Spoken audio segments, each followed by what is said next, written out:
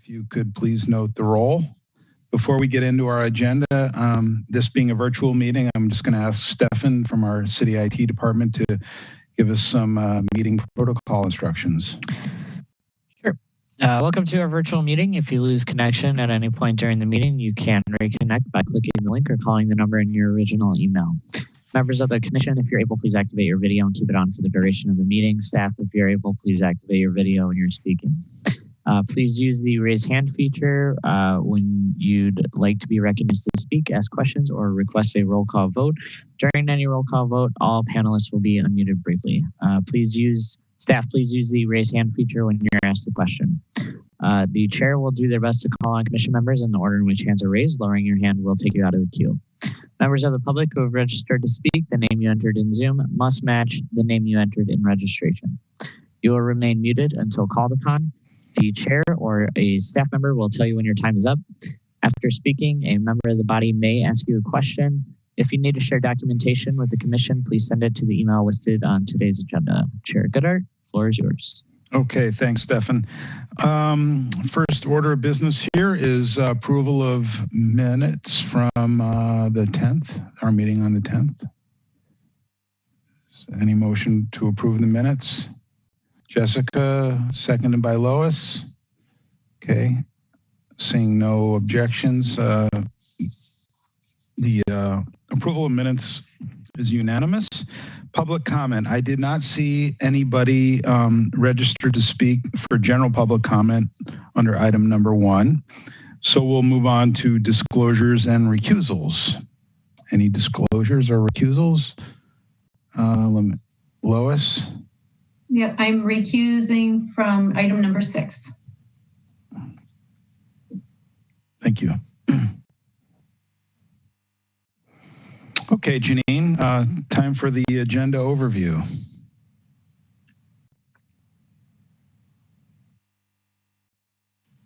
I'll be pulling that up in just one moment.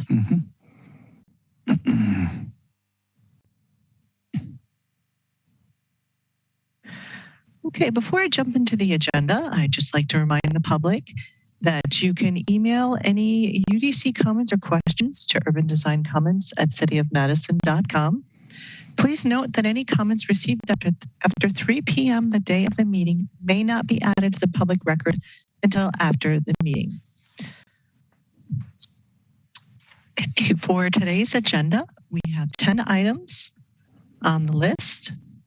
And the first item under special item of business is a report of the facade grant team. This is for 2021 Winnebago Street. And there is in your packet a report from the facade grant team supporting the project. Additionally, there's a UDC staff report just providing a little more background on the proposed scope of the project. And the applicant is here to provide more information when we get to that item. Under public hearing items, we have one item, 4702 Sheboygan Avenue. This is a plan development for Madison Yards. It's block 1, and it's also in Urban Design District number 6. They're requesting initial final approval this evening. Please note that the UDC did hear an informational presentation on January 13th. Then following this evening's meeting, if it receives at least initial approval, it'll go to Plan Commission on April 12th and Common Council on April 20th. Under unfinished business, we have 4800 Voges Road. Building 1 and building number 2 are listed as 2 separate items. They're both in Urban Design District number 1, and they received initial approval from the Urban Design Commission at the February 24th meeting. Then under new business, we have a couple of items.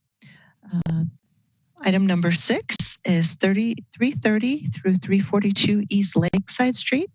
This is a public building or an alteration to a public building. There's a UDC memo in your packet, and they're requesting initial final approval. If they receive at least initial, they would go to the Plan Commission on April 12th and Common Council on April 20th. The next 4 items are informational presentations. The first of those items is 2902 Jordan Drive. This is a planned multi-use site. There's a similar project that has come before the UDC, and the development team will talk more about that when they present this item. The next is 6321 Town Center Drive. This is an amendment to a previously approved plan development. And there's a UDC report in your packets.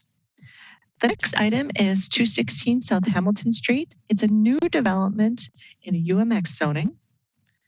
There's a staff report in your packet. And then the last informational presentation is 849 East Washington. This is a new development in Urban Design District number 8. And there's a staff report in your packet. Lastly, there's some business by members items that we'll go over at the end of the meeting. That's all I have. Thank you. Thank you very much. Okay, before we move on to agenda item number 2, I just want to see if there are any nominations for consideration on a consent agenda. Okay, no nominations for consent agenda. Okay, so that then brings us to the report of the facade grant team, item number 2. The property owner and applicant, Peter Crisell, is available. And Peter, the IT team will unmute you. I'll pull up some images on the screen of your project. You can give a presentation or open it up to the commission for questions. I've got a short presentation. Can everybody hear me? Yes. Great, glad to hear that. That's always good. Let's start. I've got 5 slides to go through, and they'll be brief. And then I'd be happy to take some questions and some feedback after that. The property is located at 2021 Winnebago Street, which is part of the North Winnebago business section of Shanks Corners. Most of you are probably familiar with Shanks Corners. It's the commercial core of the entire neighborhood. And even though amid all this COVID-19 stuff, the heart is still beating, it's on a bit of life support. But there is some light at the end of the tunnel, and some of the timing for this project really has to do with that whole COVID-19 thing playing out and breathing life back into the district. So we're very pleased to be a part of that. The history of the building, it was built approximately in 1905 to 1910 presumably by Oscar Bach, who is the president of Bach Oil Burner and Polk Manufacturing Company. Other notable occupants of the building after Bach's businesses left were Capital Water Softener was there for a little while in 1936. Ticey Printing, 3 generations from 1950 to 2012. That's who I bought the building from. Door Pottery from 2013 to 2015. And more recently, Arts and Literature Laboratory from 2015 to 2019. Currently, the building, as it sits, is an older zoning structure. So it was designed for manufacturing and wholesale uses. But as it sits today in the new zoning, it's TSS. So it's traditional shopping street. So the purpose of its industrial facade, that original facade, is still intact, but it has several incongruities that I think limit its function and appeal within the new zoning. Number one is that it lacks exposure to the street level, so it's very restricted. Also, its access is limited to one street level door, and it's fairly small and limited in its entry ability. I mean, it accomplishes the goal of limiting access both visually and physically. After all, it was built to house functioning production machinery. So as one might expect, it accommodated really only employees and trade customers. So the design that we see here is for the purpose of framing the view of the inside from the street level. We want to create public interest encourage the public to enter and engage in services, which in turn educates and entertains the public, which in turn creates public trust and transparency, which adds to the vital character of the neighborhood. So really the facade, as I'm sure you all are very familiar with, is an important element to any building. So in essence, our design acknowledges the past while adapting to the present. The essential vision for the building is really to adapt and sustain, to inspire the public and the businesses who serve them to imagine the life of their mutual commerce in that neighborhood, in this building for years to come. And we think the facade improvement will contribute greatly to that objective. I'd be happy to take any questions or comments and feedback. Thank you. All right. Are there any questions or comments from the commission?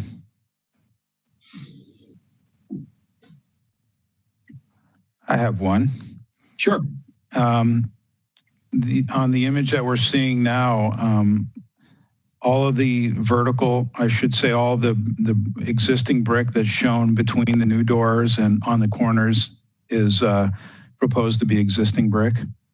That is existing brick. And so all of the brick that will be demoed, we're going to recover and reuse that to finish off the masonry openings.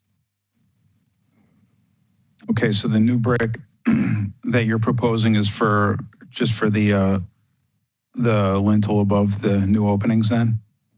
I think, I was just talking to my mason and he thought he could recover enough brick to do everything, which is great. We can also do a match, get pretty close, but I think they thought they could recover most of it in a economic way. Paying a mason to sit and scrape bricks can be kind of expensive, but they feel like they have a system where they can get it done economically. So I'm happy to hear that. Okay. Any other questions, comments, motions? Jessica. Yeah, I think it's really handsome. I wonder how you envision signage going on this. And also, I just might suggest another look at how wide the concrete pad is by the doors. If it's right at the edge of the door, I don't know, it might feel tight there or look tight. You might consider widening it, that's all. That's a great point. I was looking at that myself just earlier today, and I think that's going to be a significant change. Well, it won't be significant. It'll be like 8 inches additional on either side, I think, is called for there. Jessica, what was your earlier question? I missed that first part. Just where you envision signage going, if there is signage. Right. So signage, that area above both windows could be reserved for each unit. Or if a tenant was interested in combining the two spaces, they could use the signage that was the original part of the building facade, that rectangle, which would be wonderful. Yeah.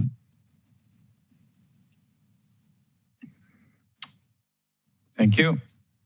Anyone else?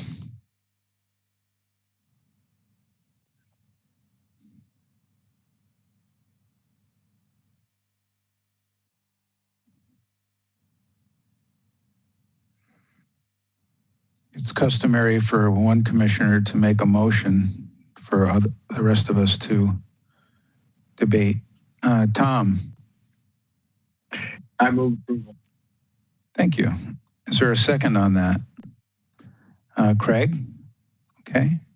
Any discussion on the motion?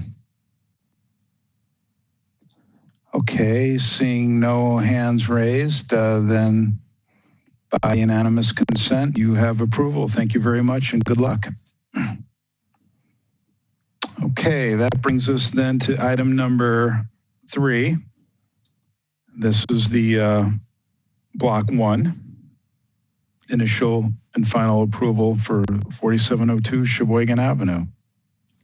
The team members present Wishing to speak include Sean Roberts and Aaron Ebent. Other team members available to answer questions include Ethan Skeels, Kevin Yeska, and Sean Zimney. All right. Anytime you're ready, Great. Can you hear me? proceed. We sure can. Excellent. Thank you, Commissioners. We are excited to be back again. We did an informational presentation in January. This is Sean Roberts from Summit Smith Development. I'll just give a brief overview and kick it over to Aaron Ebent. So, Janine, can you advance the slide?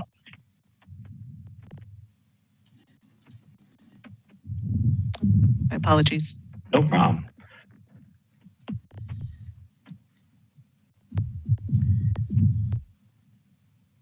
Thank you for your patience. Okay, let's try it again. Sure. There we go.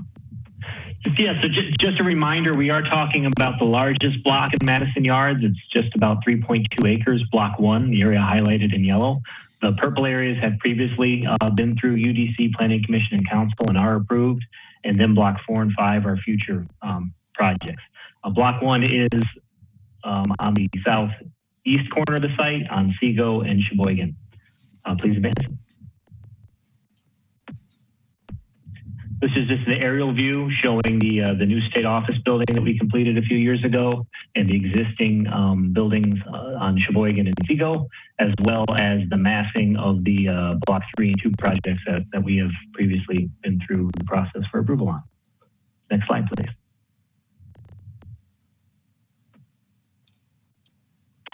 And again, the Block 1 really has 4 components. It's one legal parcel, but we will have separate condominiums. One, the black rectangle, is the 7-story office building with first floor retail space and some office building amenities like a bike room, fitness center, and a shared conference facility. The red building on the northwest corner of the site is a future restaurant that we are asking for approval of the massing use for now, that we are actively looking for tenants, for 2 or 3 tenants. And then in the center of the block is a 5.5-story parking structure, about 604 spaces. And we have wrapped that building with a separate multifamily residential building, which is a 5-story, 78-unit building.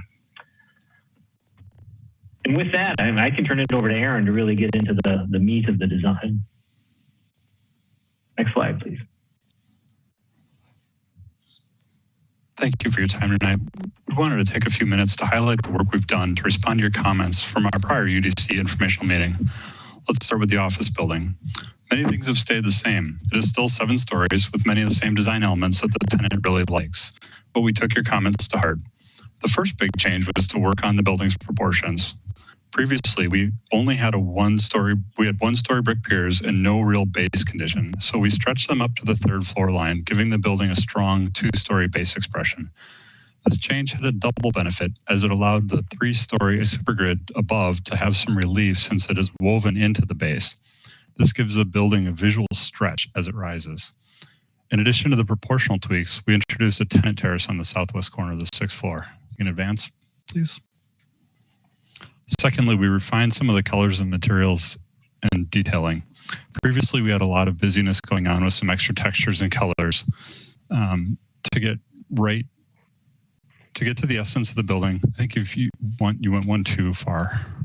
To get to the essence of the building, we kept the primary frame with some material, mullions, and accent fins, all the same color, a dark bronze. And we're using a mid-tone gray for the metal for the secondary floor banding.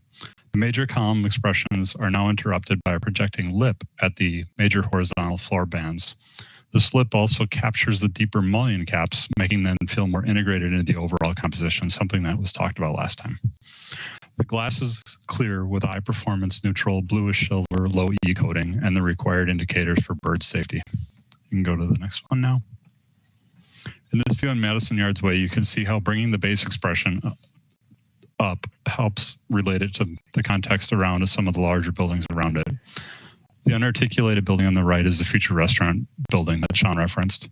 Between the 2 buildings, we have carved out a little pocket with additional outdoor seating. You can go to the next one. Switching gears to the opposite side of the site, we are now looking at the southwest corner of the residential building that completely wraps the two sides of the parking structure. This facade is shaped in part by the dedication of land for the future roundabout on the southeast corner of the site.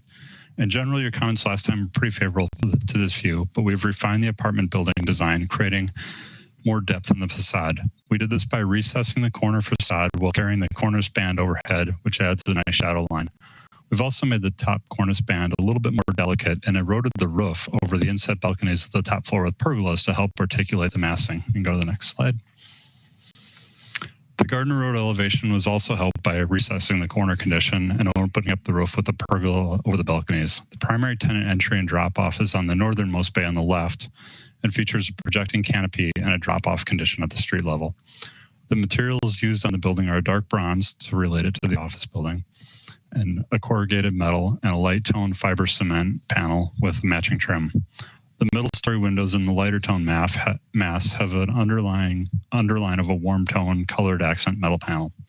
The railings are picket style and all the glass is clear with a low coating. Go to the next. On the southeast corner of the development, you can see the angled facade of the apartment units here poking out from the left and the parking structure with the office building beyond. Seco is a pretty heavily traveled road and an important one, so we've taken several steps to be sensitive with its treatment, especially since we have a parking structure in that position. We reviewed recently approved open-air parking structures in Madison and a benchmark other projects across the country to develop a viable solution to this parking structure aesthetic. As a reminder, only one facade, or 14% of our parking structure perimeter, is exposed directly to a public way. We have the parking structure clad on the south and west with apartments, and the north facade of it faces an internal alley fronting the office building. For the 123 feet that fronts Seco directly, we've taken several steps to mitigate its impact and blend it with the rest of the project. First, we're set back from the existing curb line between 37 and 46 feet, and this moves out a bit if the roundabout is actually constructed. Between the sidewalk and the building, we have manipulated the grading to be bermed up against the lower portion of the parking structure and planted a heavy dose of landscaping, which features undulating beds of lower scale plantings, a mid-range height of bushes and ornamentals, and taller trees to serve as a constant green buffer. Secondly, we've treated the parking structure with a series of vertically oriented perforated metal panels set within a bronze frame. This vertical expression is reminiscent of the fins on the office building, helps to be a counterpoint to the horizontal nature of the structural wall panels, which do a good job of screening the cars. We're at the absolute threshold of the code required openness in this parking structure. Any more closure and it would not be economically viable due to the additional sprinklers and mechanical ventilation. Finally, we've introduced greenery in the planters along the top of the edge of the parking deck and as a climbing planter on the southeast corner as a way to soften it. You can go to the next one. Here are two more views showing the parking structure in relation to the office building. We do have an internal alley between the two buildings to service the buildings and keep the parking structure vehicular access points off of the main road network. As mentioned at our informational presentation, we've incorporated a direct skywalk connection into the office building from the parking structure. This allows for a direct covered access for tenants into the building during inclement weather. You can also see the integration of the tenant terrace in these views. I'm probably well over my time, so I think you can just skip through the next couple of slides and we can let Sean close it out if he's got any additional comments.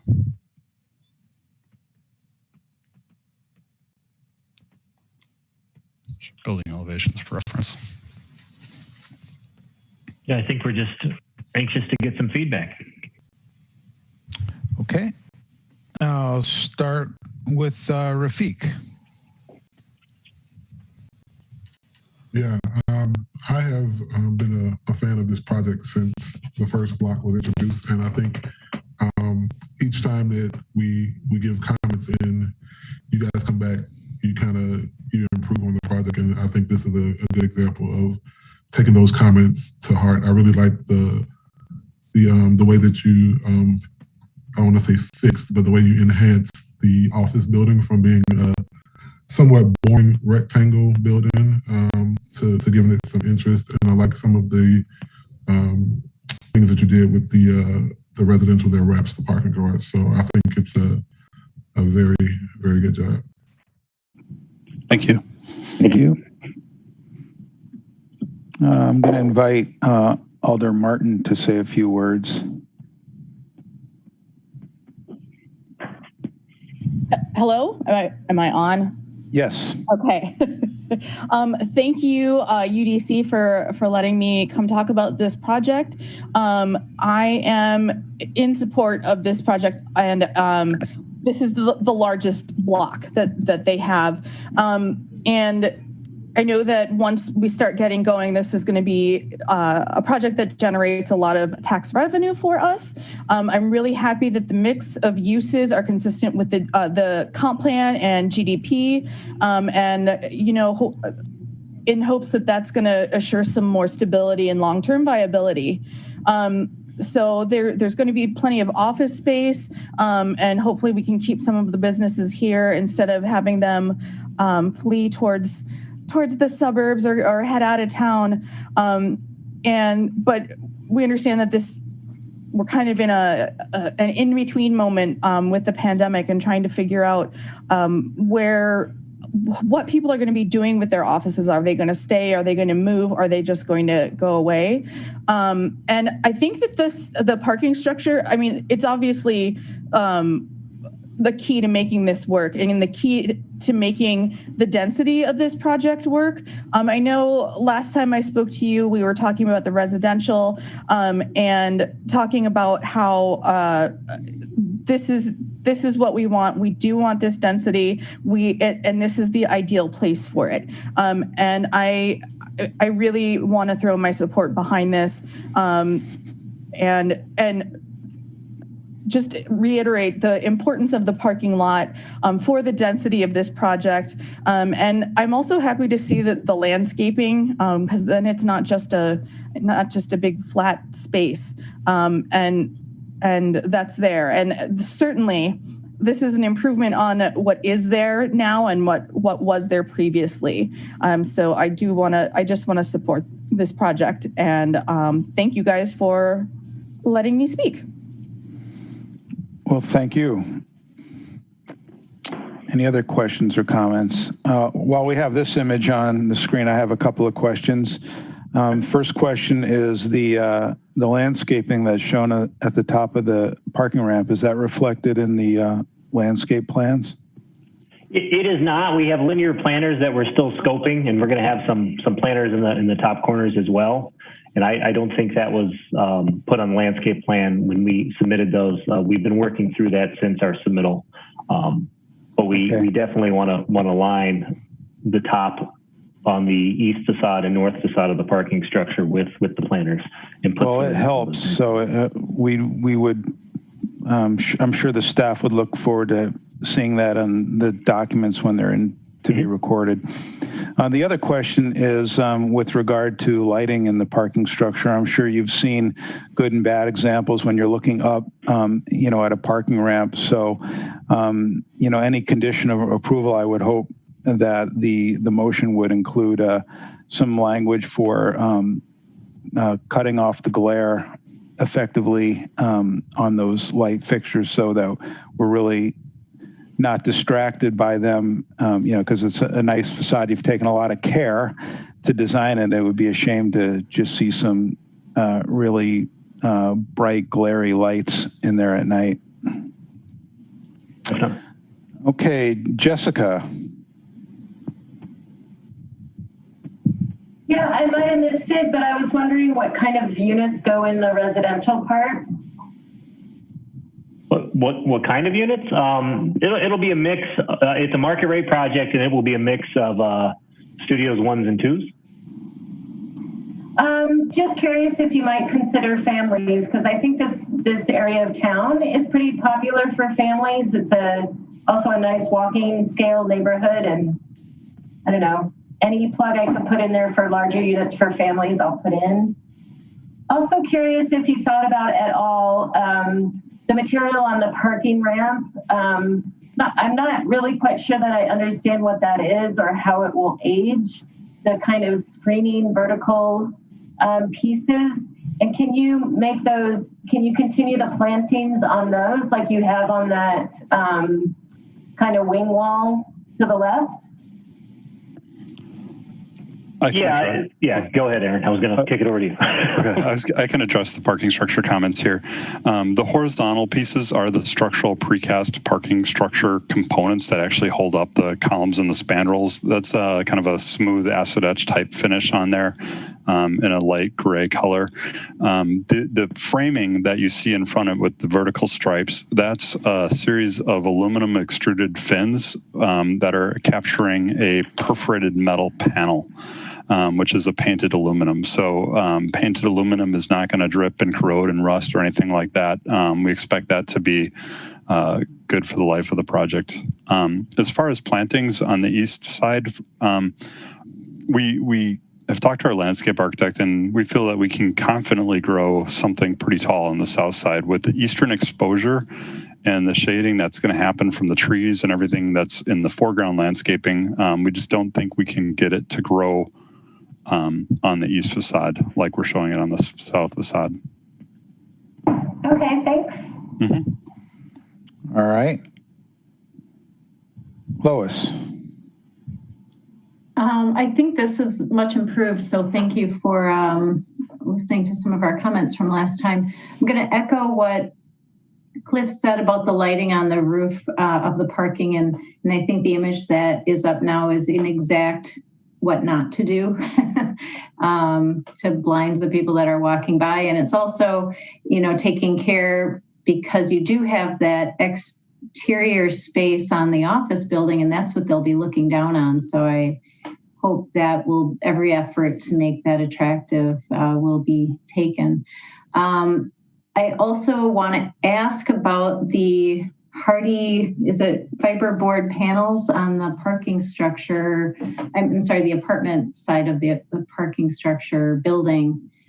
What is the joint type for that? We've seen some pretty bad examples of large panels like that with, I guess it would be a proud type seal or batten in front of it that just really does not look good. And I'm wondering what the joint of this one looks like. We're concerned about that too. So we paid a lot of attention to it. Basically, it's not proud of there. It's not like a batten. It's a color matched aluminum reveal set within the panel joints. Okay, thank you. That relieves my mind on that. And my last question, or maybe a comment, is on the office building, the outside space that you've created in that little wedge. I'm wondering why it's facing Seago when there's an opportunity to face the courtyard where there may be some activities, and then also Sunset and the view to the lake. Yeah, I can take that one. The terrace location is actually driven by a tenant request and kind of their space planning as they've looked at it. You are right, facing east, but we also do sometimes have some wind problems if it were to face west or east, but the selected location really fits with the space plan request, and it does provide a nice view south with the office tower to the north. I mean, the residential tower in block 2 right across from there, and based on it's really driven by where the tenant really wanted it. Okay, thank you. Russell. Maybe more of a procedural question for staff. Is the restaurant component that was referenced part of the application here that is seeking approval? Russell, I can speak to that. So the placement of it and the general massing are part of this. However, when the team comes back with a detailed proposal, it will be an alteration to the GDP, and I'll let Kevin jump in if he has anything to add. Thank you.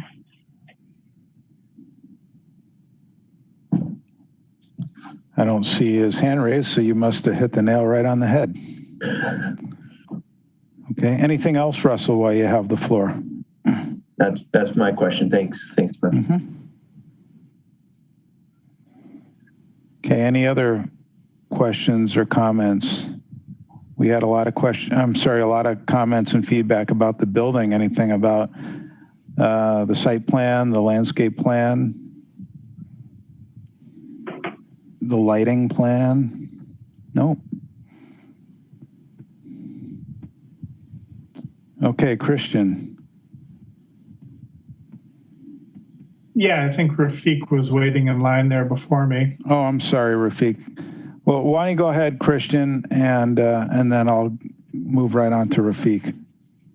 Okay, so my main questions were addressed earlier by Cliff and others. I was curious as to why the renderings and elevations showed the plantings on top of the ramp, but they weren't showing up on any of the floor plans. So I'm glad to see that's being addressed. That's obviously going to be a somewhat tricky planting exposure out there, but I'm sure they will work it out. And I'm glad to see that they did that, because I think that'll really soften that space view-wise.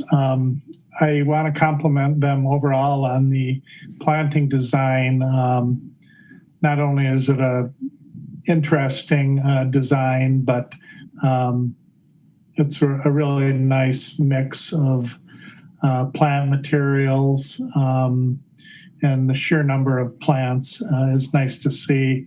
Some of the required landscape points, they seem to go out of their way to do the bare minimum. And this one, I think, they went like 7-fold over what was required by the city.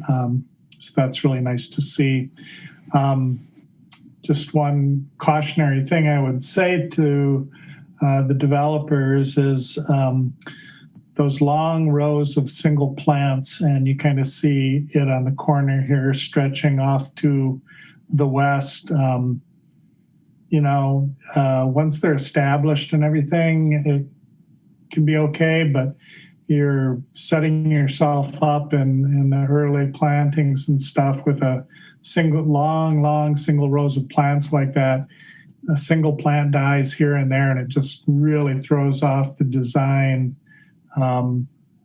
Some of those, it seems like there's plenty enough room to do like a staggered, zigzag type planting that would, alleviate some of those concerns. But, it's not a deal breaker by any means, but I just, it seems more and more we see these, single rows of ornamental grasses and, other upright plants, and it can just be a problem.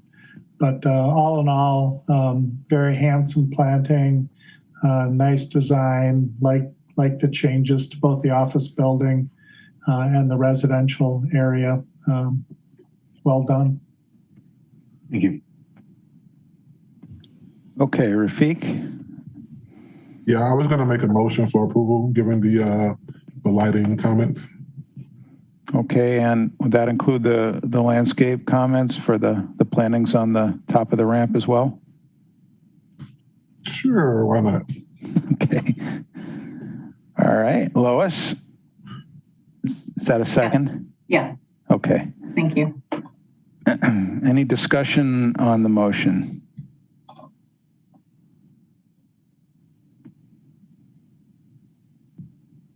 Okay, seeing no hands raised, no objections, no discussion, then by unanimous consent, item number 3 has final approval, and we look forward to seeing you back when the retail building is ready for approval. Thank you very much.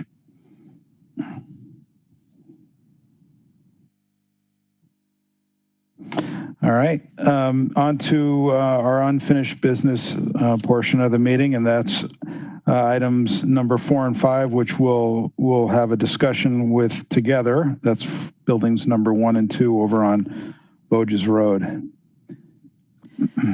A member from the development team, David Hull, is available to present. I will pull up the drawings. And if you could just kind of, I'm sure you've got a list of our comments and conditions from last time. If you could just kind of pinpoint what's changed and what you've done to address the comments? Sure. I will start with to address those individual comments. The first comment was further detail on the existing tree species and conditions. And we had hired Heartland Ecological Group to go out and do a tree assessment of the areas of concern. And that report was submitted along with the, during the resubmittal. Included in the report was a diagram that showed the location of the extension of Galleon Run as well as the Street A that's identified on the site plan on the screen. Showing the, there's two figures, one showing all of the existing trees out there, and then they removed the unhealthy trees and left the trees representing that what they deemed to be healthy. Also included is this overlay plan that shows the site plan and the road extensions kind of going through the aerial site. Photographs 1, 2, and 3 kind of indicate where the center line of those roads would be in all the three directions. Based on the tree report that was done, there's less than 2% of those existing trees that are healthy.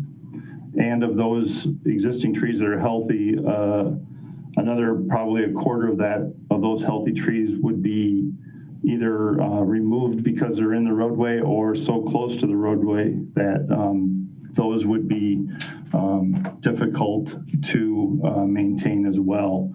The other challenge with this site is because of the high water table and the elevations of Voges Road as well as Galleon Run, the entire site is going to be raised 4 feet, 1 to get out of the water table and 2 to match up with those existing street elevations that we have that we're tying into. So that was the first item that was asked for some additional clarification. The landscape plan, which I believe is 3 slides from where you're currently at, Janine. You can go to the next one and the next one as well. The other item that was asked for was more of a planting detail of the stormwater ponds. So the individual's landscape plans do indicate the plantings that are going to be in the biodetention basins on both lots 1 and lot 2. And then obviously the larger, the other ponds are all wet, so those would stay wet. We did look, have Olson Toon redesign some of the planting groupings along the building to create more of a central impact. So they took some of the plantings that were around the building and tried to create more larger elements, impact elements, at least at the entrances of off of Galleon Run and at the corners of the buildings. So that was an item that wanted to be addressed. We also looked at modifying the overall shapes of the larger ponds that go along Galleon Run and at the corner of Voges Road and Galleon Run to create some additional undulation of those ponds, stormwater ponds. Unfortunately, the overall size of those ponds are being dictated by the stormwater requirements that Galleon Run also has to drain into those ponds as well. And Wade-wise, the civil engineer is actually available for if there's questions regarding the stormwater itself. So those are the main concerns I believe that was addressed at the last when we submitted this initially. I think we've done a pretty good job of trying to utilize those comments and make some changes. I think the challenge with the site is because it's such a low site and the raising of the site, it kind of warrants that a lot of those trees can't be maintained. And I'm available to answer any questions.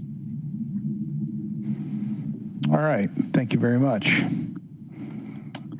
Okay, so you've heard the presentation and their proposal for addressing our comments from the previous meeting. Any questions? Russell. Thank you for the report. I think many of us are appreciative of the thoroughness of the evaluation and getting Heartland involved. Question for the applicant: your 2% number that you referenced.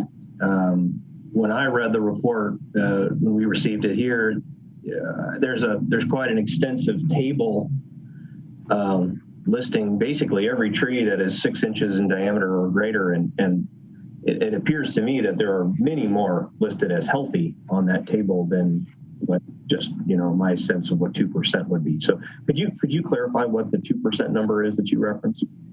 I guess what I was basing that 2% off of is the additional diagram that Heartland had provided that showed the road going through the site. They reduced any trees that they felt wasn't of large size or health. So that's the 2% that I was referring to within the report. So could you perhaps healthy of the thousands of trees that were there? You're correct. That's probably more. If you take it strictly for the 1,000 trees that are on that report, there's probably, if they're deemed healthy but they're small, I was not including those in that 2%. Sure, thank you. And the diagram you're referring to is that what Janine has up on the page here? I apologize, I didn't include that in the final presentation. The diagram I was referring to was within the body of the report. There was a diagram that showed the trees, and then it shows a red line that shows where the road is going to basically going through that cluster of trees. Okay, thank you. I mean, I guess ultimately from a design perspective, I think much of what at least what I was hoping for was to see to what extent existing trees could be creatively repurposed and sort of brought into the design. And I just to clarify, there really are none that you're proposing to be able to keep. Is that correct? Unfortunately, not, due to the low existing elevation of the site and the high water table. By raising that site 4 feet, I don't believe that any of the trees that we would try to save would stay healthy enough to remain and not die. Thank you. Those are my questions. All right. Shane and then Christian. Thanks. And I'll just echo Russell in appreciation for the depth and the detail that you provided on the tree and the forest inventory and the thousands of trees that were each individually cataloged. I know that was probably an effort and expense that we do appreciate. And I can also appreciate the number of challenges that you're up against.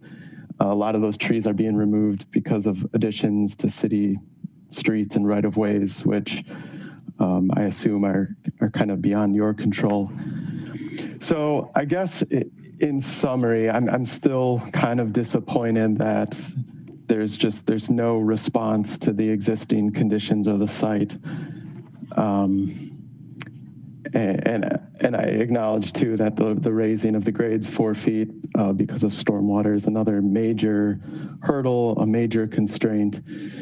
But just the fact that you went through that effort and there's really no response, to me still is troublesome.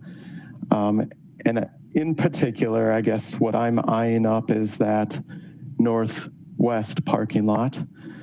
And I think I'm wanting to know a little bit more about the need and the function of that parking lot, because within the tree inventory, the inventory of healthy, mature trees, in particular bur oaks and white oaks, had probably the highest concentration up in that corner.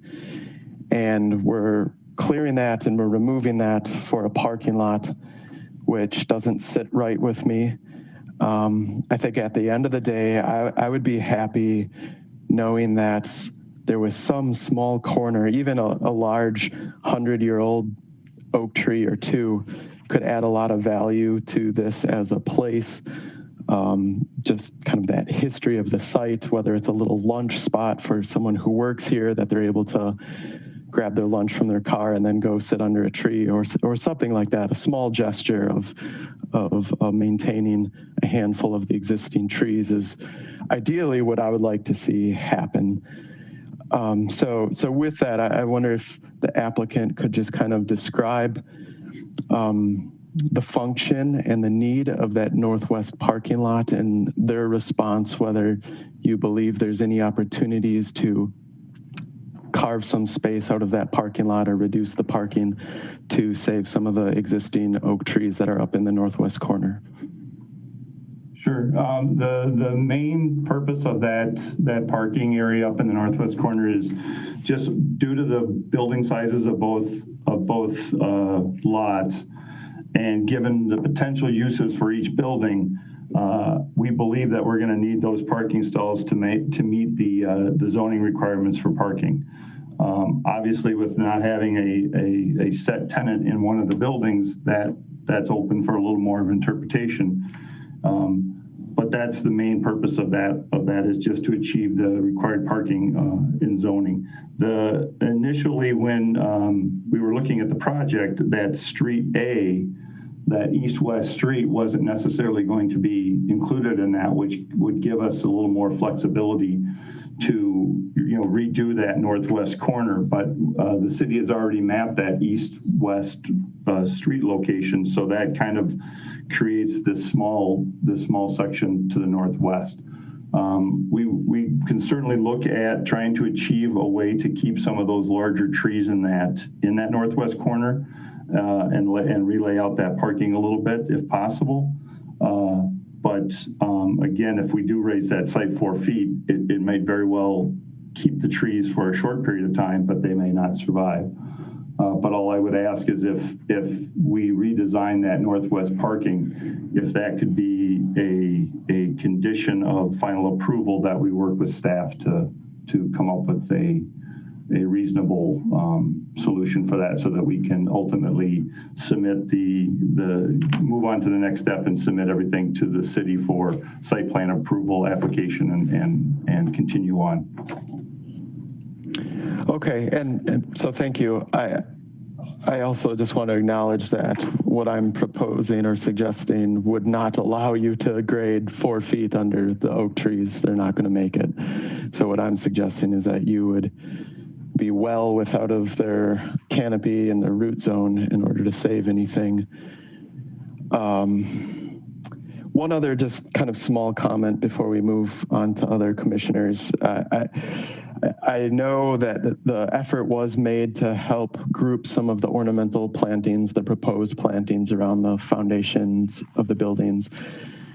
I think there's still opportunity for improvement, that instead of a single row of plants kind of just lining the perimeter of each building, that if you had a block of plants that were a double row or a triple row of plants, that makes a much greater impact than just that single row spaced 6, 8, 12 feet on center. So I think there's still a little room for improvement in how the foundation planting and layout works. And Janine, I just kind of back to the original topic. I was wondering what your thoughts are on handling that at a staff level regarding tree preservation.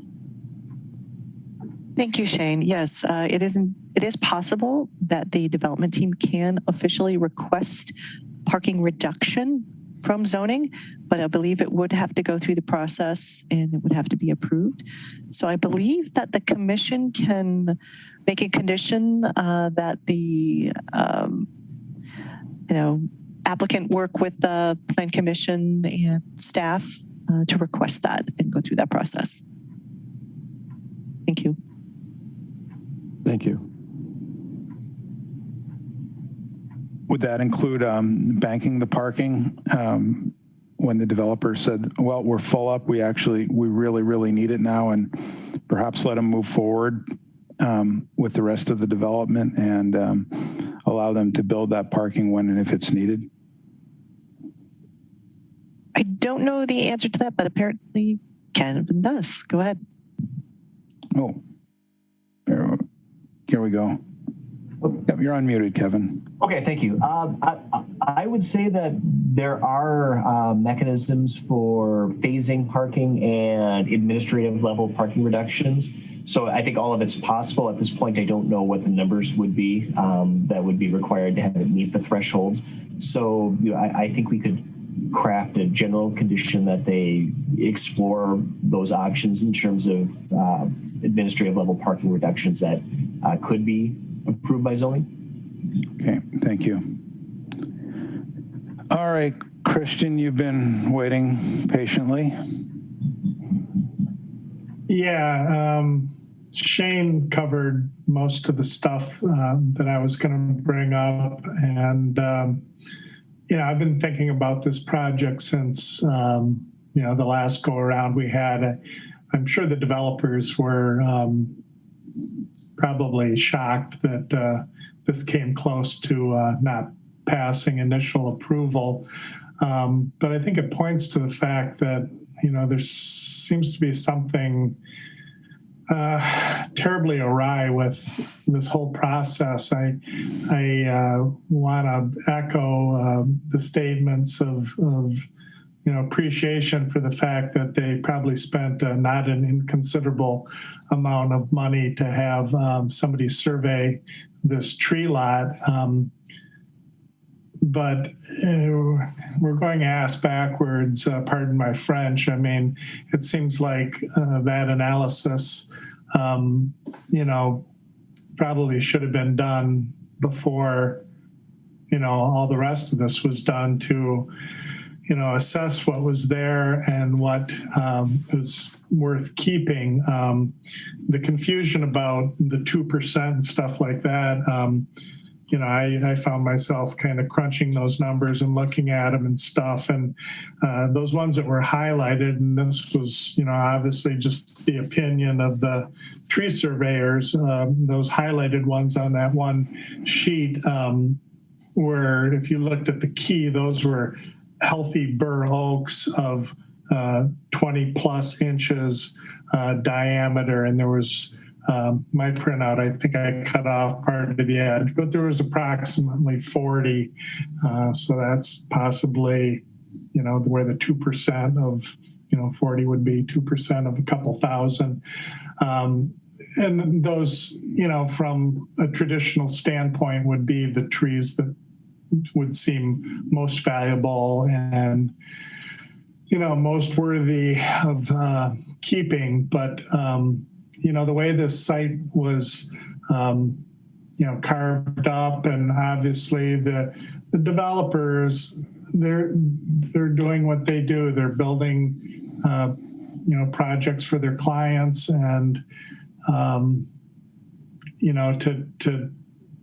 to dwell on this after the fact is, this stuff should have been addressed. And I guess my question to the city staff would be, when we have a parcel that has mature trees on it like this, I mean, what is the consideration given to how this is developed? Is there none if it's zoned for a certain use? Is it just so sad, too bad for these trees?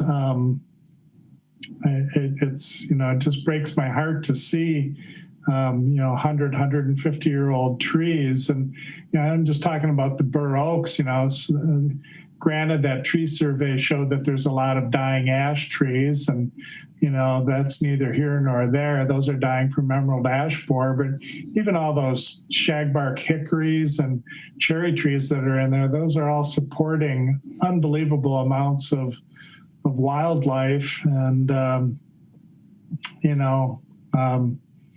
I'll commend the developers for doing a much better than average landscaping plan and, putting some effort into the, bioretention plantings and stuff. That's above and beyond what you'll see in lots of parts of the country, but it's really not a replacement for losing a large tract of woodland like this. And so, I guess as, just a citizen member of this commission, I'm sort of disappointed in the process, and I'm a little curious as, what is, what's wrong with this process here? It seems like if this survey had been done earlier, before they laid out these buildings, and maybe it's a moot point if they have to change the ground elevation that much because of drainage and stuff. None of those trees are going to survive that kind of grade change.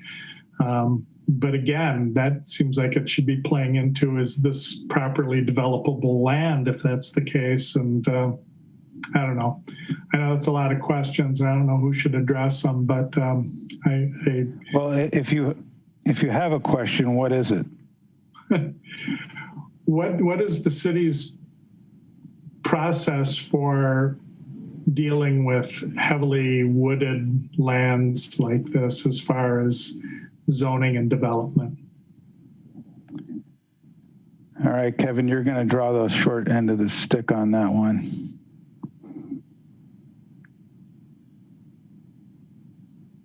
I could speak to the process for the creation of the streets. And the process is referred to as official mapping, and that's the process by which the city reserves corridors for future street connections.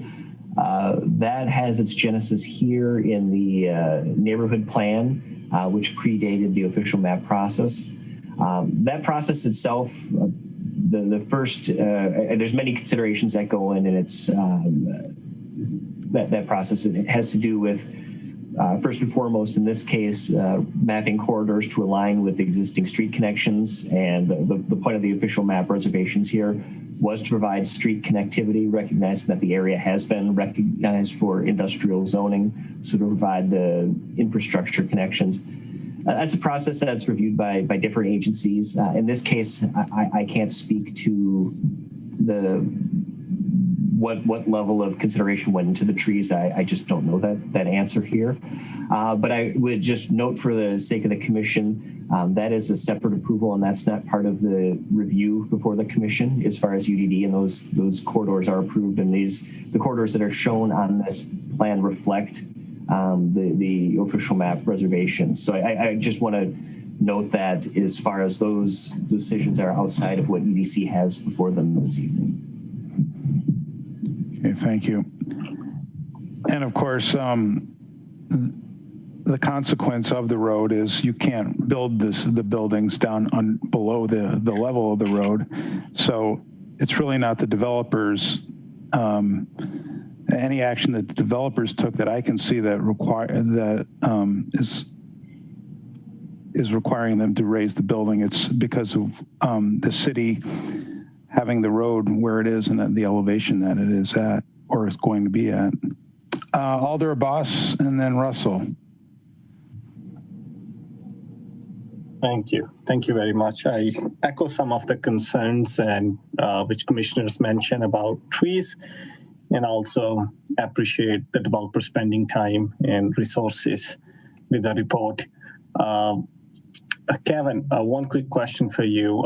Could you please also explain through zoning, what is the zoning requirement for the parking, and either this project have above parking or it's really on the base level? Could you please explain that?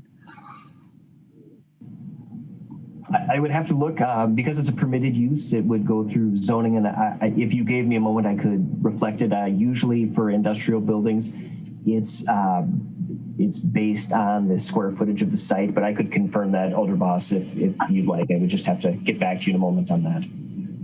That will be really helpful. And also, I think so that's regarding Christian, your point, I think it's a very valid point you raised from the city policy standpoint. I think so Plan Commission and Alders should also look into that from a policy standpoint to see how we can handle those type of situation.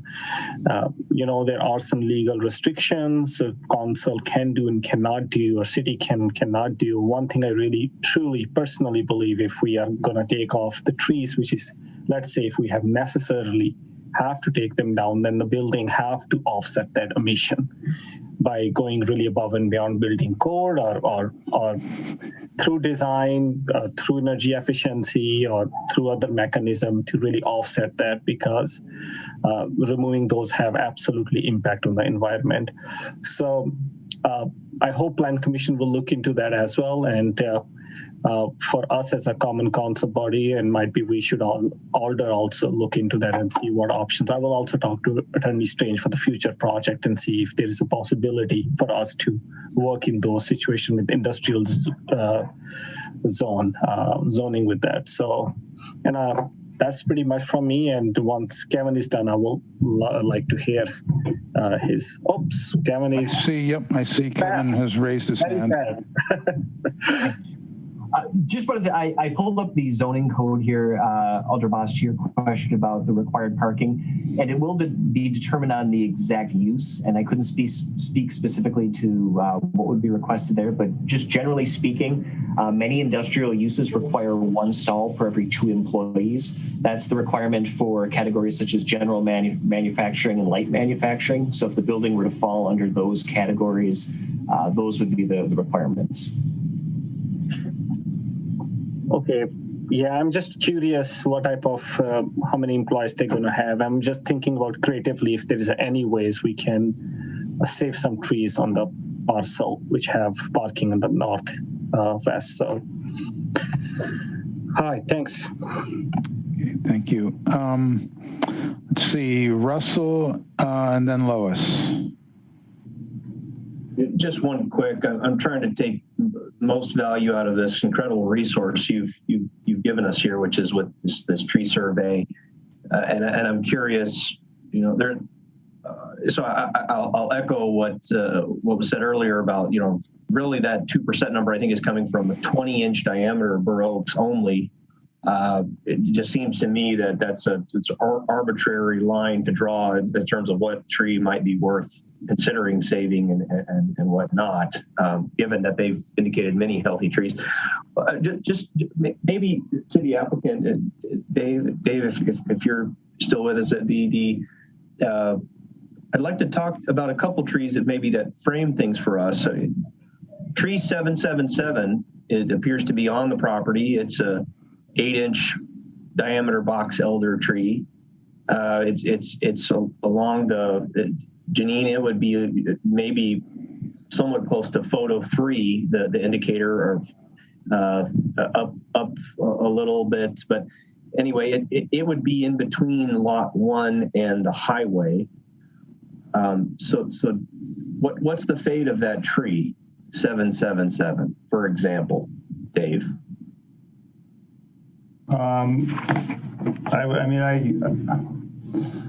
It doesn't appear to be really in the way of it's not quite on the drive, and the reason I picked it is it's not really on what I would consider a paved structure there, and so would it be saved or not? That's an example of a tree perhaps that provides a really great some design aesthetic from the highway view of the property. So it's still giving a nice greenery between the highway view and the property. So just curious that, the fate of some of those trees that are on the highway side. We could certainly look at, the plan that's on the screen now, obviously that parking lot in the northwest corner, from that, what we are showing currently as the edge of the pavement to the west and to the property line, if we can certainly slope that down or put a retaining wall along that parking, that would allow that parking to be elevated, but to keep the westerly portion and the northerly portion of that remaining site low, we can certainly look at trying to maintain some of those trees along those two areas. I believe that this northwest corner lot was also a conditional use application as well as part of the overall approval process. Great ideas. Thank you very much. That was my question. All right, Lois. I have a question for the developer. I'm wondering if you would be willing to bank the parking in that northwest corner, since it seems like there's a lot of question as to how these buildings will be occupied. And we did at the last meeting talk about that west of Lot 1 that is entirely paved for the prospect of large trucks. But, you know, to give you some flexibility, I'm wondering if for the potential of needing more parking, that could even be overflow parking if you needed it, if big trucks aren't trying to use that entire space. So my question is, would you be willing to bank the future development of that parking at this point? The only concern I would have is if that is banked, what would be the reapproval of that parcel? I mean, what approval process would that parcel have to go through in order to be developed at a later date? And I'm not sure if Kevin can speak to that, or how that not having an exact user in this building, but obviously they're marketing the project as a whole. I don't know what the length of process for approval, if that parking would be needed because of the uses, and zoning would require that because of the uses, and then what the process would be to go back through approval for that. Sure, I can jump in. I think the question first is, as you put it, is what is going to be the required parking need when you come in for occupancy? And again, that's going to be based on the employees. And if that's not known, then it's difficult to figure out how much reduction is necessary. So for the first part of the question, if you came in, there is an administrative level reduction. I believe it's about 20 stalls that you could reduce from the overall requirement. As far as a process to reinstall those, right now, if this remains as a permitted use, there wouldn't be a plan commission level review. So long as you're within the administrative level of parking reduction, that would be a staff level review. With the exception is that it's an alteration to a site in an urban design district. So again, the code is set up that it gives the UDC secretary, Janine, the ability to sign off on some approvals as administrative. And if she believes that it's a major alteration, then it would be back to the commission. And that's more of a discretionary call that the secretary can make. If the commission would provide some guidance tonight in their action about what a possible threshold would be, that could be something that could be at administrative level. Otherwise, it would come back to the UDC as a major site alteration. All right. Well, I could see a scenario with a developer, if he doesn't have all of the lease commitments, could speculate the uses of the building that might not require that north parking lot initially. Urban Design Commission could approve its design when and if needed, and then administratively, he gets some leases where he's got a very high density, needs the parking, the design has been reviewed, and the need has been justified, and then, and only then, the parking lot is constructed, and maybe it never will need to be. You certainly do have a lot of parking on site without it.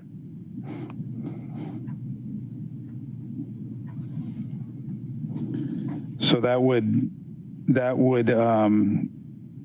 not require additional commission meetings.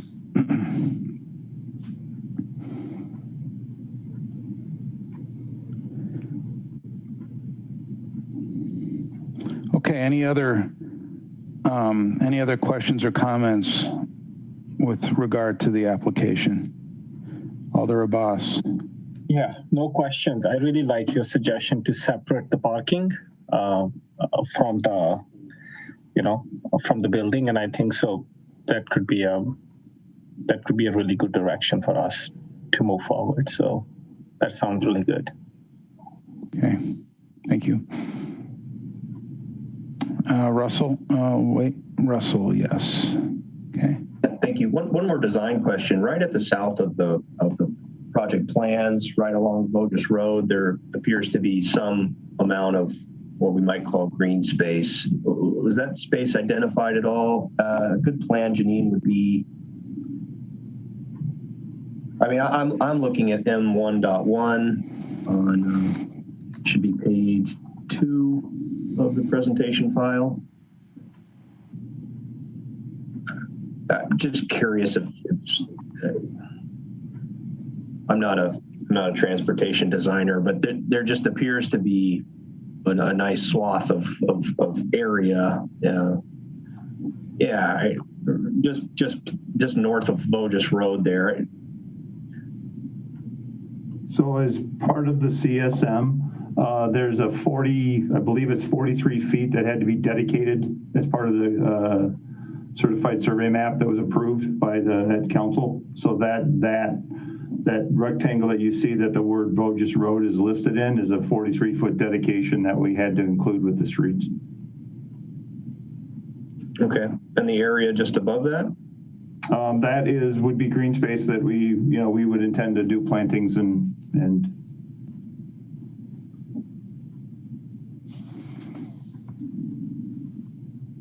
okay. Yeah, I think my question is wondering if it's the best use of the site given all of the concern and desire about the existing trees, and so.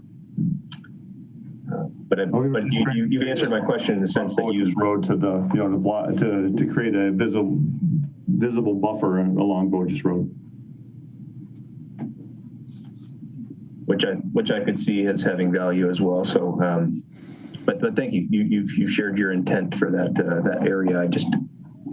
That's my question. Thank you. Okay. All right. We've had a lot of discussion on this, a lot of opinions and suggestions.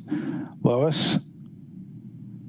I'm going to make a motion for final approval and ask that the developer have a conversation with the city about the northwest corner parking and see if there's a way to work out a banking of that development. Okay. Is there a second on the motion? Craig? Okay, discussion on the motion. Shane and then Craig.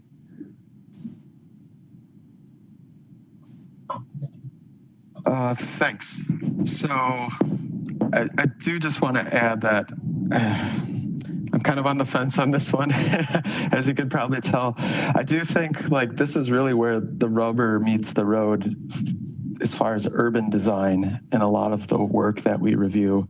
It's not like a glamorous downtown project, but it's an urbanizing edge, and it does not sit well with me setting a precedence with this or any of the other recent projects we've seen, some of the projects on the west side, that we can allow development to just completely wipe a site clean, regardless of its existing characteristics and amenities. So I think just to kind of restate my opinion, if that piece, that northwest parking lot does move forward as kind of a staff level review or a process of banking, I think if the development proceeds over the next several years and not a single tree was preserved from the existing site, something failed us, something went wrong.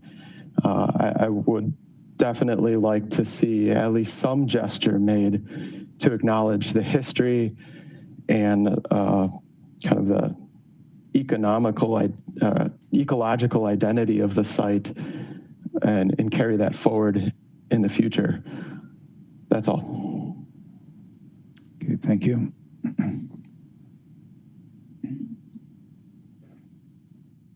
Any other discussion on the motion? Craig? Hey, thanks, Cliff. Shane, I believe you also stated a concern for plantings and having them staggered. So I just wanted to add that as well to the motion if that was possible. Okay, so Janine, that would be an amendment to the motion. Okay. Jessica? Yeah, I missed the discussion on this project the first time it went around, so I feel a little bit at an informative disadvantage, which is fine. But I want to put a shout out to Shane that this is saying that this is where the rubber meets the road, or whatever that phrase is. I'm on the fence too, and I think sometimes it can be a good point for UDC to make a bit of a statement with what they vote on and what they support and what they hope for. And I think this project might warrant a little bit of that. That's all. All right. I'd like to take a vote on it. Well, you're reading my mind.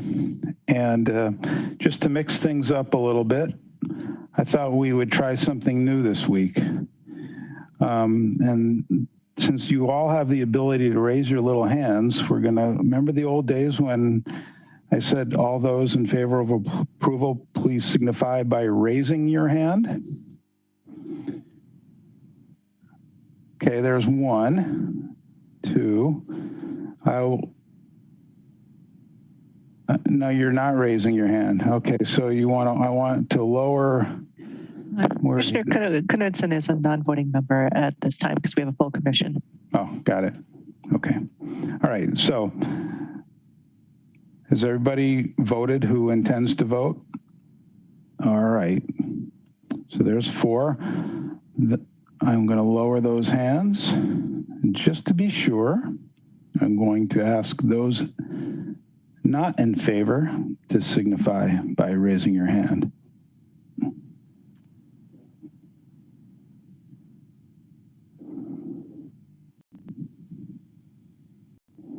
So that's 6 not in favor.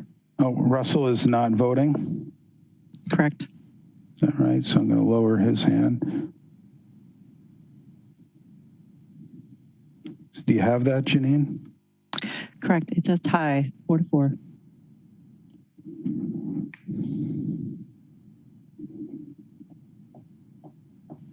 And the chair has the option to vote. Okay. I will vote in favor so that the motion carries. All right. So we have final approval as moved with those conditions. You'll have some work to do with staff to get this approved. Thank you very much. Oh, I'm sorry. And I just want to clarify it for staff that this is for both items number 4 and for number 5. Okay, that takes us to item number 6.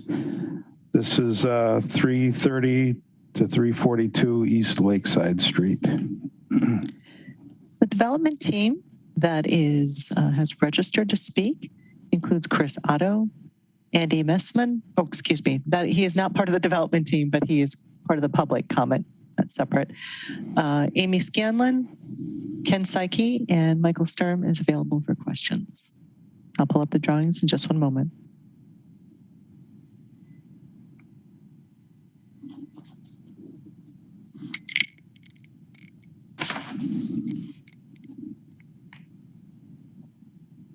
Okay, the team is ready. Amy, are you going to start us? I am. So I'm Amy Scanlon with the City Engineering Division, and I'm working with Mike Sturm of the Parks Division on the renovation at the former office of the Wisconsin Medical Society. The city consulted with Insight Consulting Architects and Psyche Design to assist with the renovation to allow Parks to use the East Wing as their offices and then lease the West Wing to a community partner. The property is also going through a zoning map amendment process to be rezoned to Parks and Recreation. So Mike and I are here and available to answer questions, but we are turning the presentation over to the design team. So Chris, go right ahead. All right, thank you, Amy. Thank you, everybody. This is just an image that shows us where we are in the city. We're in the southwest corner of Lake Monona. Next slide, please.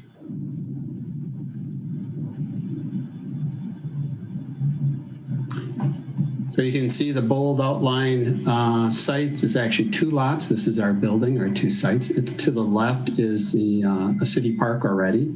And so the city purchased this lot to, in a way, extend that park. To the right are existing residential lots. Next slide, please. This image helps explain the slope of the site. We're starting low at Lakeside Street and moving up. There's actually a 12-foot transition between grades, so the building sits nicely high up in the site. If you go from the main entrance, which is right in the center by the O2, that's 12 feet off the street and about 6 feet above the west dock, or loading dock area, and about 6 more feet above the adjacent residence. And we'll get into that in a minute. Next slide.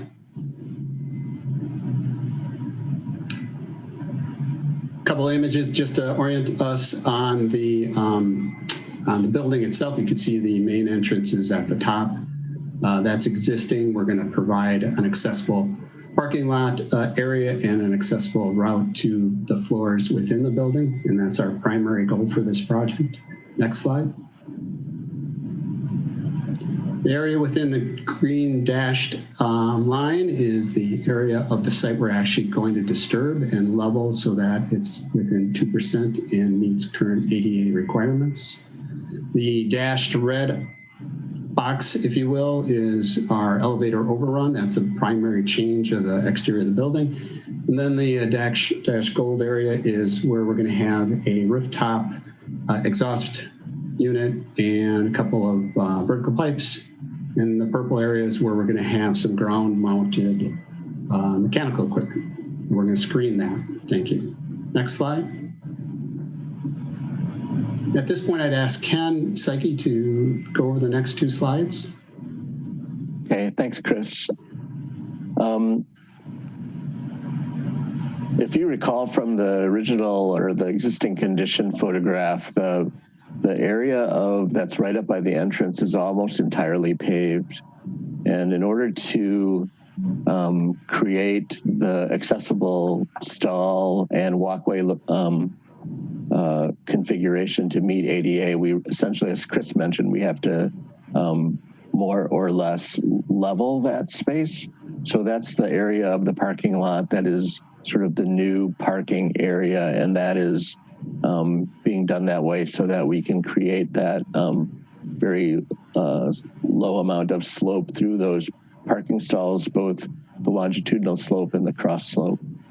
In doing all this, we end up disturbing about 12,000 square feet, but replacing back something like 8,000 square feet of impervious. So we're really reducing the amount of impervious surface, and in doing so, it really exempts this project from the major portions of the stormwater management ordinance. That said, we are providing some bioretention or rain garden areas. We have to do some soil borings to see what the permeability of the soil is, but you can see a couple of islands that have proposed bioretention or rain garden plantings in them. And then replacing and reconnecting the pedestrian circulation. There's a sidewalk that goes essentially in this plan north-south all the way to Lakeside Street in the sidewalk, and then reconnecting parking to the main entrance, moving the door over so we're the interior is being reconfigured to provide an elevator within the entry piece in order to make the entire building accessible. A couple other things that you can kind of see in this slide are some new bike parking stalls that are along the edge of the pavement on the north side closest to the building. Those red bars are where the bike parking would be, and we've included 4 spots for bikes with trailers or bikes with carriers as part of that configuration. To the east side of the site, there's a sort of a service parking area that is being remodeled to contain HVAC equipment and a trash enclosure, and then contained in that area, or that area is being contained by a board-on-board fence, which an example of which is shown in the photograph above. So it's a pretty simple site renovation, but I should also mention that the landscape for the entire site is essentially turf and large trees, and the work that we're doing to remodel the parking lot is preserving all of the existing trees that surround it, and then also there's a one tree that's kind of near the junction between the east and west parking areas that will be maintained as well. Okay. Is that it from the design and city team? We actually have a couple more slides we can just touch on so you get a better idea of what the elevator overrun looks like. Sure. You can go to the next slide. I'll walk us through this pretty quickly. Some nice snow-covered images. You can see the relationship of the existing building in the lower image to the houses to the right. Next image, please. Next one. This is the existing east side dock area.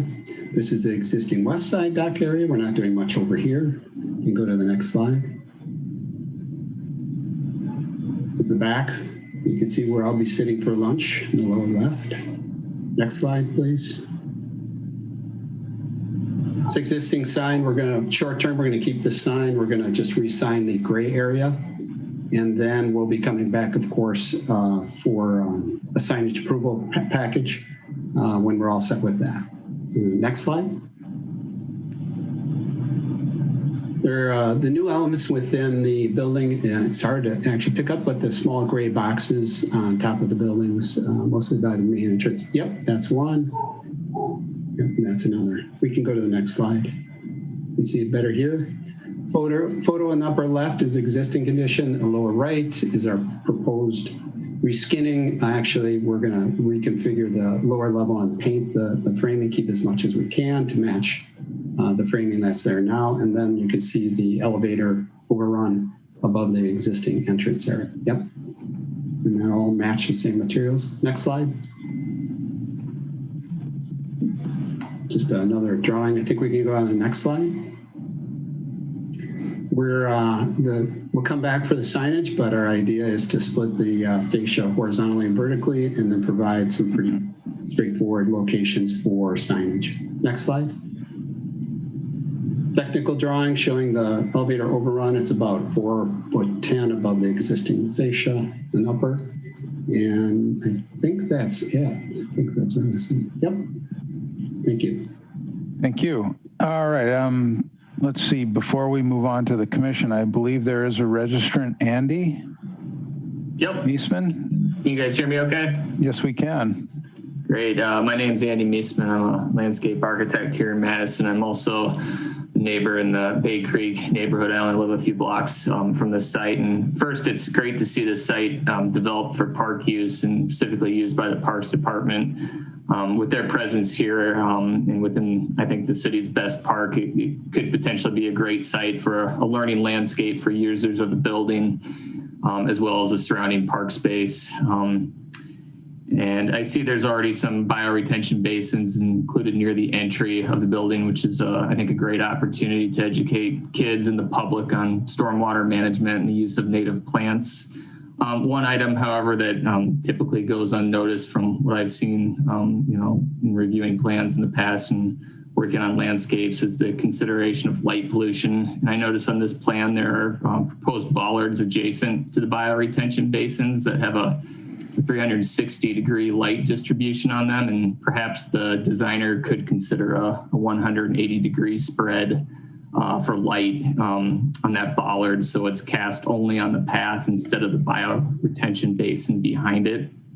This is really getting into the weeds of sustainability, but tallied up throughout the site, if similar measures are followed, it can really reduce the risk of of fatal bird impacts from excessive light pollution, where it's pretty easy to mitigate for something like this. But that's it, and I'm really excited about this project, and it's going to be a great site, and that's thanks for your time. Thank you, Andy. Okay, any feedback, questions, suggestions from the commission? Russell? Thank you. Couple questions, comments. I guess I'll start by saying I completely agree that the use of some smarter stormwater management, I think goes a long ways to just show the city's example that they're setting, especially with this site, given the proximity to the lake. And so anyway, I commend the team for looking into some of those ideas. Couple questions. The existing chimney, is that still a functional chimney? And was there any consideration of doing something with it, removing it or otherwise? Maybe Chris, you might have some insight on that, or Amy?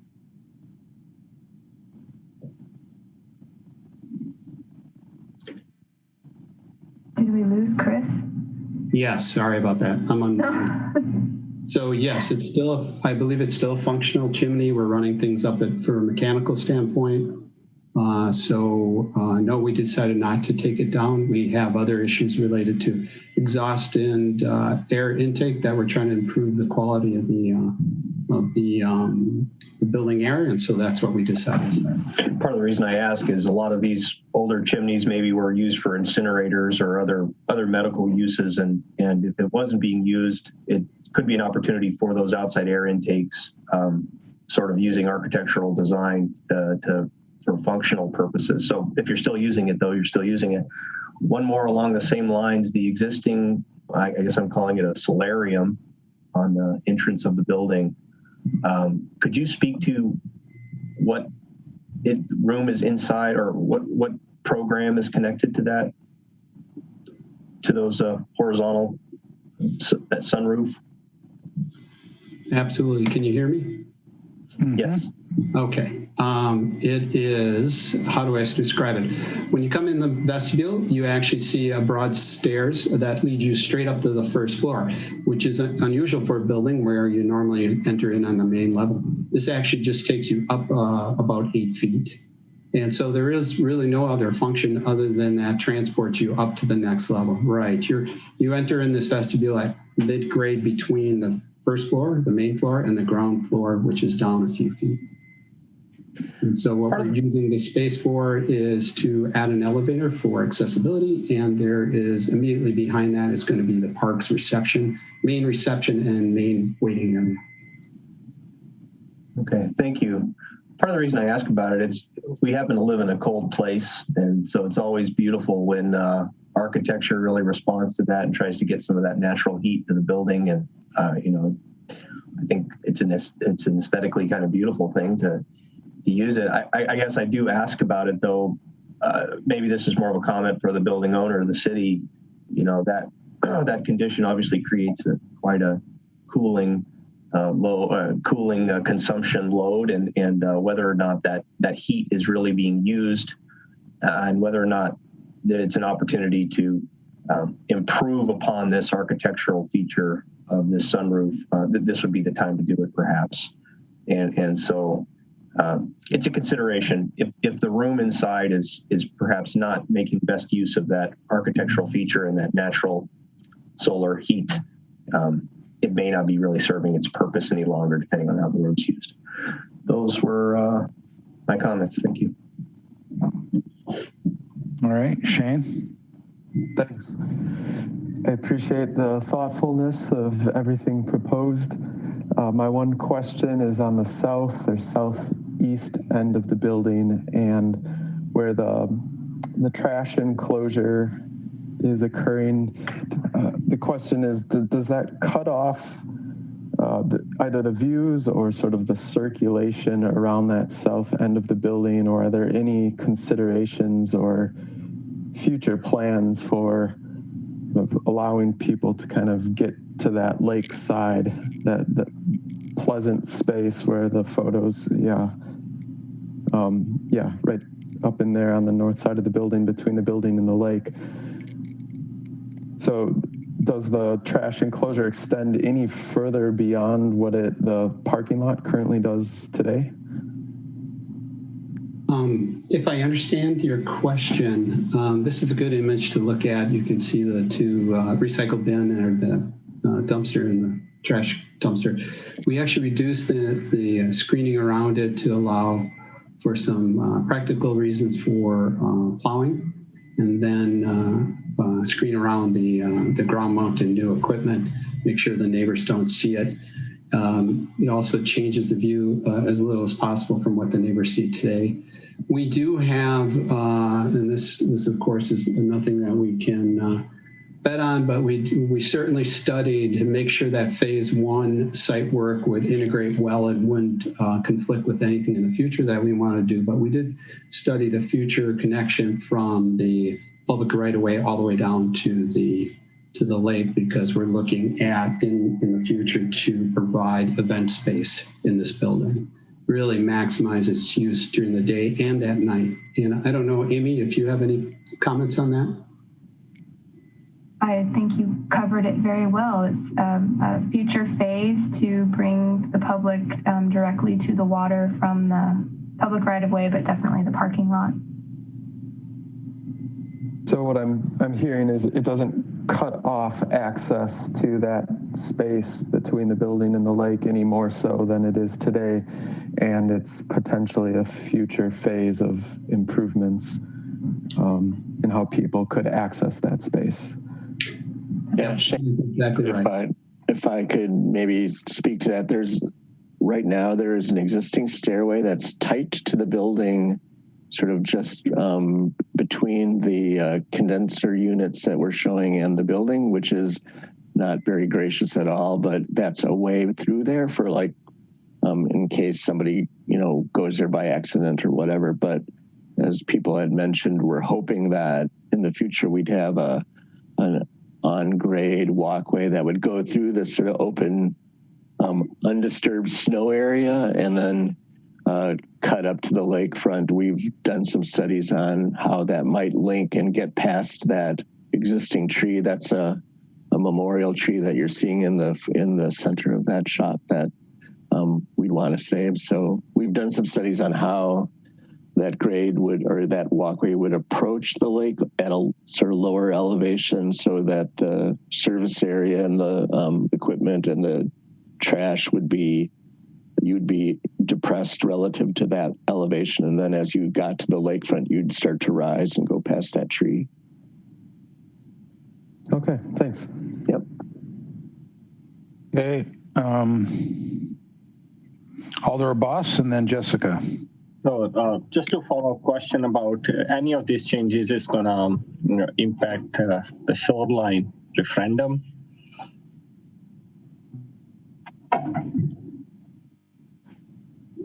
I'm sorry, could you ask the question one more time, please? So any of those changes which you're proposing is going to impact or trigger, I will say, not impact the shoreline referendum, the shoreline?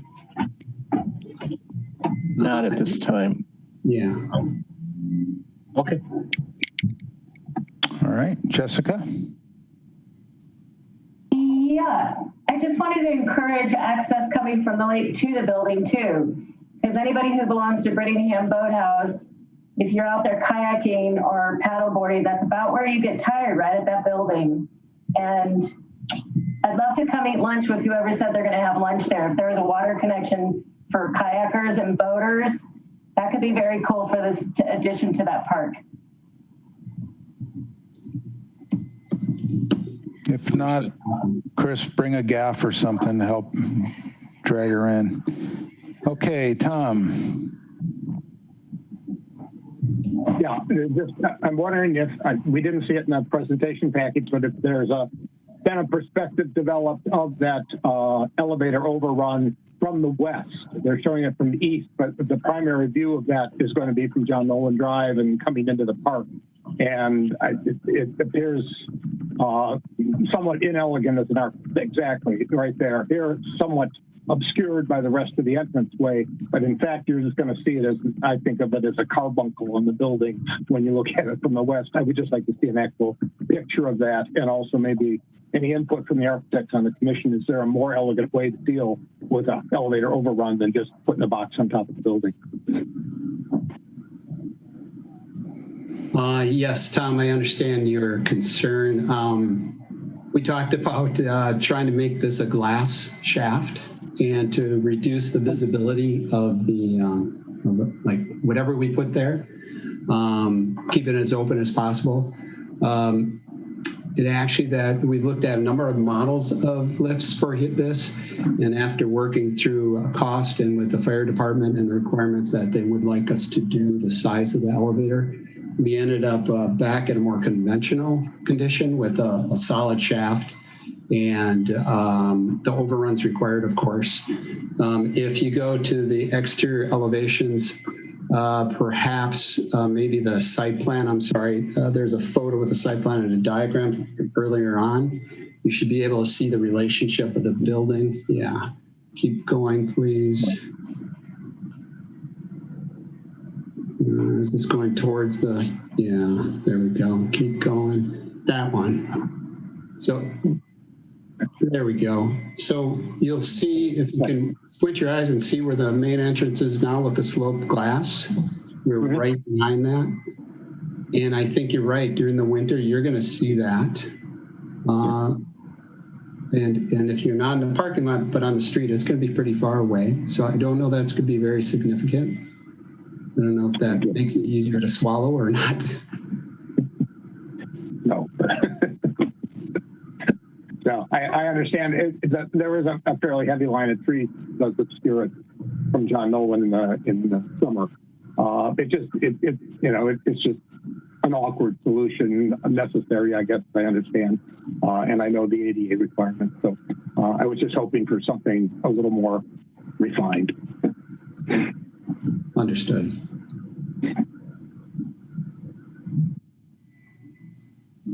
Okay, any other comments or questions?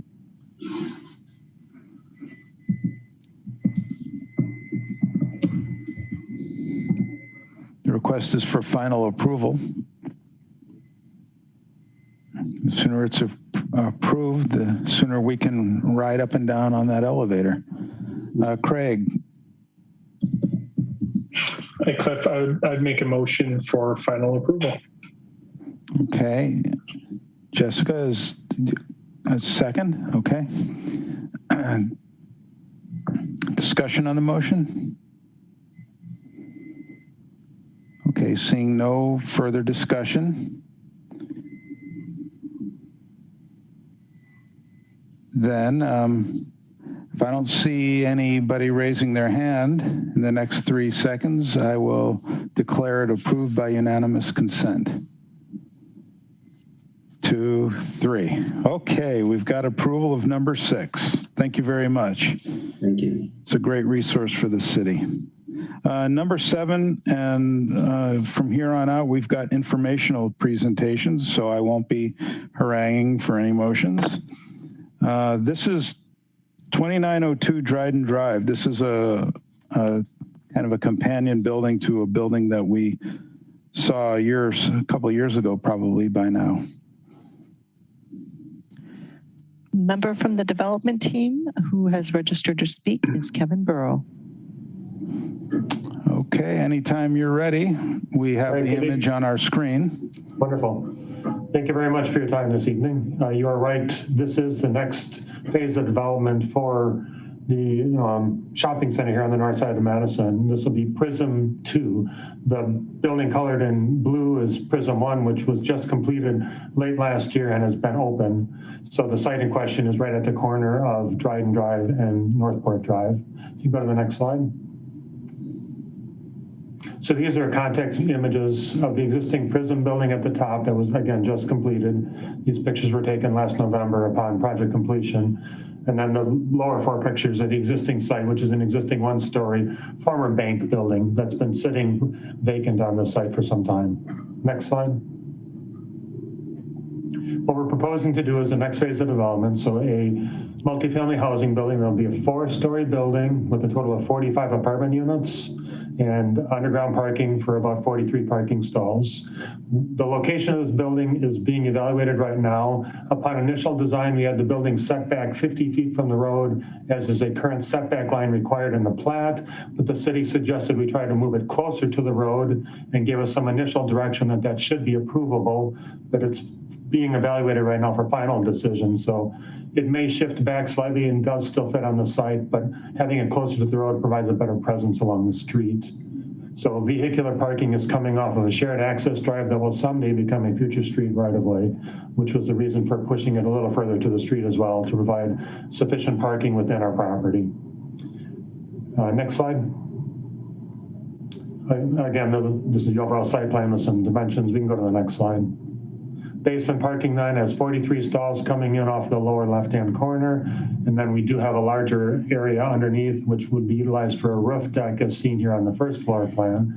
So it's a mixture of studios, 1 and 2 bedroom apartments. I'm sorry, not studios, but smaller hybrid ones, which have been successful in the first building. And then the main entry is off the corner of Dryden and North Shore Drive. We also have access out to this roof deck area through a public access corridor, and then the exercise room is located on first floor. Next slide. The 4th floor does step back at the back corner looking down onto that roof deck area as well. And we've got the community room up on 4th floor, which is very similar to what was done on the first Prism building. So all residents would have access to outdoor space with potential views across the shopping center over to Warner Park. Next slide. These are the exterior elevations in color. We'll just jump ahead. Next slide. And again, different views. The detailing of this is very similar to the first Prism building, so we can go ahead to the next slide. So this is a close-up view of how that building was finished off, and this has been very well received in the area with regards to the design and character and materials. So we do intend to replicate the overall look and feel of this building, but changing the accent color from the red as shown on the main entry canopy here and on the insets of the architectural details above the entry to a blue color similar to one of the rich blue colors within the Prism logo as shown on the side of this building. Next slide. So here's the material palette. Again, all the materials are identical to the first building with the exception of that blue Florida Waters color as the new accent for the Prism building. Next slide. So here are perspective views. This is the corner of Dryden Drive in Northport. We can see the main entry here under the blue canopy and then a stair entry point closer to the parking area as well, shown on the adjacent to the Prism building. Next slide. So again, side view looking at the proposed design. And last slide. Just another view looking down the street. As you can see the Prism #1 in the background and Prism 2 up here at the corner. With that, I can open up to any questions or comments. Okay, thank you. Alder Abbas. Yeah, I just want to let you all know I had a neighborhood meeting and the overall feedback was very positive because their #1 project is very successful. So people had a really good feedback. So that's I just want to say that I will not provide any feedback on the project. I will refrain. That's just want to say that. Thanks. Okay, thank you. Jessica? And yeah, I have a question for Kevin as well as Alder Abbas. First of all, Alder Abbas, there's a really nice billboard on this side of town about you, which is very cool. I don't know if everybody's seen that. This neighborhood has tons of families. I'm curious as to the addition of more 1 and 2 unit, 2-bedroom units. And I'll question again if it possibly families can be serviced here and if the neighborhood's interested in that. So I can initially respond to this. The first building was a similar mixture of units, and that leased up immediately with regards to there's still a high demand for the smaller 1s and 2-bedroom apartments. given the price point and cost of rent these days, the small units are still in very, very high demand. And to follow up, Jessica, your question is really valid. That question was already being asked about with this building, and also another building is coming in front of you guys very soon on First Street. And you already have, UDC already provided feedback introduction. So people really want to see affordable 3-unit. And I had that discussion with the owner of the building to see if they can accommodate at least few of them. The one thing about, the previous building, they kept the rent. It's market rate, but the good thing is they kept the rent according to the surrounding area rather than East Washington. So I'm really hoping, and I will personally encourage the developer, and I already request them if they can have at least a couple of three bedrooms, units to really accommodate the families on the north side. Yeah, there are a lot of families in this area. I would think that would be a good addition. Thanks.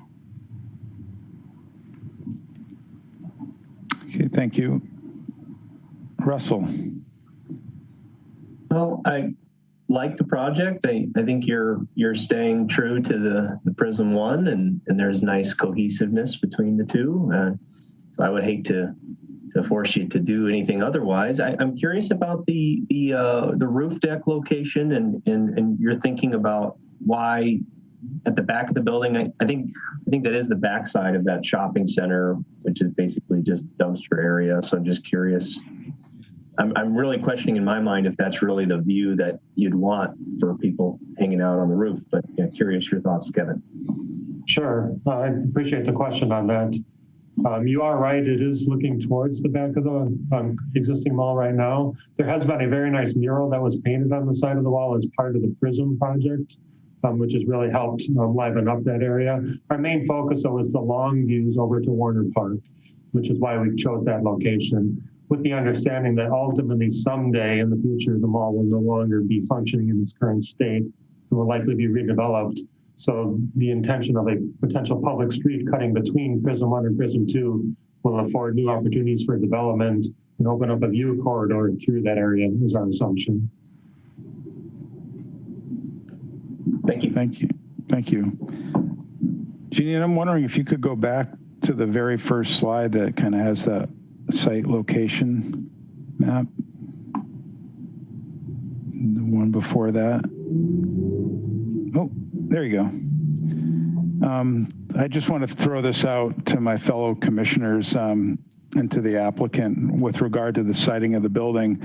And I know that we're talking about a enhanced presence on the street, but if we look at the patterns of development along Northport Drive, I'm just wondering, do we really want to shove this thing right up against a 6-lane highway when in fact the driveway between the two buildings is a proposed street? And maybe by bringing the building closer to Prism 1 and a future street, and letting some of the parking occur between Northport Drive and the building, as is the present pattern of development, could that actually be a better living environment for the tenants? If you can go to the next slide, Janine. Or not the next one, I guess the next site plan, sorry. There you go.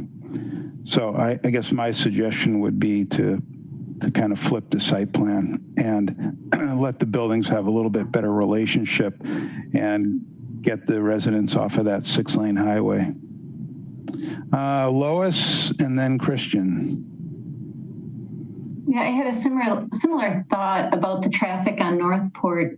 It looks like the intent with on this plan with the sidewalks going to what I assume are porches or decks. Do you see like a main entrance to these porches or decks, or is that just kind of a conveyance from, if you're sitting on your deck that you can get out onto the sidewalk? Because I do think there would be a huge benefit to pushing that away from Northport, especially, if I was sitting out on a deck, I would be wanting to be as far away from the traffic, but also have the opportunity for more mature trees between Northport and the building. Right, I can speak to that. Those are intended to be entry opportunities for those apartments. So it is their deck area, but it also can be a direct entry point so they can have direct access to the sidewalk. We do concur with your sentiments with regards to building placement. We initially did have it back the 50 feet of the setback requirement. Obviously, putting parking in front of the building is not encouraged currently by the city. And we do not know the timing of the new future street to be coming into play. We're just making sure that we allocate space for it as it is part of a more master plan. So I'm not really sure how to address that. If it's the city departments discussing it more internally and determining a favorable response to locating parking along the street, we would not mind being further back and avoiding the noise. That would I mean, your driveway between the two buildings or the future street, whatever, I mean, that vehicular access is going to be there. And, you know, sometimes these kind of urban design edicts aren't always one size fits all in my mind, given this being Northport Drive and not East Mifflin Street. Okay, Christian and then Alder Abbas.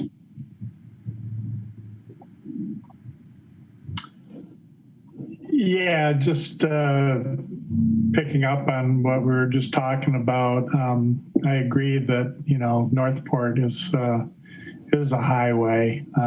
Unfortunately, the speed limits are one of the more ignored limits around town, but I'm not sure. I mean, I don't know what this setback is here. I'm not sure, you know, stretching it out to 50 feet, whether that's a 15 feet increase of what we see here or not, is really aesthetically going to make a huge difference. But yeah, I mean, it is a busy road to be up close against. I had questions that kind of were asked already too. I was a little confused, partly because there was no renderings or elevations of what that first floor deck would look like at the back of this building. I'm always a little confused when I see this with these type of projects. So the 4 units that abut that first floor deck, you know, appear to have balconies, but I don't really understand. Is the balcony flush with that roof plaza? And how do you foresee that roof plaza? I mean, it's just a big blank space. I mean, is that an area for grilling? Is there planters out there? It's kind of hard to envision what that's like. I get the 4th floor one that, you know, you're talking about having a view, though that looks to be very small compared to the 1st floor one. So it's just wondering if you could address that. Yes, this roof deck area is going to be flush with the adjacent units, so they'll be able to step out. We designate their deck area and we'll try and provide some sort of separation, so to speak, visually, so they can claim their own territory here. This area will be raised up above the existing grade as it's covering over the basement area of the underground parking. And then we will be introducing a staircase up to it so that the residents of Prism 1 can walk across and come out to here. It will be a grilling area and we'll have planters on the deck. It'll be an outdoor amenity space for both buildings to be shared by its oversized and located on this level. And the 4th floor level is just for the residents of Prism 2 to be able to have their own outdoor gathering space. But we will provide those enhanced details and images for the final approval. And I would just point out,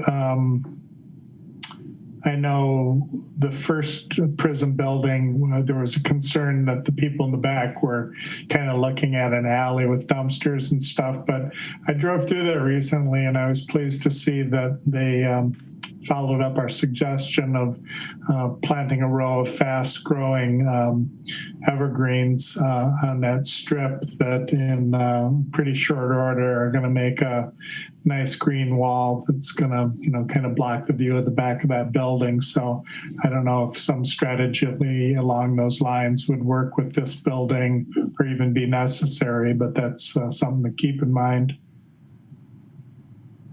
Okay, thank you. Okay, Alder Abbas and then Lois. Thank you. Thanks, Chair. I find that idea very interesting about moving the building back and having a parking lot in the front. At the same time, I'm not an urban planner or architect or designer, but one thing I really think is for us actually, and also for city engineering to really think how we have to turn the design of the highway into more pedestrian friendly. Same goes with Packers Avenue, where we have an Oscar Mayer and big, massive parking lots.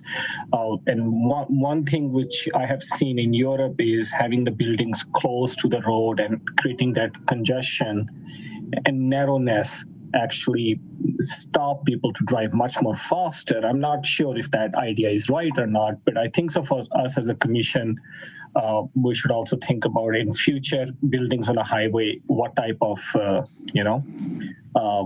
how we want to work with the traffic engineering and make sure we create a design which really change the structure of if the road cannot be changed, at least the design can promote some sort of activity and promote people not to drive fast. So just want to share that thought. Thanks. Okay. Yep. Thank you. Lois? I was wondering if you go back to the site plan, is there an opportunity to, instead of making an L-shaped building, is to set the building against, is it Dryden Drive, and putting the parking behind similar to phase one, and maybe have something that kind of faces Northport, so you're not looking at the parking, but then the parking's not in front of units on Northport. I wouldn't want parking between Northport in the building, but maybe there's an opportunity to just do a rectilinear building and not an L shape. So part of the reason for the L shape was to provide more privacy for residents. If we did the longer building, you'd kind of lose that. We're really hoping that the residents share some of the amenities. That rooftop deck is going to be gated with fob access. So really the L was for the privacy of that area, and it works for the property. So you're saying that phase one would use that as well? Yes.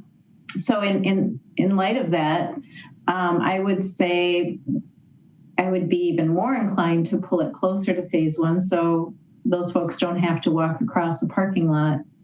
It feels like a little bit more of a community amenity than going over to another building.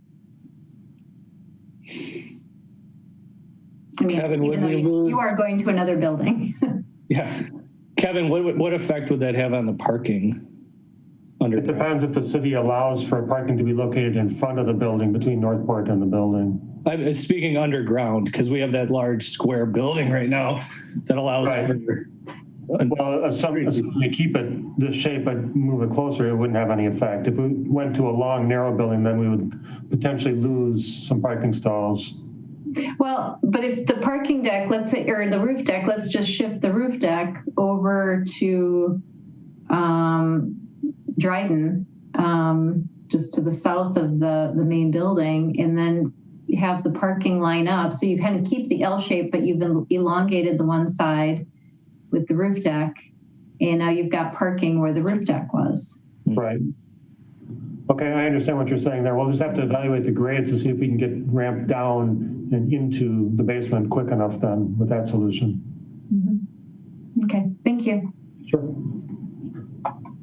Okay, Craig? Mine will be really short because Lois stole my idea, but just to follow up on that as well too, if, because Northport is so busy going along the same line, I understand the privacy, but trying to reduce the exposure by going long and rectangular.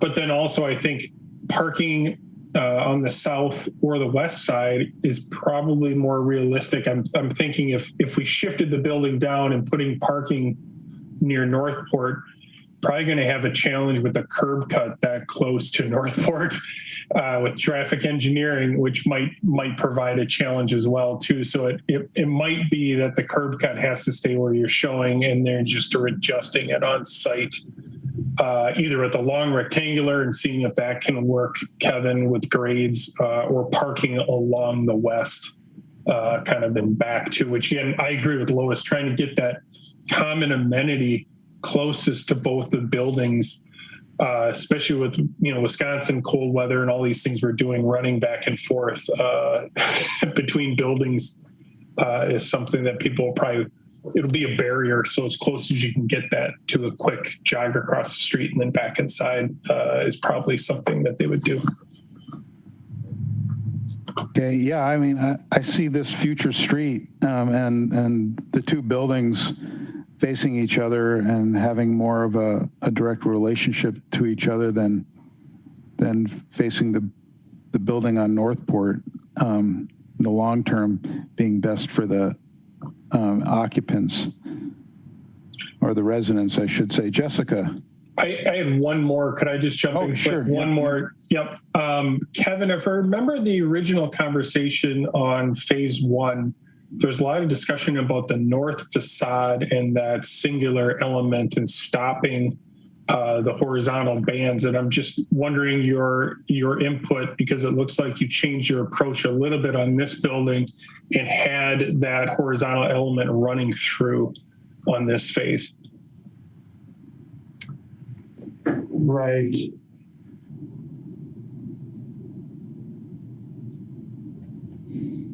And I believe it was a stair on phase one. Yep, that would be it. Yeah, so that is one detail element that is different, in that we intentionally created this signage band area on phase one, whereas for Prism 2, we're looking at doing a blade sign below that area, and now it's there are decks at that corner as opposed to a solid mass of the building.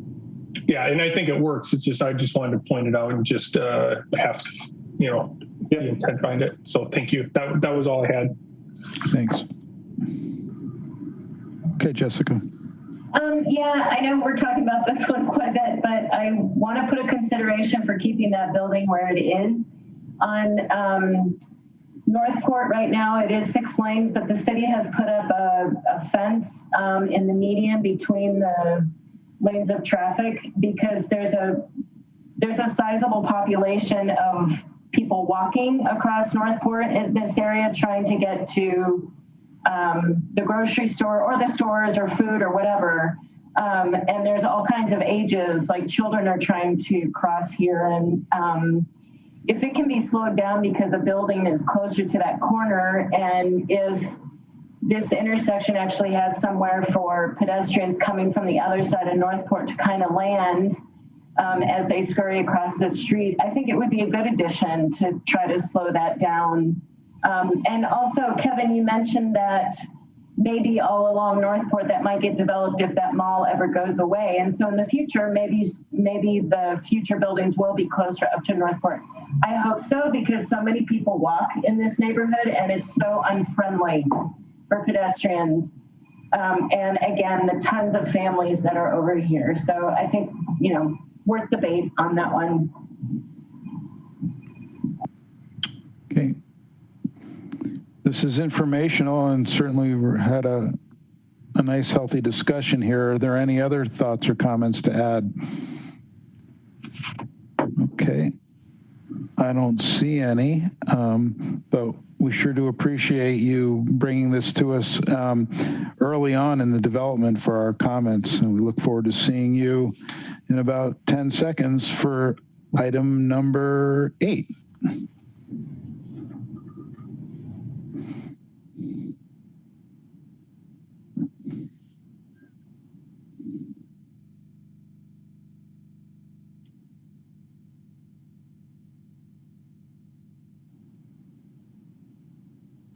Sorry for the awkward pause.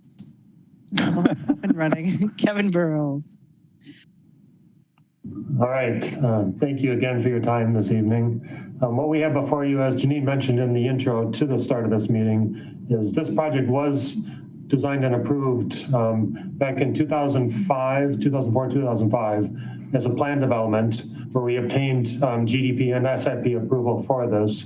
But as you can see from this current aerial map, no construction was commenced after those approvals. So we're back to basically get reapproval of the same development.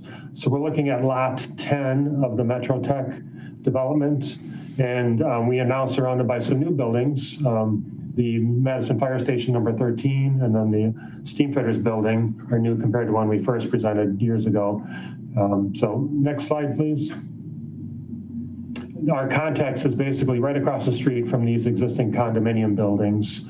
It's currently a grassy field right now. Next slide. The new fire station is shown here on the top, and then you can see the overall site. So basically our context is 3-story housing buildings, our immediate neighbors, with pitched roofs. Next slide.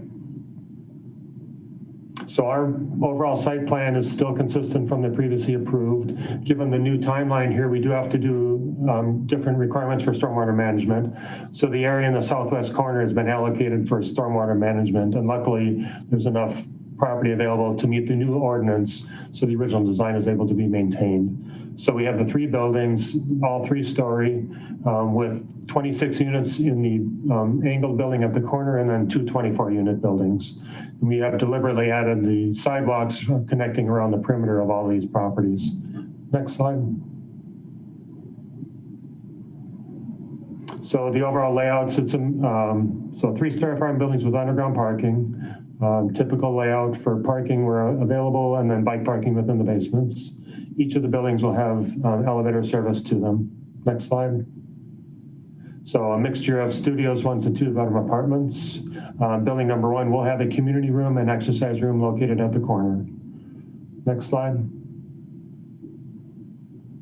Then it's just a mixture of studios, 1s and 2s. Next slide.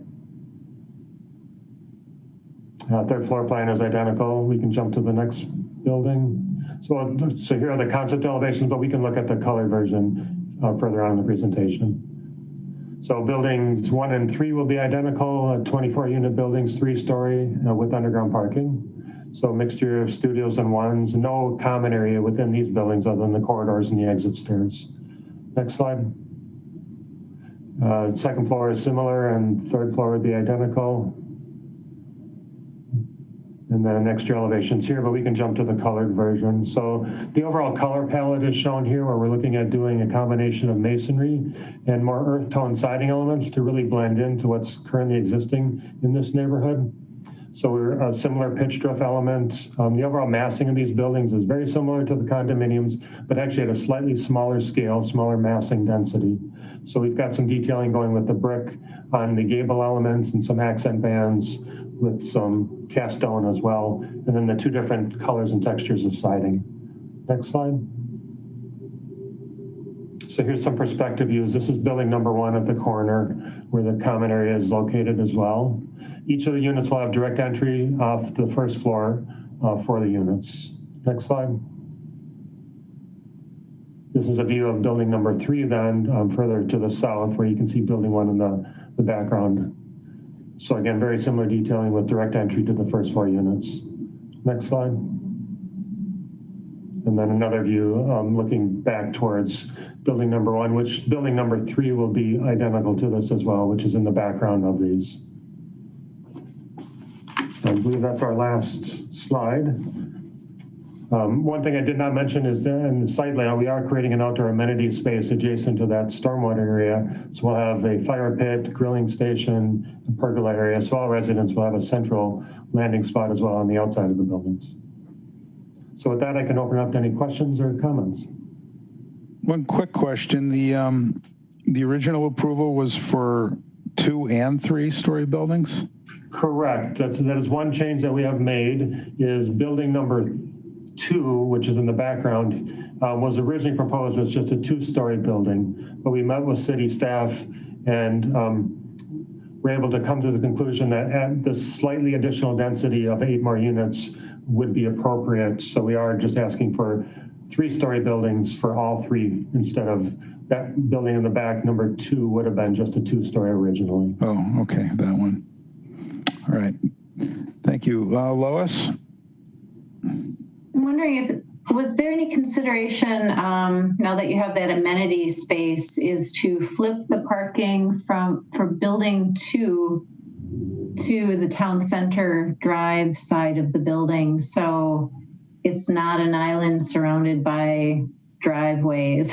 That building would be just that much closer to the amenities without having to cross a driveway. I'm not sure if I'm following you correctly on that. Are you looking at us? Building 2 would slide down and be closer to the retention area, and the drive and access to parking would flip and become on the town center drive side of the building. I understand. We did not look at that because originally we wanted to have the building have a presence on the street for town center drive. Yeah, I'm just thinking it's, it would be nicer for the residents, and across the street you have a fire station and another commercial space. We're not facing any residential area, so.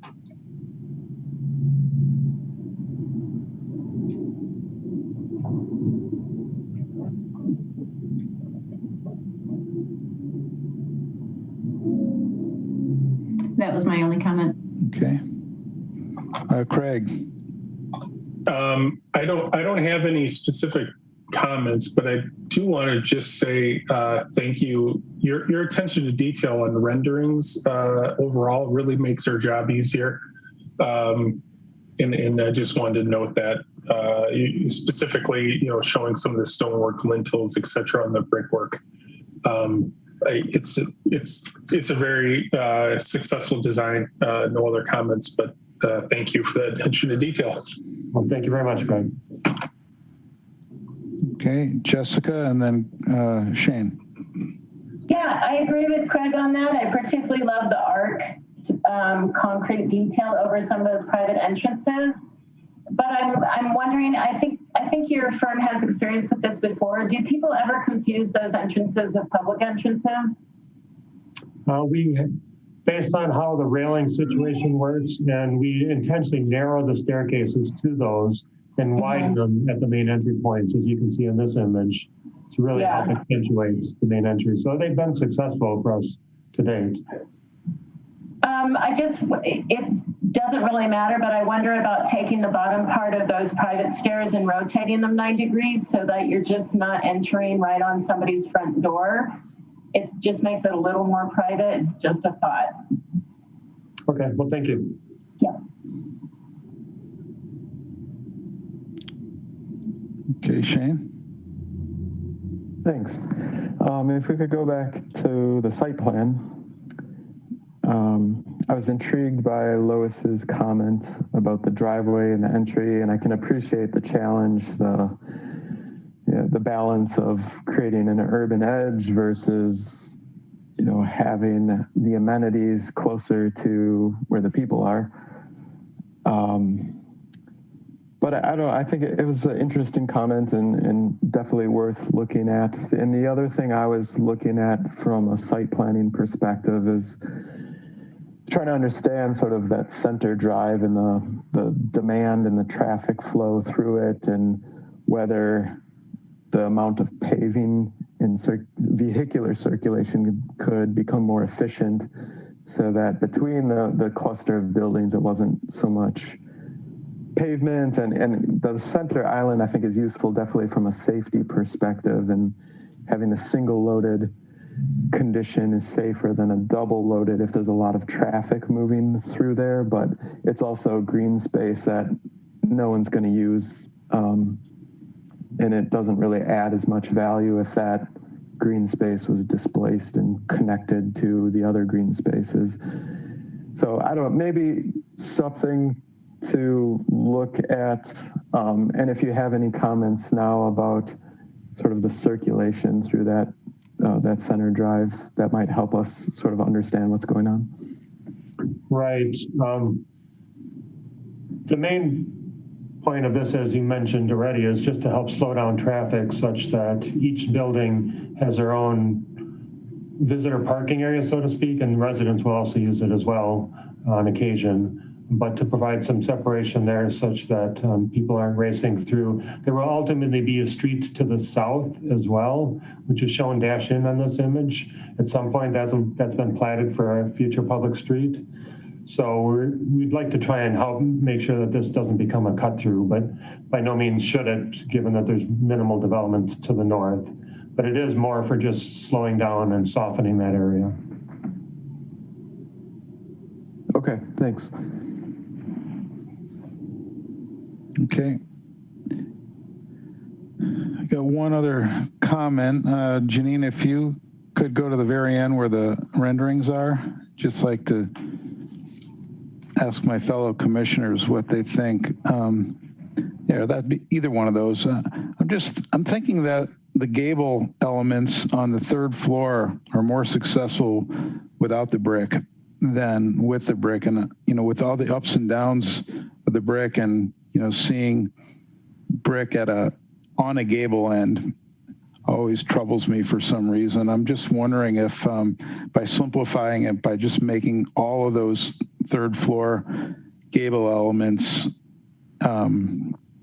whatever that is, cement board or siding or whatever, if that might calm it down and just give it a little bit more unity and repetition, kind of a series repetition. I don't know what. I see Craig and Rafiq raising their hand. Let's see what you thumbs up on that one. Yeah, I agree, Cliff. I was debating that as well too. And to have that more of a residential feel, brick is nice, but too much brick can be overwhelming to that feel. And Rafiq? Yeah, I was gonna say I don't mind brick on gables, but something about this is could be better. So maybe that's what it is. I don't know if that's the answer, but yeah, something about those two. I don't know if it's the proportions with the brick versus the ones without the brick or what, but something's a little off in my opinion. Okay. Yeah, I think sometimes. I don't know about the entry, the main entry. I think it needs a little bit of something more because what Jessica was saying it's true. Why would I know that the blank one is the way that I need to go in just because the steps are 2 feet wider? Mm-hmm. Something, I don't know if it's an awning or some signage or something that needs to be readily identifiable as this is where I go in. But I do agree overall it's a very nice rendering, but yeah, something about that brick. Okay. Lois? Yeah, I was wondering if maybe at the main entrance was the only place that the brick went up.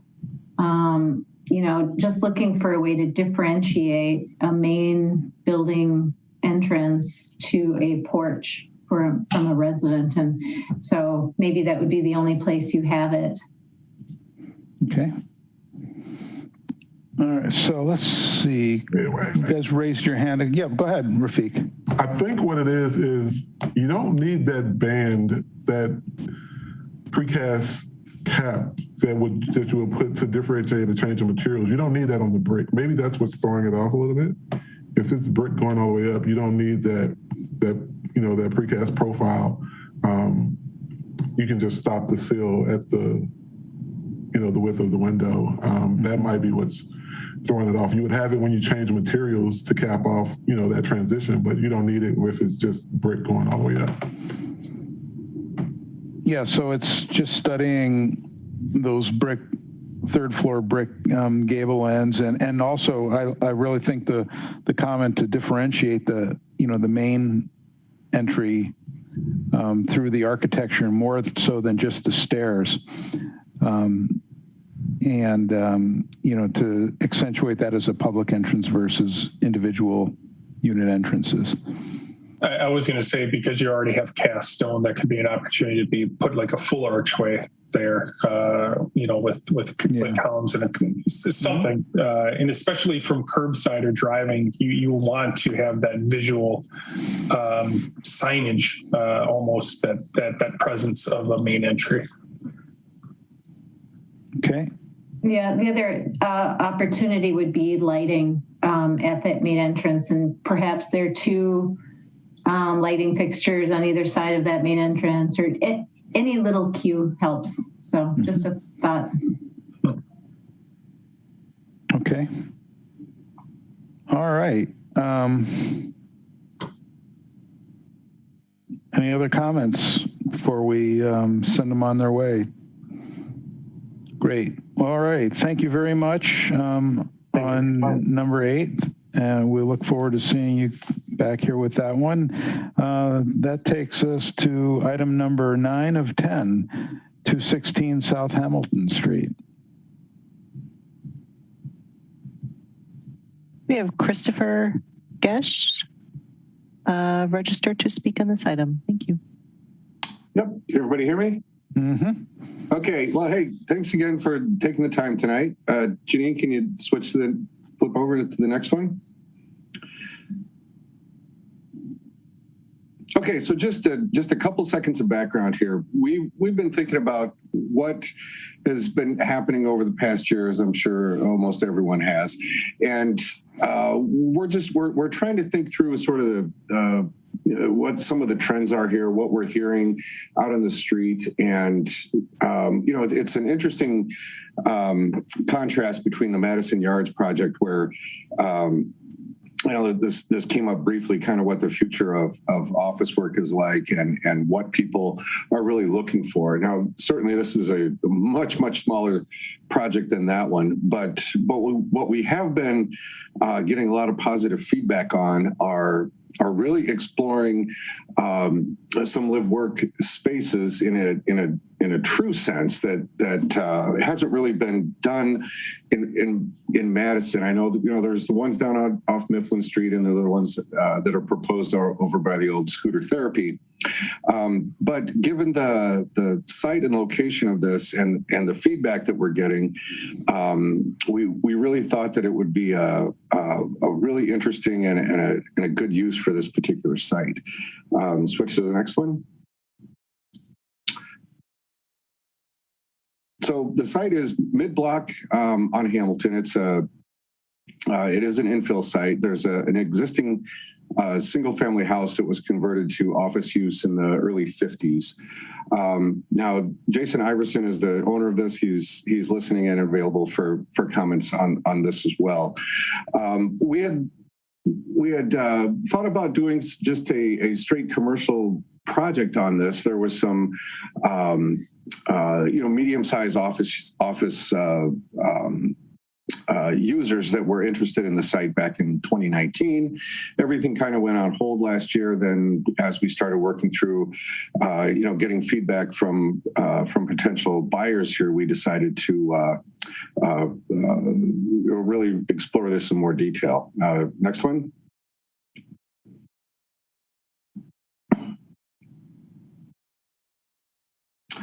So we did our site analysis. We want to make sure we colored within all the lines here for zoning. It is all, we're not requesting any conditional uses on this. It does fit in within the UMX zoning.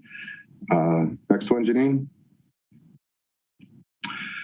So again, the site has an existing single family house on it. It's on the on Hamilton, essentially right across from the main entry to the courthouse.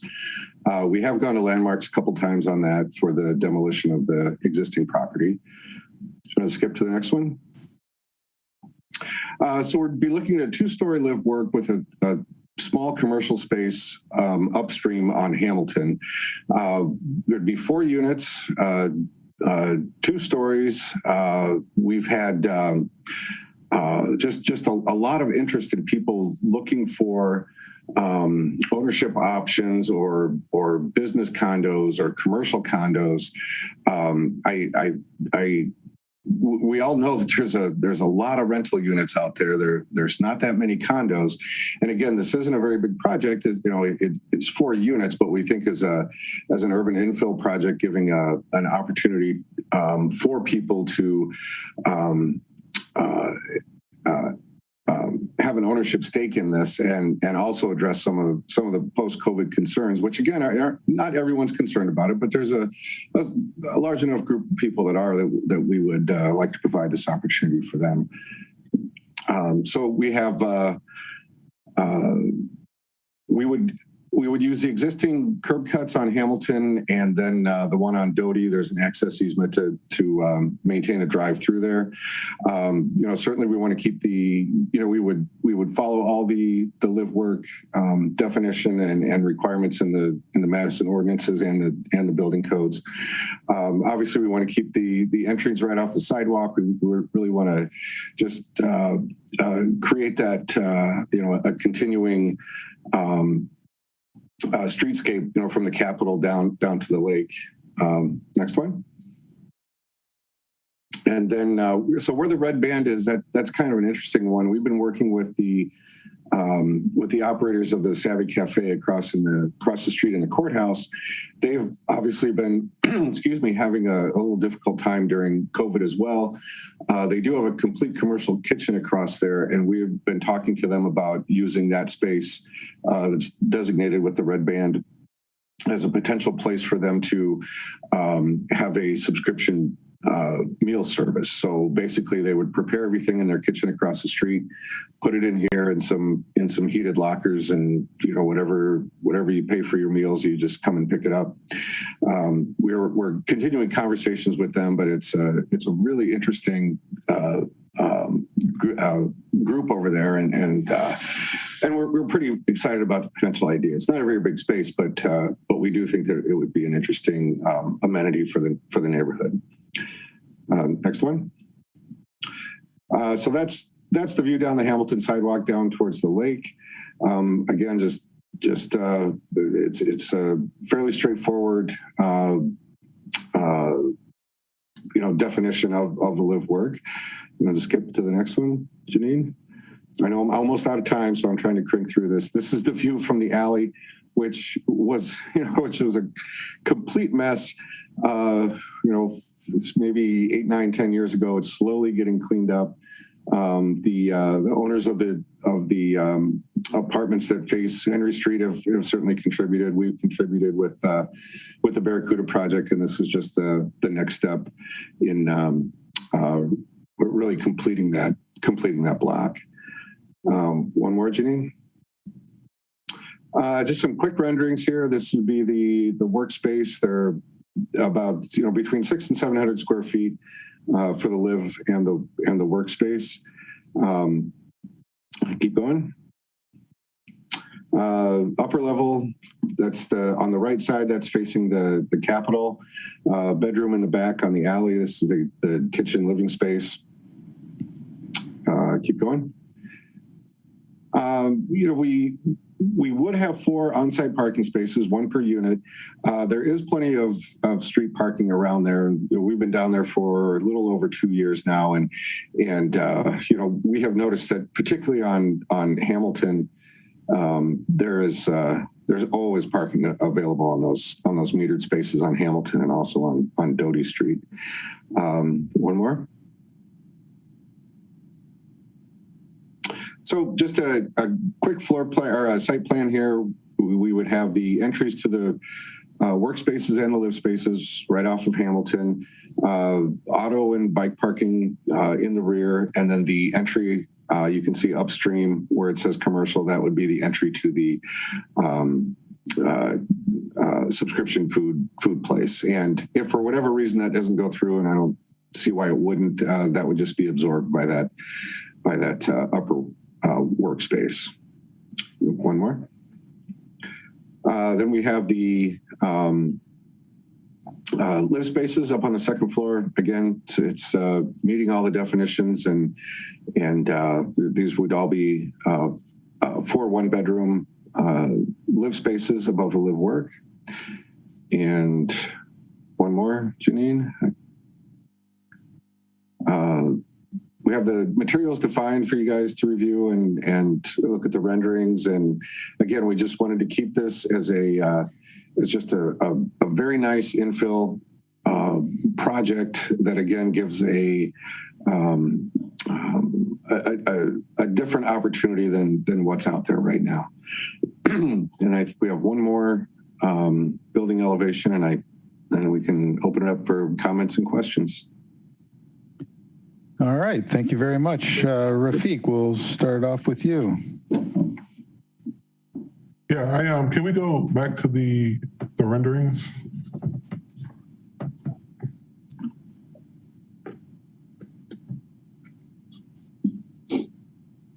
So we can look at this one. I think this is a really cool urban infill project. I like the use of materials. I like the simplicity of the design. I think I actually love that little red box too. I think that's a very nice touch. What I'm concerned about is the termination of materials. Some of the materials tend to just stop and they don't kind of end into anything. Like here you have the wooden slats, they end at some type of canopy. But if you look at the other side of the building, they just stop and it looks kind of loose, like they might just blow away. So that, I think if you look at how you end your materials, even when you come towards, like this, they just end going down and they end going to the back. They don't necessarily die at anything or turn back or any of that. It looks kind of unfinished. And then just look at how they terminate going towards the ground. I know you don't want to take them all the way to the ground, but how they end, I think could use a little bit of refining. But I think it's a very nicely designed project, and I like the contemporary feel of it. All right. And Jessica. I almost can't believe I'm saying this, but I'm wondering why it's only 2 stories when it's across the street from this just Mac Daddy building. Maybe because you like the proportions of it, which I do too. But it's really short compared to across the street. I'm curious about that. Can I respond to that? Can you hear me? Yeah, go ahead. Okay, so, well, number one, and that's a great question. And believe me, we've looked at a number of different options and iterations on the site over the past, couple of years. Number one, the site isn't really that big. We didn't want to overwhelm the site. We know we can go 6 stories here, but we also felt that we wanted to give. We wanted to be comfortable on the site. We wanted to be proportional on the site. Frankly, we were concerned about getting a little more, getting over 10,000 square feet or so. We didn't want to run up against that bird glass ordinance, and we didn't want to, really have some more headaches with that. But then we also were concerned about, really what we were going to do with parking, although we're not big fans of parking. We knew that we needed to provide something on there. We really couldn't do underground parking with the site that was that small, and we just felt that this particular use fit onto that site extremely well. Now, in all transparency, we have talked to the property owner right on the corner of Hamilton and Doty. He's pretty happy there. He's got no reason to do anything, which is great. But we just felt that there was we could accomplish all of our goals with this project and make it a little gem. And we understand that across the street is pretty big.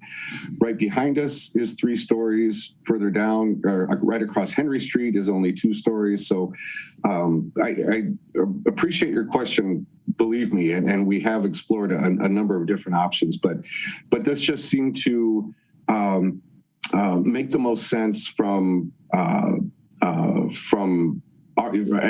the way we were looking at it in our intended use. Are you Yeah, it makes sense that that's live and work, so I understand that answer. Thank you. Oh, you're welcome. And are you anticipating doing anything on the roof? Yeah, we've talked about it. I mean, I definitely would like to explore that in more detail. Okay. Without a doubt. Christian. Yeah, I really like this project. I think it's really attractive, and it's interesting that this is coming before us right after the scooter therapy one, which I know myself and I think some of the other commissioners were a little confused when at the end of that presentation it became apparent that the live work thing was not joined, which seems to be definitely the case here. So do I understand this correctly, that these would basically be sold as a condominium type lease, or not a lease obviously, but a condo rather than any kind of regular rental lease? That's correct. So these would be separated vertically into those 4 units, and then each one of those would be their own condo unit, and it would be for sale.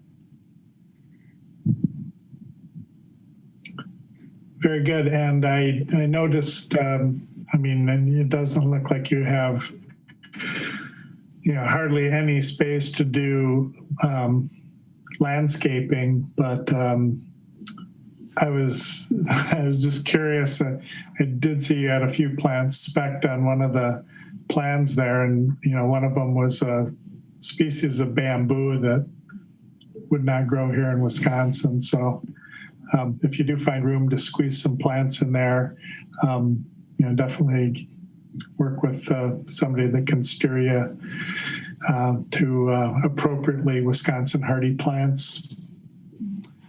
Can I make a quick comment on that? So go ahead. So yeah. we were told without a doubt that bamboo will survive in Wisconsin, and we were very skeptical as well. So we're actually planting some at the Barracuda in May here. So I will I'll definitely take that into account, and it's not too late for us to change it. So I will hammer those guys a little bit more just to make sure that. I don't think it's May you're worried about, right, Christian? What's that? I don't think it's May that's what you're worried about. Yeah, right. All right, Shane. Yeah, aesthetically, I really love it. I love the materials. I love the detail of the wood accent bands. And I think the streetscape presence of a 2-story is really nice. It also happens to kind of pair well in proportion to the building next to it on the left-hand side. But I do have to say my initial reaction was that of Jessica's, where just thinking about density in downtown and like 2 stories seemed odd. It seems like the only thing that would make me like it a little bit better was if it was 3. But aesthetically, I do like what you're proposing, and I think it's off to a good start. Yeah, sometimes having a little thing different, a little bit different size, a little bit different density kind of mixes things up a little bit. Lois. Cliff, you said almost exactly what I was going to say. I think it's a nice reprieve for some views to the sky for the rest of the surrounding buildings. And I really do like this project quite a bit, and I encourage you to make some kind of occupiable space on the roof because of the way this does fill the site. I think it would be a really marvelous asset for the occupants. That's all I have. Thank you. Thank you. Okay, any other thoughts or reflections? Seeing none, thank you very much for your time. Looks like an interesting project, and we look forward to seeing you back very soon. Okay. Thank you very much. You bet. Now, last but not least is 849 East Washington Avenue. There is a really well put together staff report on this. Some of the things that Janine and the other staff members would like us to pay closer attention to. You may want to just take a look at that as we're seeing the presentation. It summarizes some of the immediate concerns. Thank you, Chair. Yep, go ahead. Staff certainly could speak to some of those items after the team has given a presentation. Mm-hmm. So the development team list is Jeff Davis, Nate Helbach, Candace Nickel, Ashton Stair, and Michael Green. And Matt Brink is available for questions. Yeah, thanks, Janine, for giving us the opportunity here to obtain some insight and feedback on our development proposal. So just to give you guys a little bit more insight on the Neutral project, Tyler and I created this company to challenge conventional development strategies and offer a more sustainable approach. The built environment is estimated to be 13% of our economy, but 39% of our total carbon emissions. This existential problem must be solved to create a better tomorrow, and our mission is to be a part of the solution. Additionally, we believe that this project is going to be a catalyst for sustainable multifamily developments in Wisconsin. We are proposing a mixed-use development of 849 East Washington. Our proposal maintains the current amount of commercial square footage on site, and we are seeking a plan amendment to allow us to construct up to 241 multifamily units.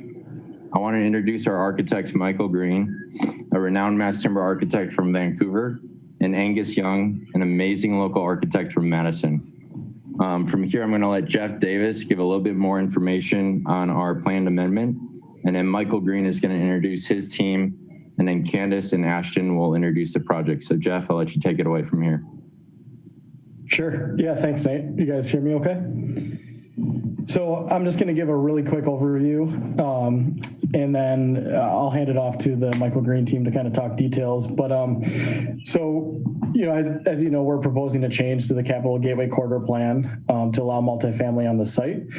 But we feel that it's a really fantastic complement to the multitude of office buildings on the 800 and 900 block, both either finished or proposed right now.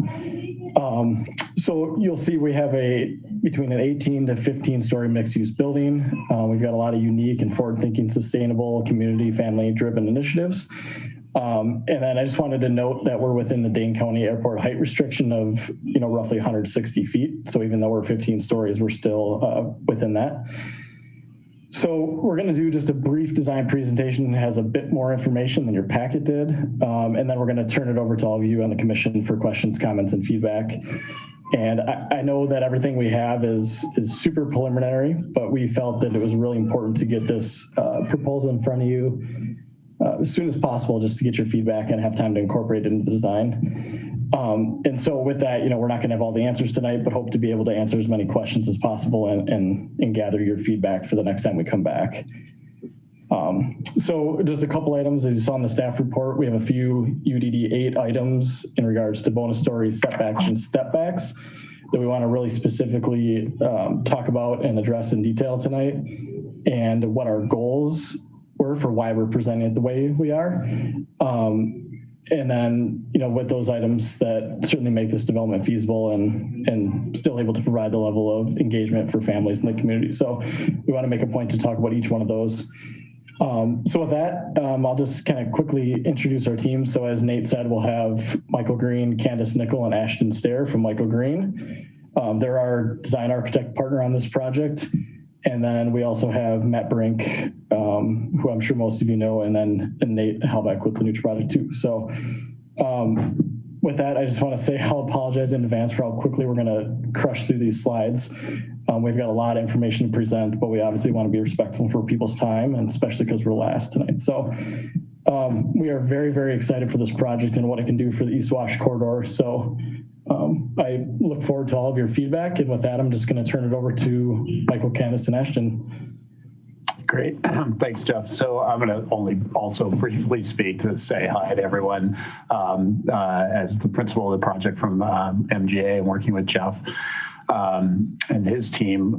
We are very, very excited about it. Our firm, just for reference, is a 100% timber firm. We only build in mass timber and build projects all around the world. We're super excited about this project for a whole bunch of reasons. Obviously, it's a great community, and this is a really innovative opportunity to do a building that can point towards carbon neutrality, which we think is important.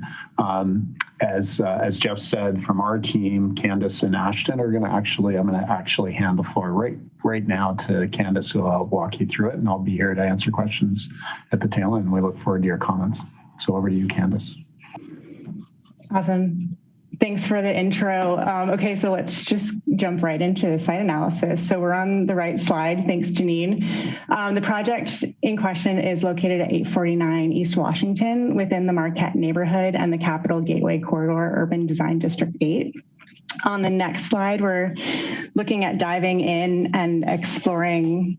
Janine, can you move forward one more slide? Yeah. Looking at, with fresh eyes at the site, looking at the built and the natural context for inspiration. Here you see the site is bordered by East Washington, where we have the existing building, also South Patterson and East Main Street, where we have industrial neighbors like the Madison Water Utility. And we have vehicle access also along East Main with newer projects in the area, including the Spark, Galaxy Apartments, Hotel Indigo, and Archipelago. And then on the next slide, we see the site actually has an existing building. One more slide, yeah. Existing building that contains office and commercial spaces and parking on the main street. Yeah, thanks. So on the next one that Janine had moved to already, we're looking at daylight analysis. So one more slide, Janine. Looking at sun throughout the year and how it affects the site. On the next slide, we're also looking at how minimal of a shadowing we have from our neighboring buildings. And we also want to consider being a really good neighbor to our fellow buildings with limited shadowing. This is just showing a maximum buildable area on the site, which is not our proposal. So on the next slide, we're also looking at views out of the site towards the Capitol, towards both of the lakes and unobstructed views to the northeast. And then moving to the next slide, we can see the project. Oh, one more slide. Yeah, so the project's comprised of two parcels, Block 12A along East Washington and Block 12B that fronts along Main Street. And then on the next slide, we're showing the zoning section diagram with the maximum buildable envelope, which includes the site setbacks, the building step backs. The height's also restricted by the Dane County Regional Airport. We're also pursuing the potential bonus stories outlined here and some of the requirements on the right-hand side that we're planning to meet and likely exceed. And then the next slide shows the maximum buildable area. And if you flip one more forward, this is showing the consideration of buildable area with the existing building being preserved.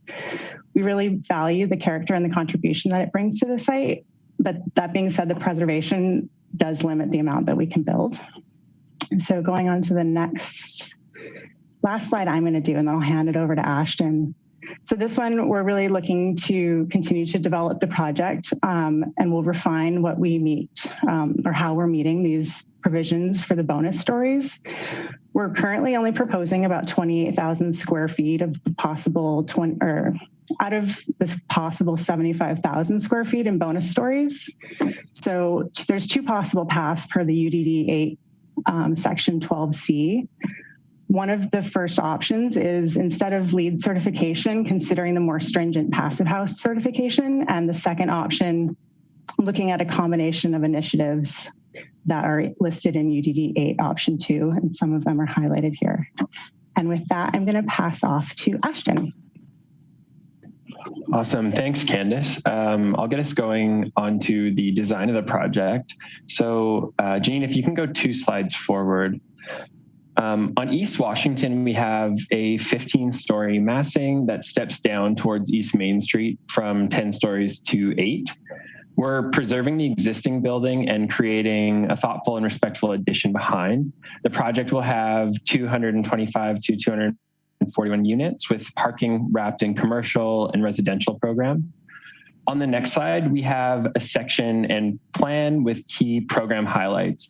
So between the existing building and new, we imagine a commercial muse space, which I'll describe in more detail later. The preservation of the existing building gives a rich texture and heritage to the project. Green roofs and an internal courtyard provide a biophilic restorative quality, and we imagine small front yards for townhouses along Patterson to activate that street facade. Along Main Street, the potential for public art and some commercial space. On the next slide, we're looking at the ground floor plan. We have parking wrapped in residential and commercial spaces with the residential entrance on Patterson at the entry of the Muse and parking garage entrance on Main Street. On the next slide, we have a typical floor plate showing a mix of units, including studios, 1 beds, and a range of 2 and 3 bedroom units. On the next slide, we have just an overview of the site plan showing the stepped massing and the clear articulation of those separate massings. On the next slide, we have South Patterson Street. The full length of the proposed building is 244 feet. We've broken that down, though, into 3 distinct massings in articulation and height to address Section 12A of UDD 8. We're also seeking a consistent 15-foot setback and step back on Patterson, so 1 clean line. Our intent is to provide sufficient front yards to townhouses, allow space for tree canopies, and create an efficient structural design. We plan to articulate the street level distinction through building materiality and articulation, emphasizing human scale. On the next slide, a little bit more on the Muse. So between the existing building and the new development, we've designed a Muse, which is a narrow, intimate street that balances double-sided commercial spaces and a pedestrian focus, bringing the public into the site, which we're really excited about. On the next slide, looking at Main Street, we're stepping down to address the lower height buildings along this edge. We're seeking to maintain a 15-foot setback, but avoid an additional 15-foot step back above street level facade. This is essential in allowing us to maintain the existing bakery, provide a public Muse, and meet the neighborhood desire for those larger family units that we want to provide. On the next slide, looking at traffic flow, the development will have reduced on-site parking accomplished through the following initiatives. Looking at existing bus stops, future BRT stops along East Washington, along with access to a bike share program, on-site EV car share for tenants of the building, and exceeding those EV requirements for the project. On the next slide, we're looking at elevations on Washington and Main. The project fits within those airport height restrictions and is well placed with neighbors like Archipelago Village, the AmFam, and the Sylvie. On Patterson on the next slide, we're well under the Capitol building height restriction, and we match the Galaxy apartments across East Wash, stepping down to lower height towards East Main in line with the character of both streets. We imagine this project offer a really thoughtful and sustainable addition to the neighborhood and the city of Madison as we continue to refine and develop it. And we're really excited to open up the conversation. Thanks. Great, thank you very much. Well, that was a lot of information. I see, Christian, you've got your hand raised. We'll kick it off with you. Sure. So I'm really excited about this project. I've followed with a lot of interest the building that's going up in Milwaukee. I believe it's called the Ascent Building, which is a mass timber building, which I believe on completion is going to be the tallest of its kind in the entire world, if I'm not mistaken. And I think they've already finished a smaller apartment complex called Timber Lofts, and I was just wondering if you folks are in either, friendly contact or just peer related context of learning from what they're doing just a little ways away in Milwaukee, or what your thoughts are on those projects over there. I jump in on that one. Hi, everyone. So for context, yeah, we're really excited about those projects as well. We, our firm actually wrote the original book on tall wood buildings. And so we've been sort of the authors of the process of moving towards these very tall timber buildings around the world. And we have projects upwards of 30 stories tall, actually, in the works in places like Paris and Vancouver, Canada. So we're really keen on these kinds of buildings. And as I said at the beginning, our practice is entirely mass timber. So we think it's both the future of building, and we're also incredibly excited to see Wisconsin in general and this project in particular in Madison be a great showcase for what's possible in the future for carbon neutral buildings and mass timber. My other question is, I know that the notion of mass timber is, largely a structural concept, but in some of these projects around the world, I noticed that they, pull a lot of the exposure of the wood elements out into, the surfaces of both the interiors or the exteriors. Do you have any thoughts about that? I know it's an aesthetic choice in some respects rather than engineering or structural, but any thoughts on how that might or might not fit into this project? Yeah, it's a very important thing, both from a sustainability point of view and from also from just a fire protection point of view and building code point of view. So we think this is an opportunity to showcase how that can be done well. The building code sort of sets direction. We have a history of working sort of to exceed those directions and show how that can be done in a really safe way, but also not only because it's beautiful, but really because it's the more sustainable way rather than covering up the wood with layers of drywall and so forth that are working in sort of the opposite direction of true sustainability. So we think it's important, we think it's possible, and we definitely want to showcase that in this project to the extent we can. Thank you. That's all I have for now. All right. I have a question. Maybe this is best addressed by the staff, but they're asking for relief in the setback and step back requirements in order to accommodate more dwelling units, when in fact the Gateway Corridor Plan calls for employment in this area. So I'm just wondering, does the Gateway Corridor Plan really need to be amended before we go too much further into design or a review of design? Matt, do you want to answer that? No, actually, I got this, like maybe Kevin or sorry, to answer that. My bad. I'll let Kevin speak to the plan amendment, and I can speak to the UDD 8 amendments that would be required. So Kevin, you can go first. Sure. And as far as Cliff, you're right that there is a plan amendment that would be necessary for this project to be found consistent with the adopted plans. The plans from a land use perspective recommend employment uses, Cliff, as you had said.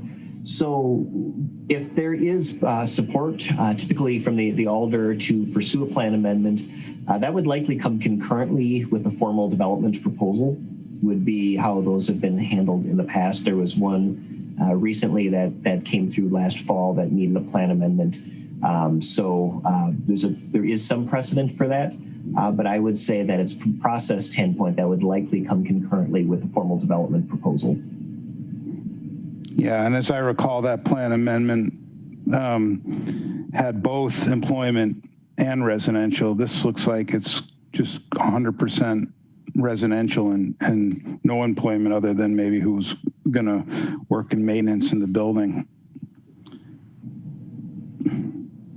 I would just note that the intent is to have. So I'm going to let just the staff talk about this. We've had the presentation from the developer.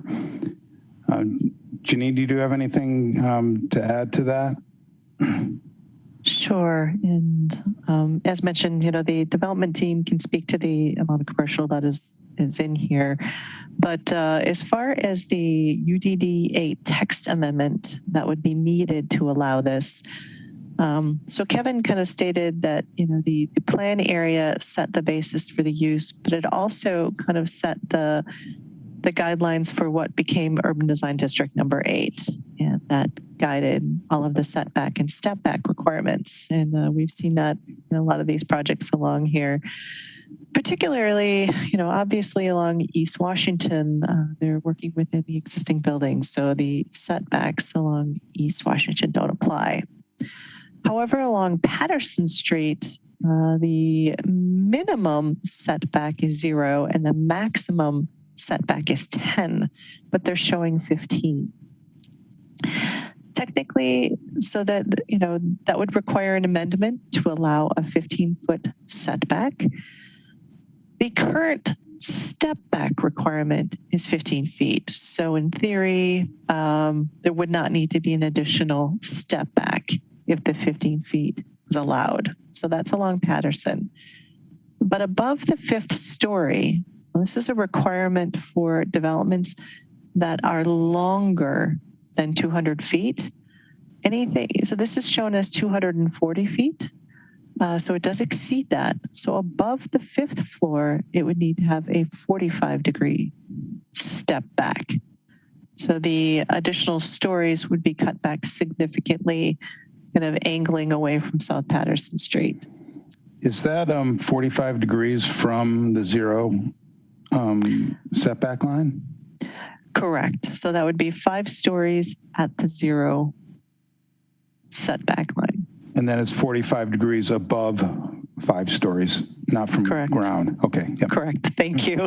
Thank you for that clarification. Mm-hmm. So that's one element that the commission, I'm asking for your feedback on. Secondarily, along Main Street, the setback is 15 feet, and that's shown correctly. However, there would be a step back requirement above the 5th story. And it's not shown currently, and that would need to be amended.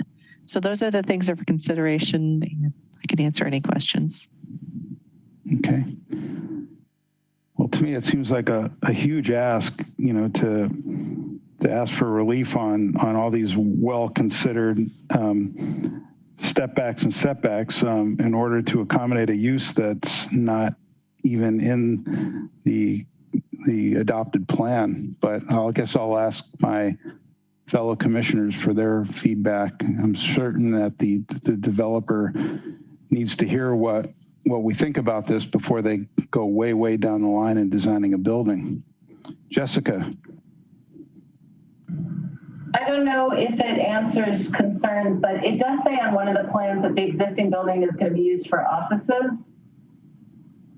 So at least that part is job oriented. Right. I was talking about 12B, I think is the East Main Street block. Oh, okay. Sorry. Got it.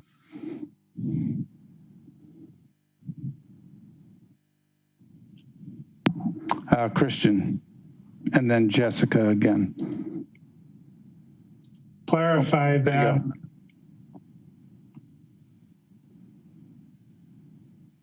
Am I on? Yep. So changing it from the previous designation for East Main Street.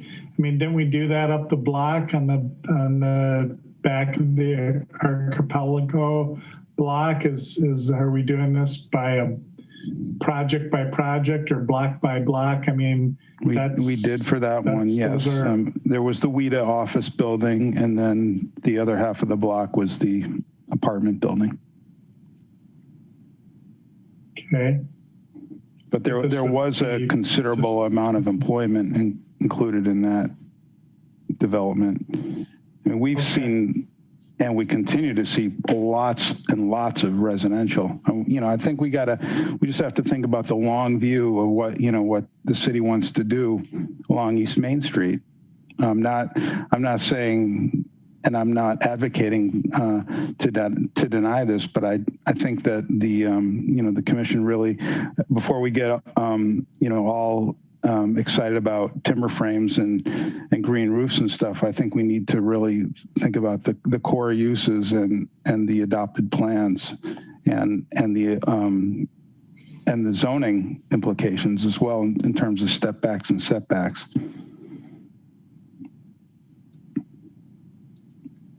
Lois.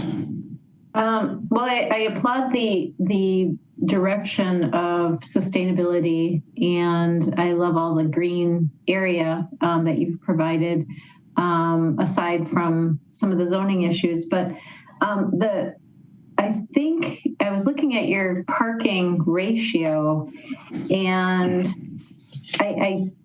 that is a concern to me because there's not a lot of parking. I just don't know if you're going to get that many people foregoing the owning of a vehicle. And so I think it's like less than 50% of the bedrooms you have a parking spot for. And that's a concern to me because there's not a lot of parking outside on the streets. And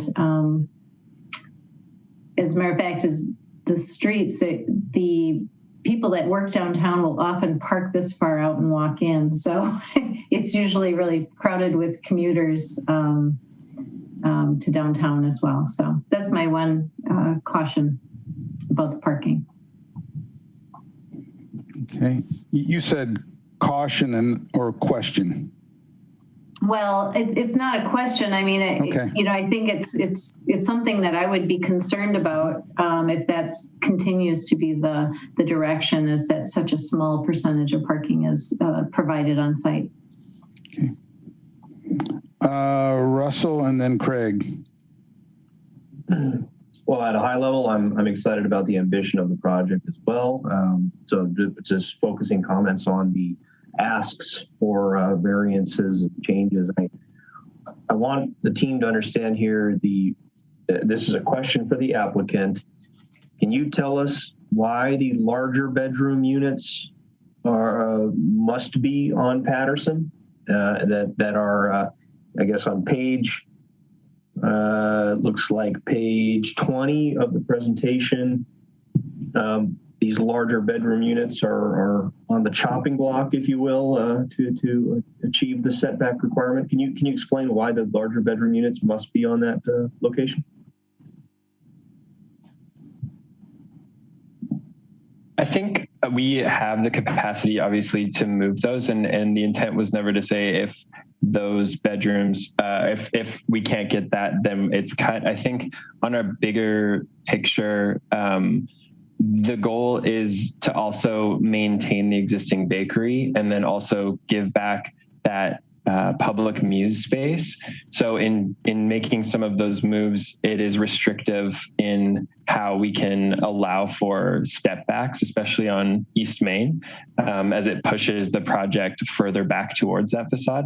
So that's been our intent. And in general, it's also our intent to meet the neighborhood desire for larger units. Yeah, absolutely. Yeah, and that's the reason I ask it. And but what I'm hearing from you is that it is possible to make those larger bedroom units potentially work in the design, pending our feedback on the step back requirement. That's my only question for now. Thank you.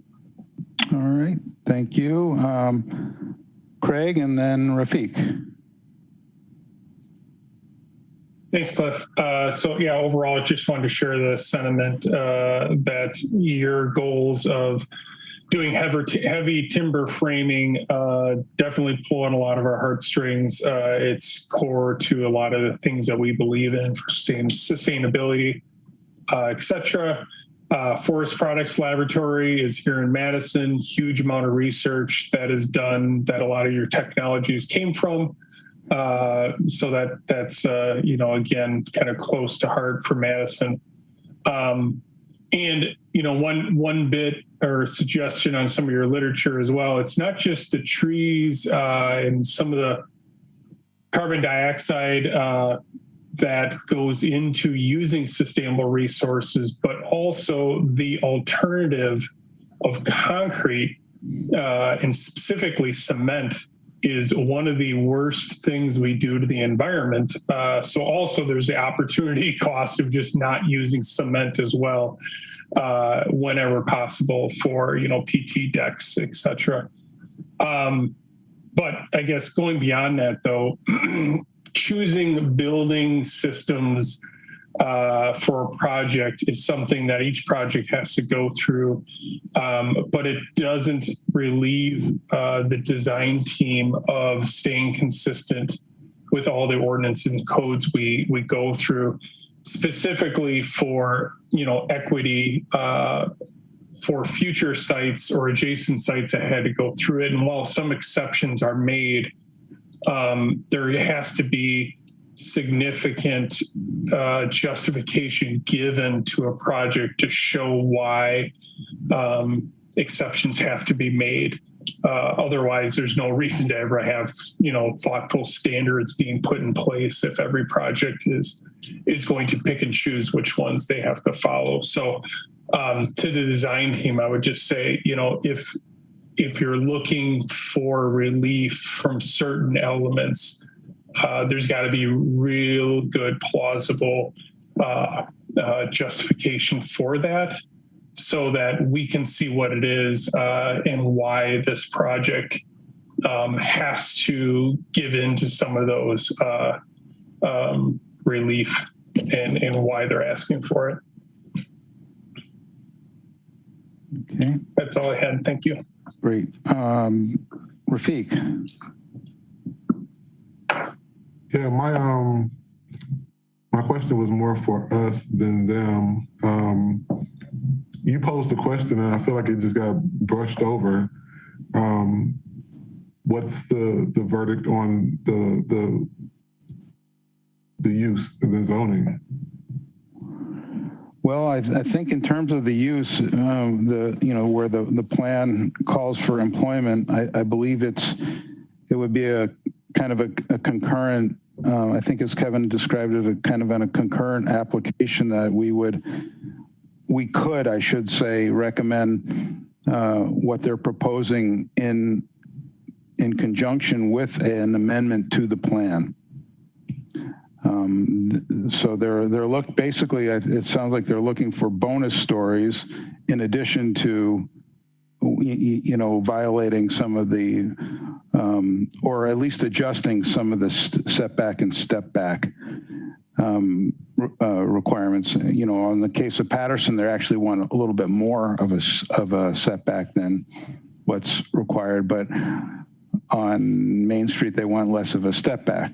So it's kind of all this, it's bonus stories, plus it's the plan, plus it's the step back and setback requirements. And those are all kind of right now in play. Right. So I think that determination needs to kind of happen, or else none of these comments matter.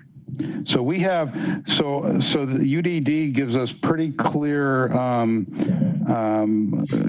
guidance on the bonus stories, but not so much on the setback and step backs or amending the gateway corridor plan. That's why it's a little confusing, and I wanted to bring that out. It's more than just a building design right now. It's kind of this three-headed monster that we've got to tackle, and ultimately we got to make a recommendation to the Plan Commission.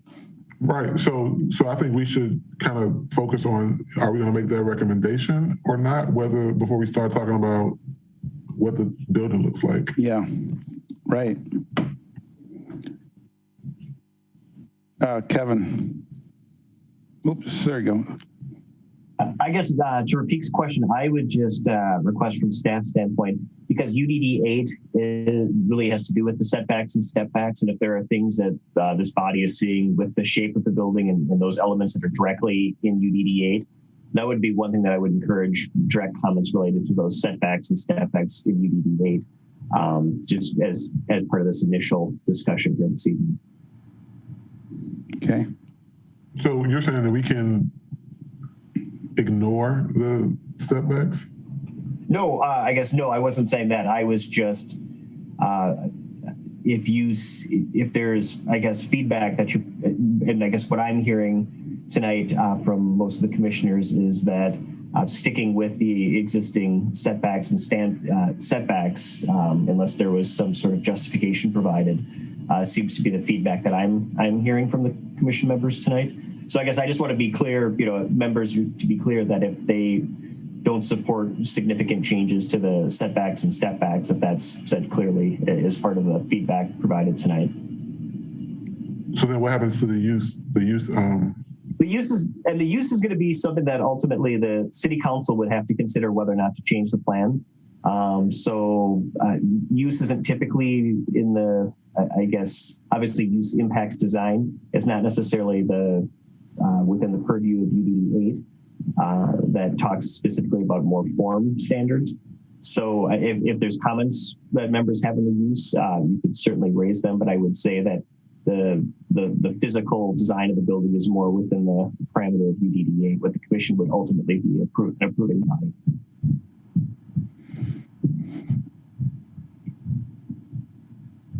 Okay, thank you.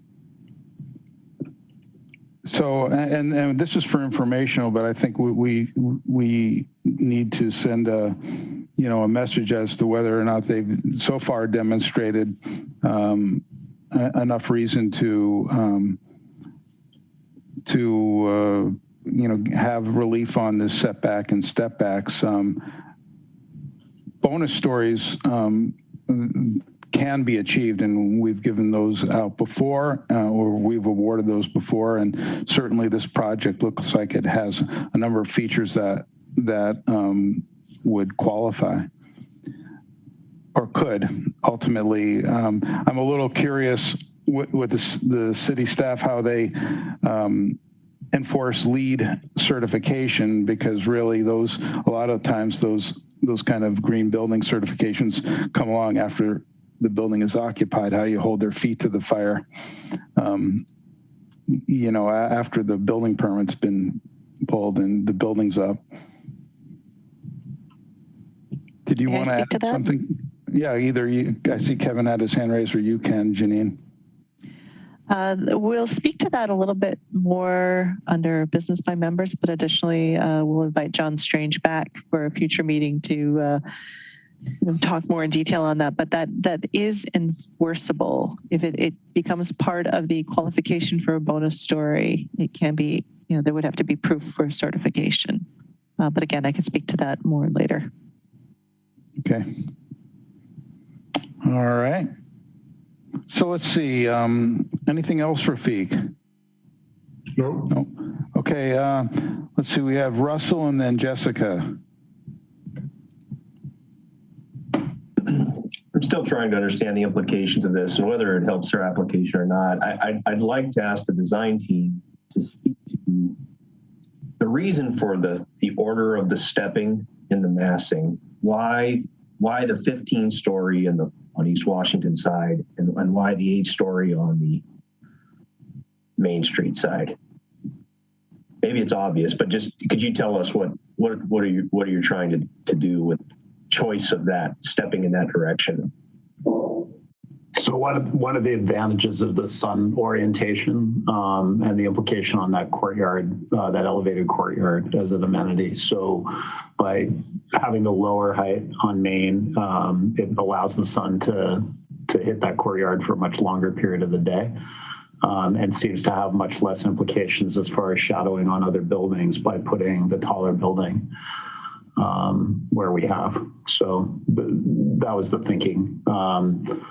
The other issue I think that is important to kind of speak to is just that step back off Main was was in part that offset of creating the Muse, which we liked. We liked the way it created a clear gap between the existing bakery building, which is, got such character, and it creates, rather than having our building kiss up against it, the new building kiss up against it. We like the idea of creating that space between, but, the implication is basically sliding it toward the building towards Main as a result to meet the same FAR. And so some of those were the push-pull of trying to improve upon the heritage piece and create that Muse and address shadowing both on the site and off the site by bringing the taller building towards Washington. I guess to comply with the step back on the East Main side, if I'm interpreting things correctly here, you need to find a way to put that volume somewhere else, and it seems like the likely place to put that volume would be in the 10-story middle section. The reason I asked about the direction of stepping is because I wondered if the courtyard was driving that, and I would encourage. I've been proven wrong before on this, but I would encourage the design team to really do an hourly annual analysis on that.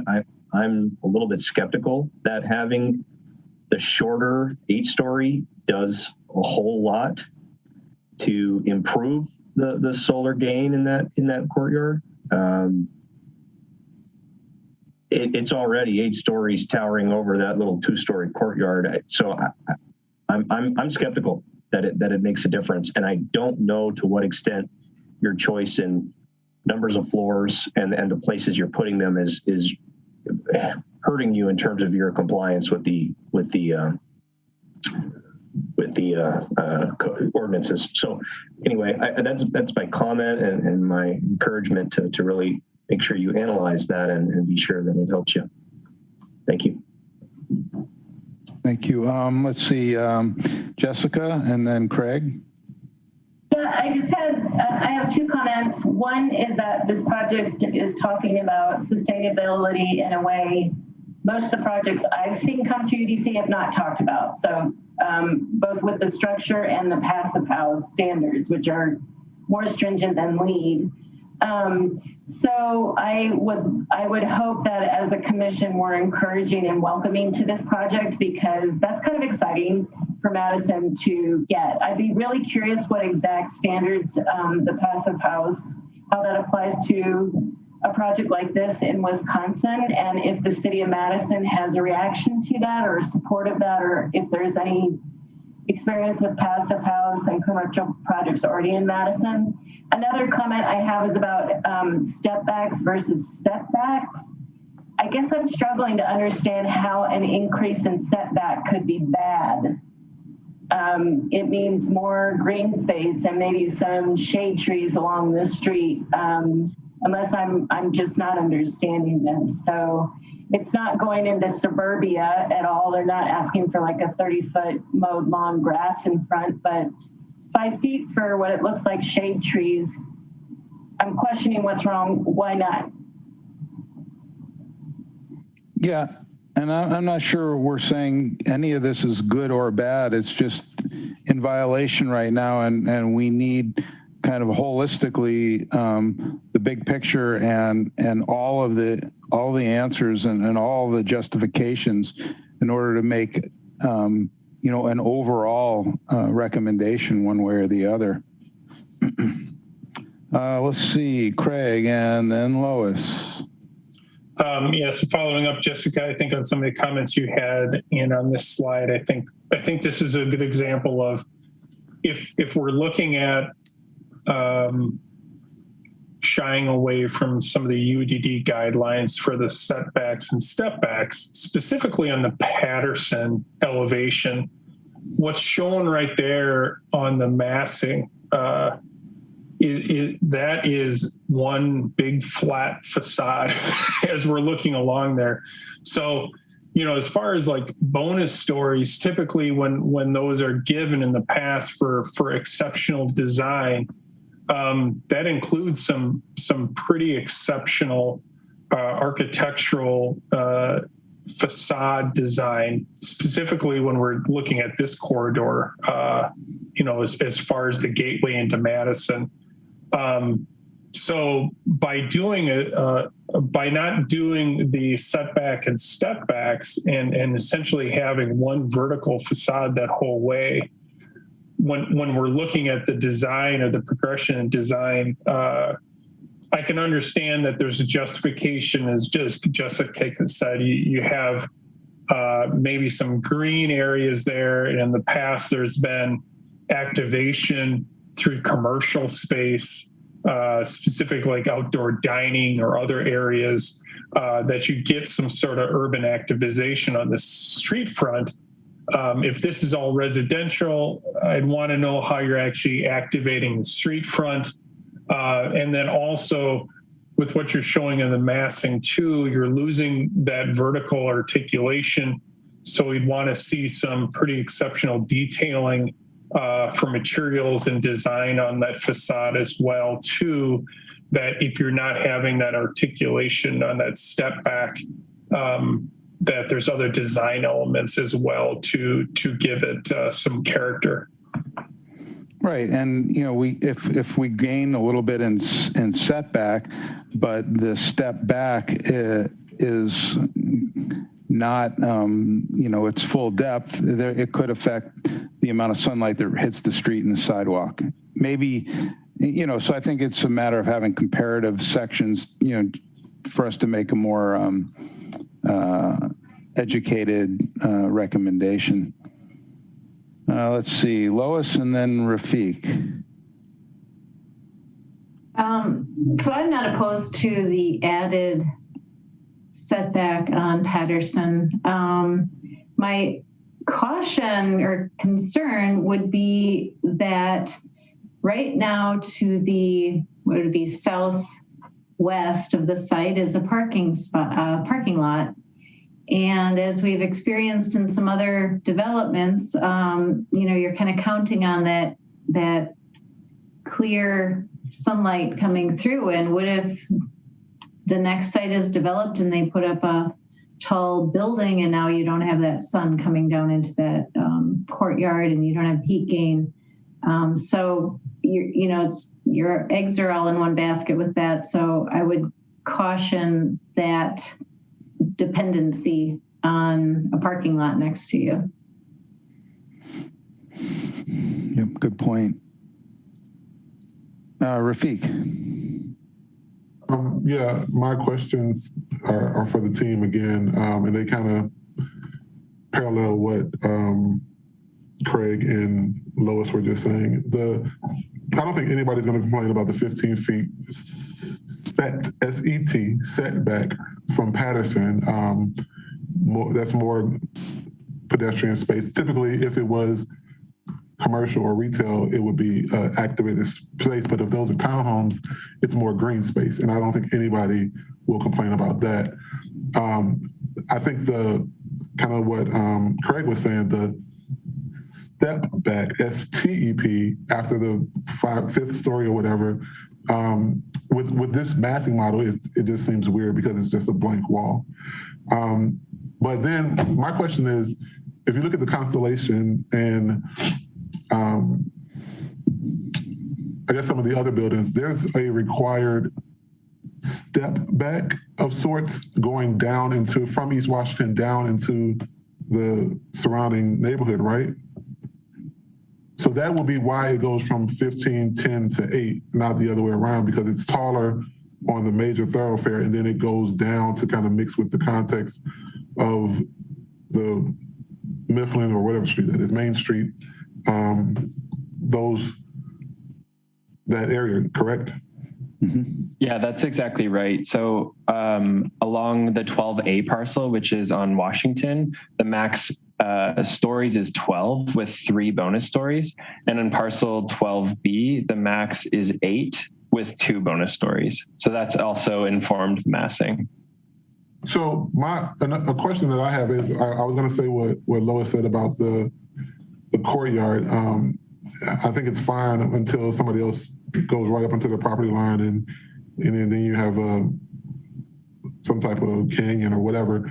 But my question is about the relationship of the context of the Baker building, which is 2 stories, to this massive 15-foot building right up against it, well, minus the alley, which I think is a cool concept of that little muse. I think that's a super cool concept that should stay regardless of what happens. But I'm just looking at the proportions of this tiny building that's being dwarfed by this massive, right now it's just a mass, but this massive rectangular stump.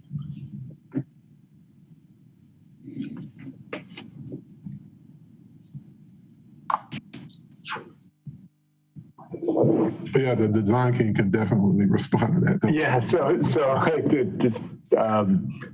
think there's been a few really good comments about the integrity of the architecture, being able to hold these forms, and there's a purity of the forms that we're showing without question, and that does, I think it was well said by a few of you on the panel that the expectation of integrity of that architecture has to be very strong, and we totally agree with it.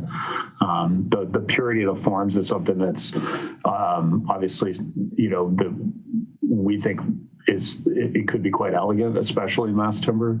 The stepping of structure is, of course, possible in mass timber, but there's a deep elegance of these buildings, and there's an efficiency of these buildings that, truthfully, to be able to do them and make them cost effective and so forth, it's and replace concrete, as was also said, it does require a kind of clean, elegant form making. Is in our experience, it helps.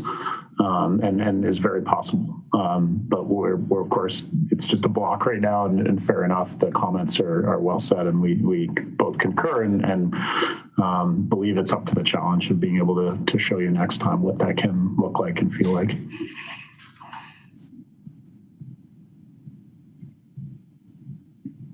Okay. Any other questions or comments? Alder Rummel, I saw you were here. Let me unmute you. Thank you. So I was really glad to sort of be here quietly listening to all your comments, and really thank you all for looking at it so full from all sides, because I think that's really important. I just want to say I started out, I'm always the one that sort of doesn't like anything, and then you have to show me why it's good. But I agree with everyone that the whole sustainability program for this building is really interesting and exciting, and we like to see it in Madison. So I share that. And when I look at it just from the 30,000 feet, I like that there's several different buildings, not a huge block. Even if it had stepped down, it's not all one. It doesn't appear to be at least one solid building, although I really appreciated the comment about how the Patterson Street facade does seem like a big wall, and that plus the staff report identifying the I don't remember now if it's step or setbacks, but I think that definitely needs some more attention. And I agree with whoever said, or Rafiq, I like the idea of the muse too. I guess the bigger question, I did sort of tell the previous owner, just be sure whoever you sell this to knows they can't tear down that historic commercial building. So maybe I sort of started this whole thing in some way. And I really do appreciate that they're trying to take this unique old part of our commercial corridor and reuse it. But I do hear the point about the 2 to 15, and I appreciate that calling that out. I don't really have any answers. But I think really Cliff's summary early on was really the one, you have all these things where it doesn't fit, and it's not a really clear case why that should be. So I guess, I think that needs more attention. And finally, to the employment question, I think that one's that really I struggle with the most, because I was, I've been involved in this whole Capital Gateway corridor vision and then TIF district and Urban Design District 8 since the beginning. And I kind of bought into the Kool-Aid that we want to have employment here on the south side, and the north side across the street is where the residential is. Well, of course, we know it's difficult to, build commercial at that scale. We watched how long it took for the Mott's block to evolve, but it does seem a little, like cherry picking, where the Mott's block and the Brink family and their partners worked really hard to put together these pieces and put in the employment. And this one doesn't really meet that in any kind of substantial way. And I get that it's hard and it's really easy to have housing, and we need housing. So like I said, I struggle with that, and it would require an ordinance change. And as you all may know, I am not going to be alder after April 20th anymore. And the new alder-elect Brian Benford will probably have to decide what he thinks about this. And we have both met with the team, and Brian attended a neighborhood meeting, which I couldn't go to. Generally, there's real enthusiasm for the sustainability idea, but I do think the ordinance questions are ones that need careful attention. So I appreciate your conversation. Thanks, Marcia. Russell.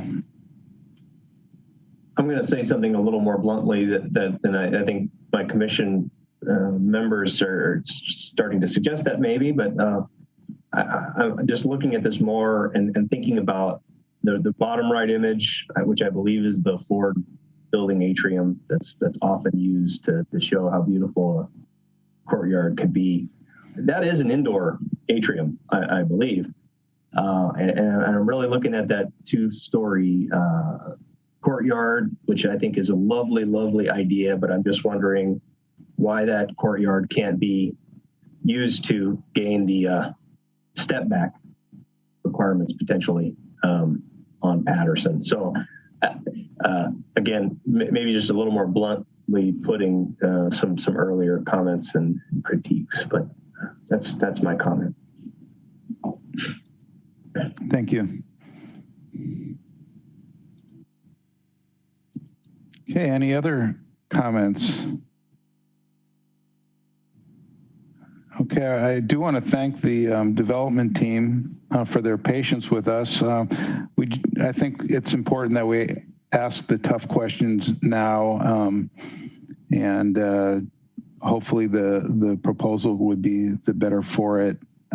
Certainly, as Marcia said, you're going to need to enlist the new alder and the neighborhoods, and that'll go a long way for us to put together a recommendation as well.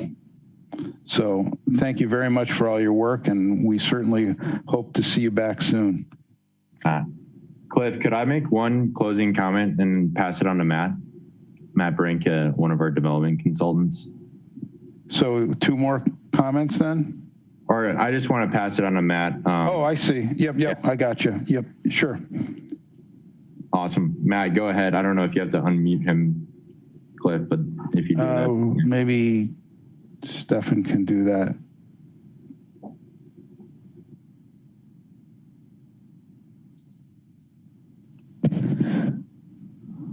Let's see here. I am unmuting. So you should have a prompt to unmute yourself. Yep. There we go. Yep. Can you guys hear me okay? Yep. Hi everyone. This is Matt Brink. As Nate said, I'm a member of the development team, kind of on an owner's rep consultant basis. As some of you might know, I've been involved in the Archipelago project adjacent to this parcel. Seems like my whole life now. It's been a great project to work on. We're very proud of Hotel Indigo, and as you know, we have the WIDA building under construction now. So it's been great to be a part of. And I just wanted to provide a little bit of further context into our decision as to why we're seeking residential and a plan amendment for this parcel. With the current environment coming out of post-COVID and the office market and where everything stands on the corridor in general, a lot of consideration and thought was put into that context and what environment we'd be coming into. One, I want to kind of reiterate that we are planning to keep all of the square footage that is office and employment currently on the block. We aren't going to be reducing any of that. So we think that's a really important aspect of the build.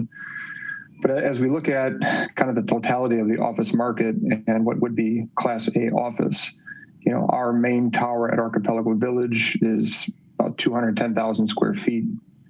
And the WIDA building is 90,000 square feet.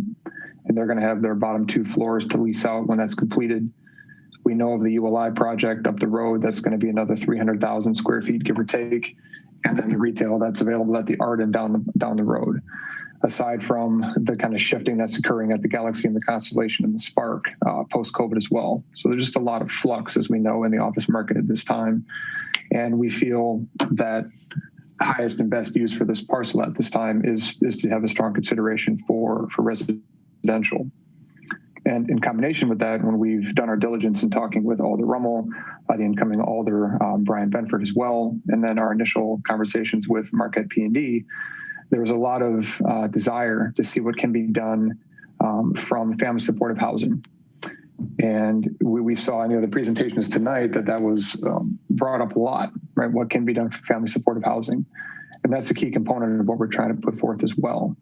So as we try to put all of these goals into this parcel and this development, and then try to intermesh those with the current setbacks and stepbacks, there's just certain things that we feel at this time that if we could come to kind of a win-win on those scenarios, could provide us the benefit and relief that we need to meet the efficient design that we're looking for under the mass timber design type, and then also provide some really needed and unique housing options for the block that the neighborhood seems to be excited about in the initial stages right now.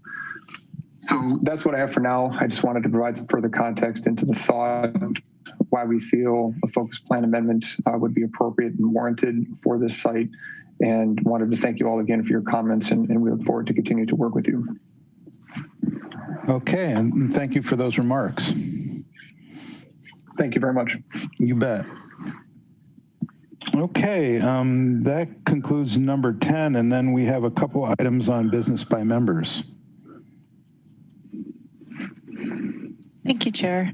And thank you, Alder Rummel, for attending this evening.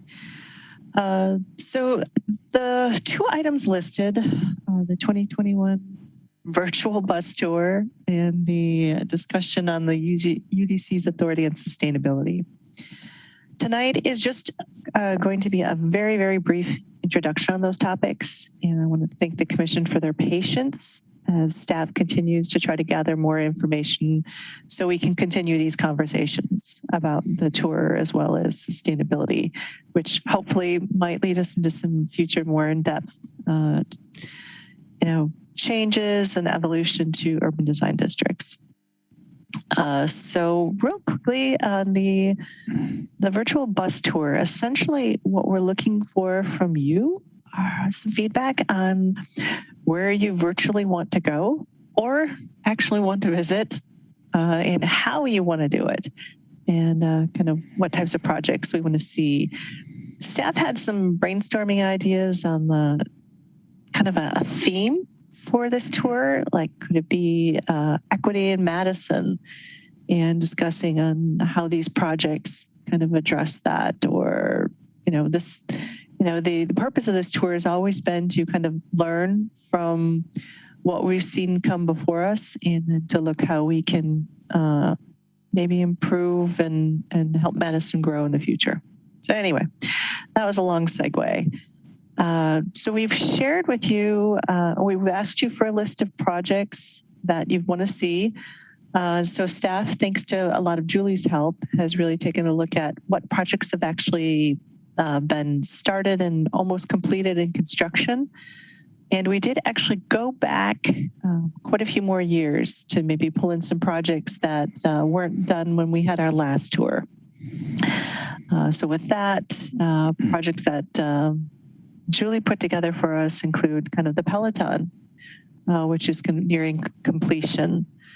Additionally, the 223 and 219 Gilman Street, which is the Chabad, forgive me for mispronouncing that house, that had come to the commission several years ago. I believe another is the Governor's Mansion, that's on Gilman as well. And then the Lyric 3, the Arden, kind of that development, which is under construction.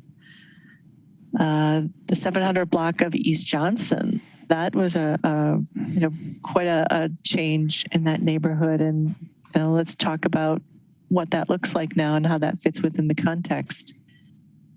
Additionally, there was a facade grant for a project kind of in the neighborhood of where we were just talking about. How does that evolve? And of course, Winnebago Street, the Nexus.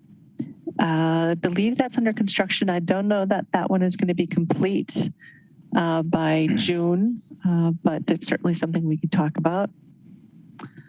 Then the Avenue, that project was using some new development around some existing buildings. Pretty significant project for East Washington.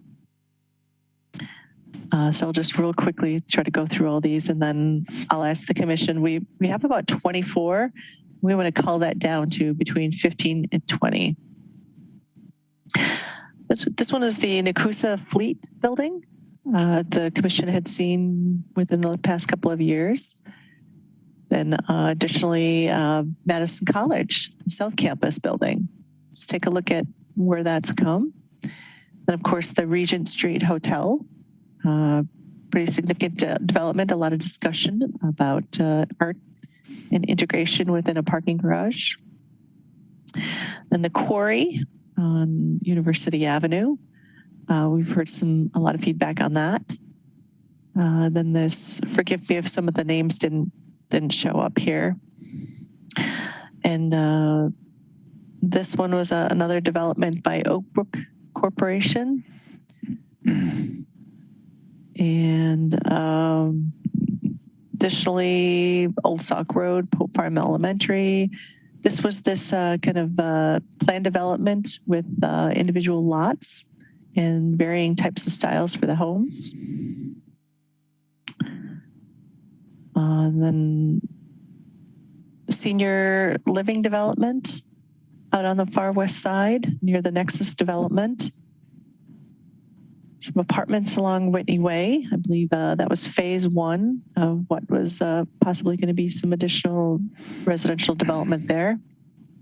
Then there's the Frey Street Hotel, University Avenue apartment, and of course, last but certainly not least, a lot of development over at Exact Sciences lots. I know I plowed through that really quickly, but I could certainly go back through some of this.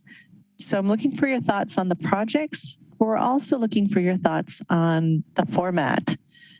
Is this a Zoom meeting where we have some live discussion about the individual projects, or is it a PDF that we send to you that has the projects, or is it a combination of both? These are two examples of websites that had an actual virtual tour. I don't know that we have the technology to do that or the time or the staff, but these were ones where you could actually click through the different sites and learn more about the project. So before I go into the sustainability discussion, open it up for suggestions on projects to visit and format for discussion. Let's see. Can we unmute everyone, Stefan? Or can I? Yes, you should be able to. I can. No. Let's see. There we go. It might be a little easier. Jump right in. Yeah, I like hearing other people's opinions. I would love it to be Zoom. I agree. Yeah, I was going to say a PDF. Maybe a combination. That speaks volumes about you, Rafiq. Yeah, it's 8:30. Yeah. Oh, I was going to suggest Rafiq wants a visual tour of every single one of these, like a 25 item agenda is, I believe, his favorite. Yeah, he can't get enough of these long meetings. I think one of the interesting things would be to see our approved rendering, what we approved in the meeting versus what's there, because I'm looking at the Howden development and it is just this stark, nothing green, concrete up against a building. It just doesn't, it doesn't look anything like this rendering. So that's the kind of thing I would be interested in seeing too, is the rendering comparison. I agree. And sometimes it's interesting to see what their first proposal was and, you know, how far or and how successful we were to push them in another direction. Yeah. So maybe that could be the PDF that accompanies the very long meeting of 25 projects. Well, maybe we can cull it down to fewer projects. I have a suggestion on format and number of projects, maybe. I for one, would vote for all driving and seeing these places. I know that sounds terrible. That's we're talking about 8, 9, 10 cars here on the road. I haven't driven as much over the last year as I used to. So I mean, maybe it's a. Anyway, I'd like to see him in person. I suppose, and I'd be willing to. I think I have a data plan on my cell phone that would allow me to do a Zoom thing from actually being out there at the site, possibly. So just a vote for being there. Yeah, let's recycle it. Oh, and then on a number of projects, we just find the center of gravity where all these are on the map and try to reduce our carbon footprint, all driving our cars individually, and just hit the projects that are closer together, I guess is an idea. That's what we've done in the past. And I would think that the ones that are under construction that aren't very far along wouldn't be as relevant to see at this point. I'd like to see Cliff on a B-cycle. So Cliff and I'm going to invite you to B-cycle to these places with me. I have a Schwinn here at home. I don't need a B-cycle. Even better. I second that. I would bike to many of these as long as we're not fully cutting across town. I've been on the commission. You know where Pope Farm School is, Shane? It's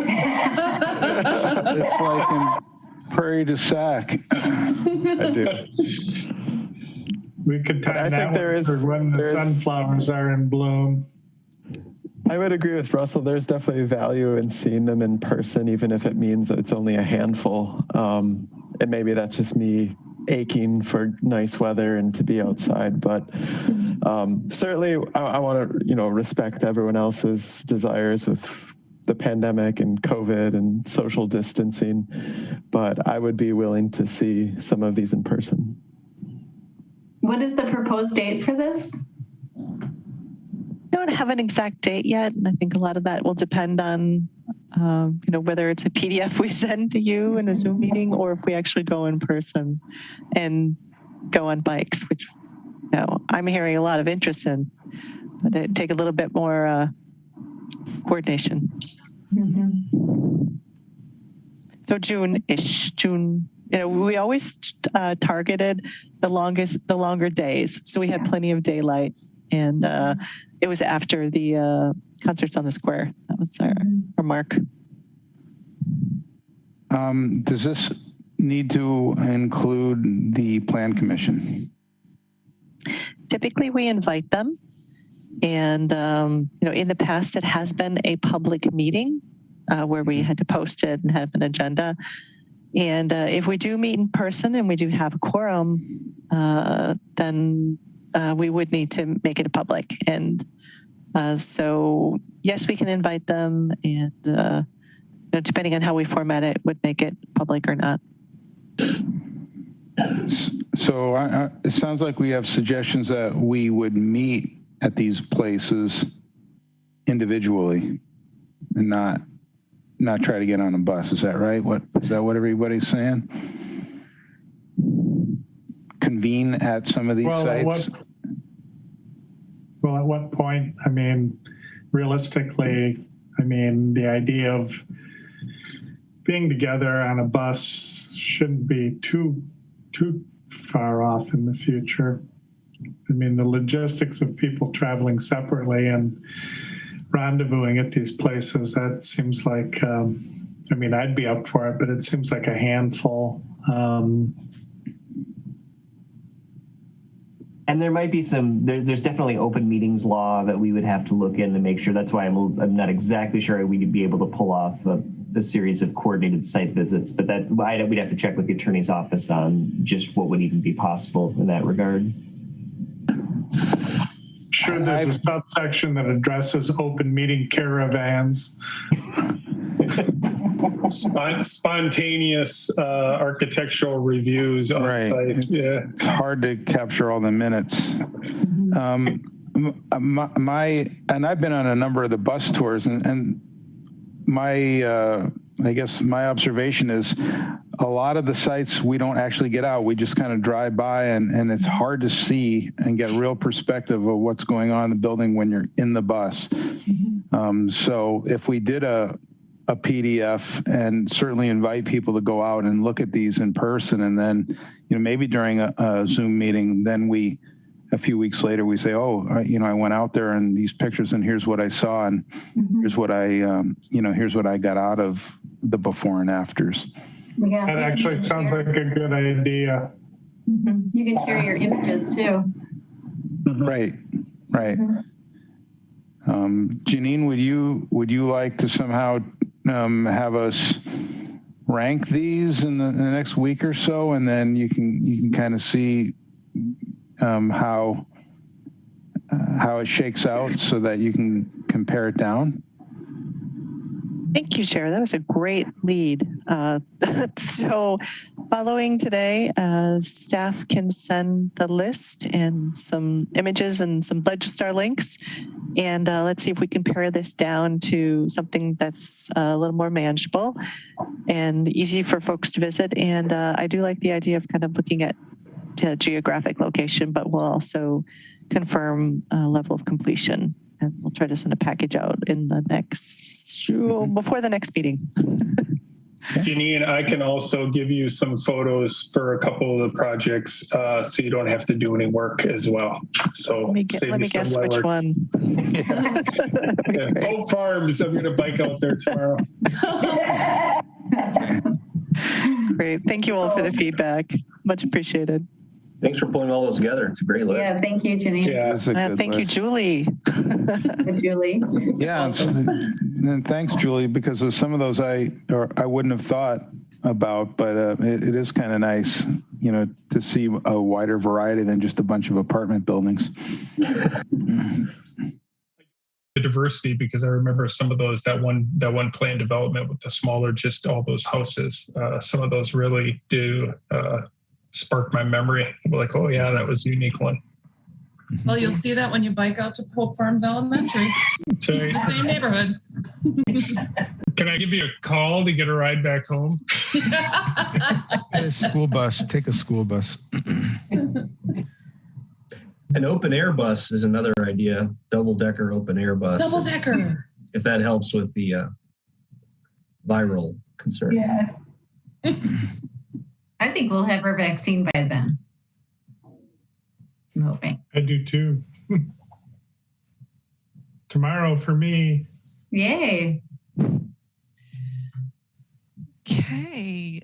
Great feedback. Thank you again. A lot of good ideas. We'll see if we can pull this all together into a package for you to give us some feedback at the next meeting. All right.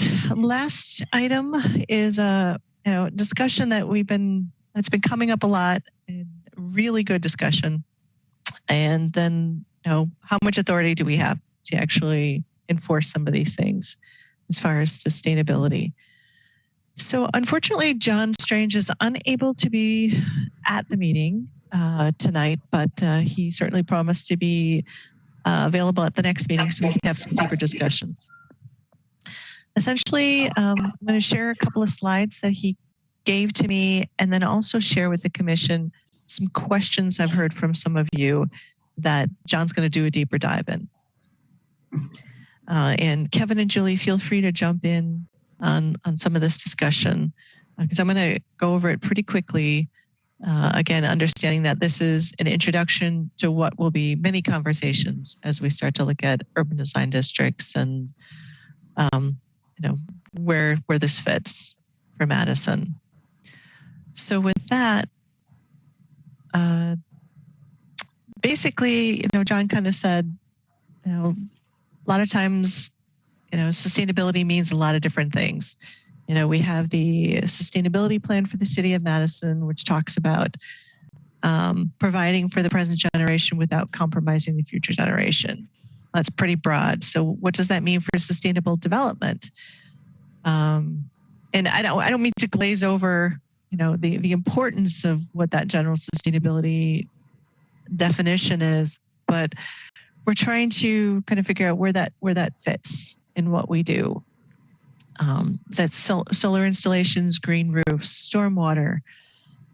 We do have new zoning and ordinance requirements that cover these things, but where does that fit in the UDC purview? Reuse and recycling, bird-friendly glass, that is now an ordinance. Energy efficient insulation. Russell, you talk a lot about these items, energy efficiency, and so does Craig. And so where does that leave us? Well, we have some regulatory framework that we really can't override for the state of Wisconsin. There's some zoning codes in place. There's also a state building code. There's also a state energy conservation code. And those things kind of create some boundaries for us. And again, John is going to speak to these things in a lot more detail. And I'll share with you the questions that came up. But as a starting point, we can remove obstacles, we can educate, we can assist. We can give incentives, and we can establish requirements. Incentives, an example of that are the bonus stories and some of the requirements on that, like Urban Design District 8. Education, the commission can recommend things such as your green roofs, your building envelope,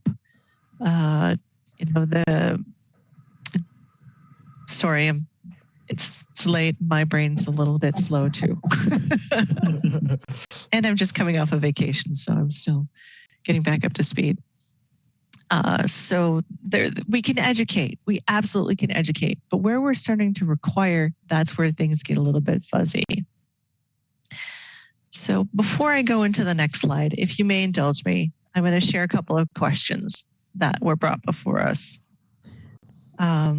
So, of course, what is the UDC's authority on requesting sustainability solutions? It's kind of the overall broad. So here's a response that John gave that I thought was kind of interesting. The UDC does not have specific authority under the ordinance to request sustainability solutions. However, when considering general design standards, the things that you do review, as allowed by the ordinance, the UDC can recommend or require designs that happen to be more sustainable than other designs. Say there are 3 options presented. One option is more sustainable than the other, and it's good design, because we all know good design is sustainable. That would be something that you could require. Of course, so long as what is being required is not construction standard that exceeds the state building code. That's the catch.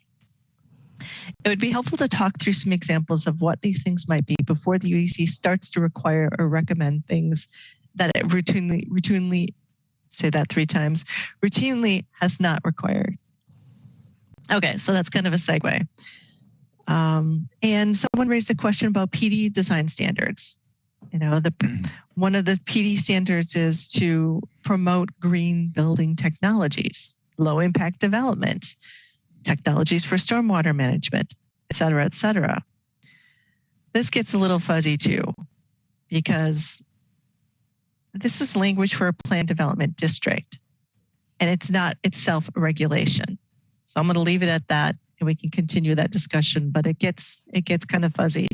To which extent the UDC can recommend sustainable building measures is equal to the extent the Plan Commission can require them in approving a plan development, which is limited.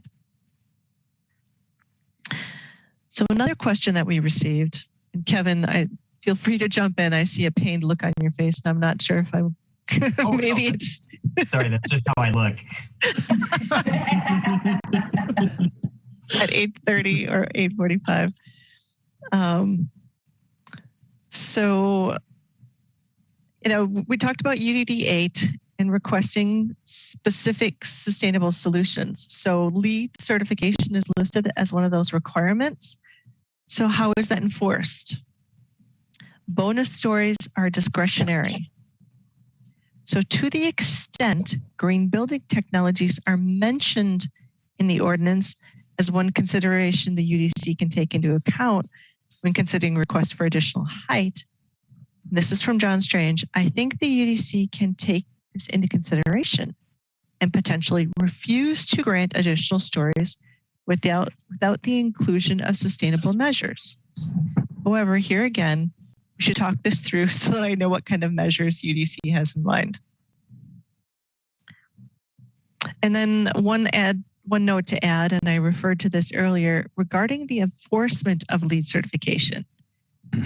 It's difficult for me to say exactly how enforcement would go if an applicant did not achieve LEED certification after receiving approval for and constructing a bonus story. You're not going to make them take down the bonus story.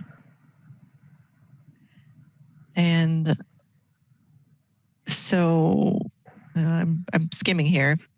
It seems unlikely that the court would order the applicant to remove the bonus story after it is constructed, even if the applicant ever gets, fails to get LEED certified.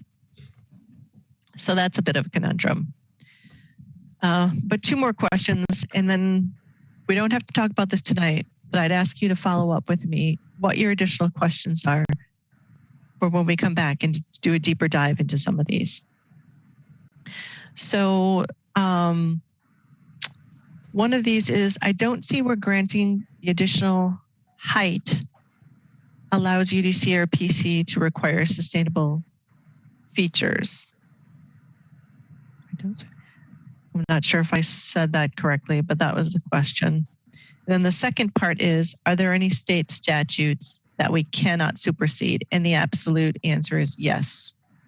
In 2013, Wisconsin Act 167 established a uniform building code and included language preempting local governments from enacting ordinances that establish construction standards that are more stringent than the building code. So that was a long segue.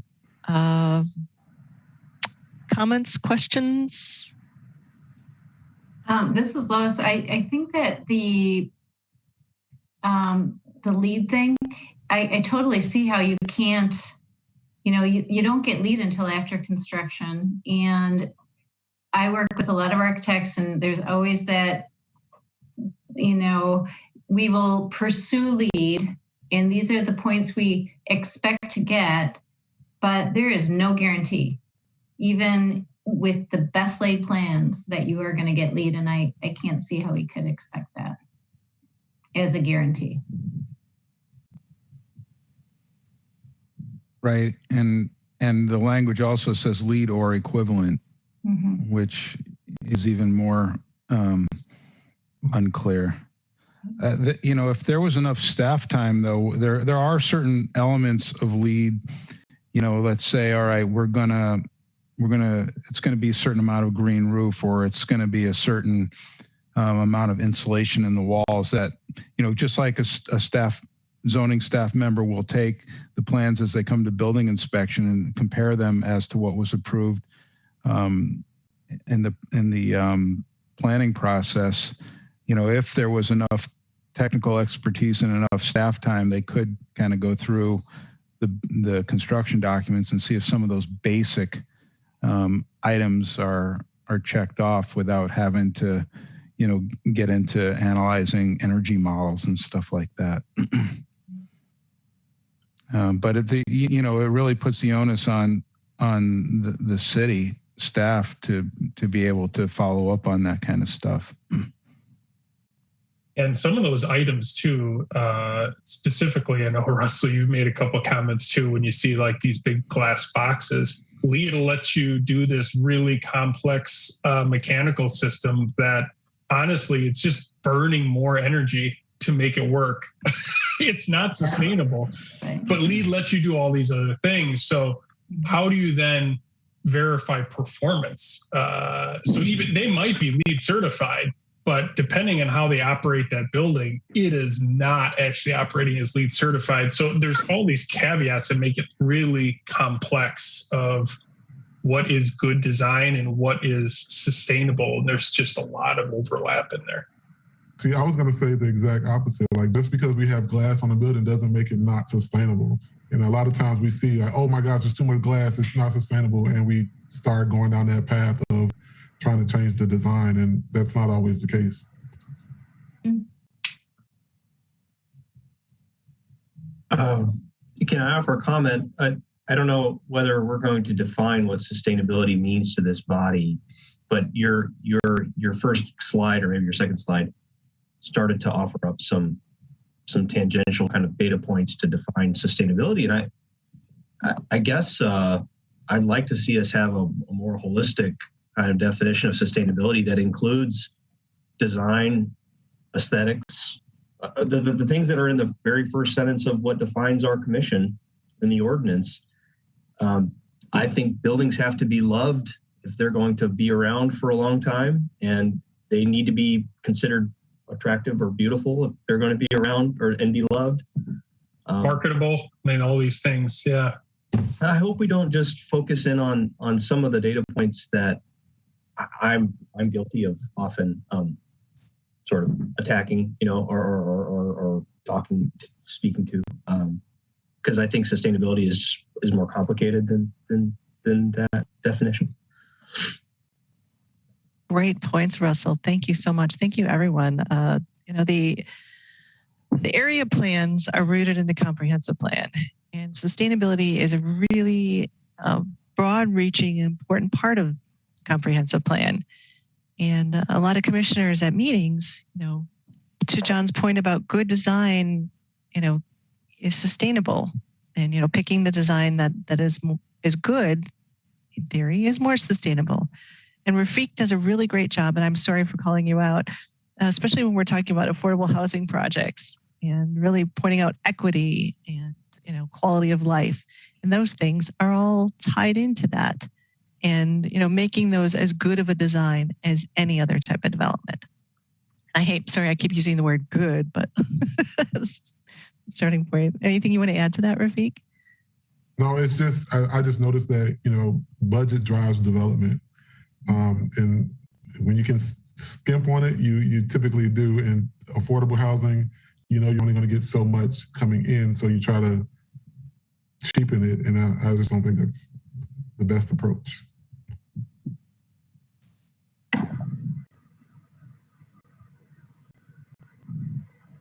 The one thing, Janine, I did see on there too, maybe it just is a rough list. I think it's also material selection too, because carbon footprint, just get on my soapbox again. Cement is horrible. It is a horrible process. It is the worst thing we do to the earth. Making steel isn't much different, especially when the steel is made overseas and they don't have a thing called the APA. So, when we saw a project today that would talk about heavy timber, it's not the solution for everything, but that's another thing as well too, is it's just carbon. What goes into the building materials we grab sometimes is the most impact on the earth than the energy being used even to run the building. Can I ask a question? So we can't do things locally that supersede state regulations, building code. So if there is not an existence of something, does that give us some leeway? I'm kind of wondering how we pass the bird safety glass ordinance I'm guessing the state building code probably doesn't have much to say about that, but maybe I'm mistaken.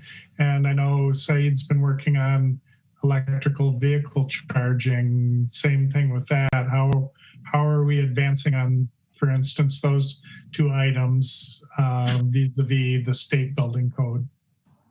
I think those would be good questions when we have our follow-up with John to kind of get that. I know the bird glass is part of the zoning ordinance, but I think those are items that I'd want John to speak to directly. Okay.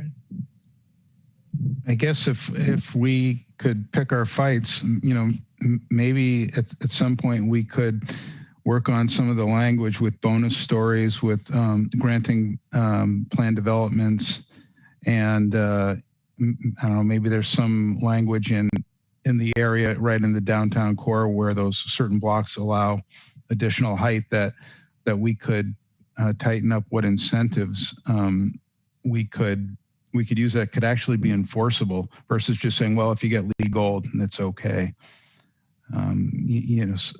Because there is a list, and maybe we can work on making that list a little bit more easy to enforce and easy for the developers to understand what we're looking for.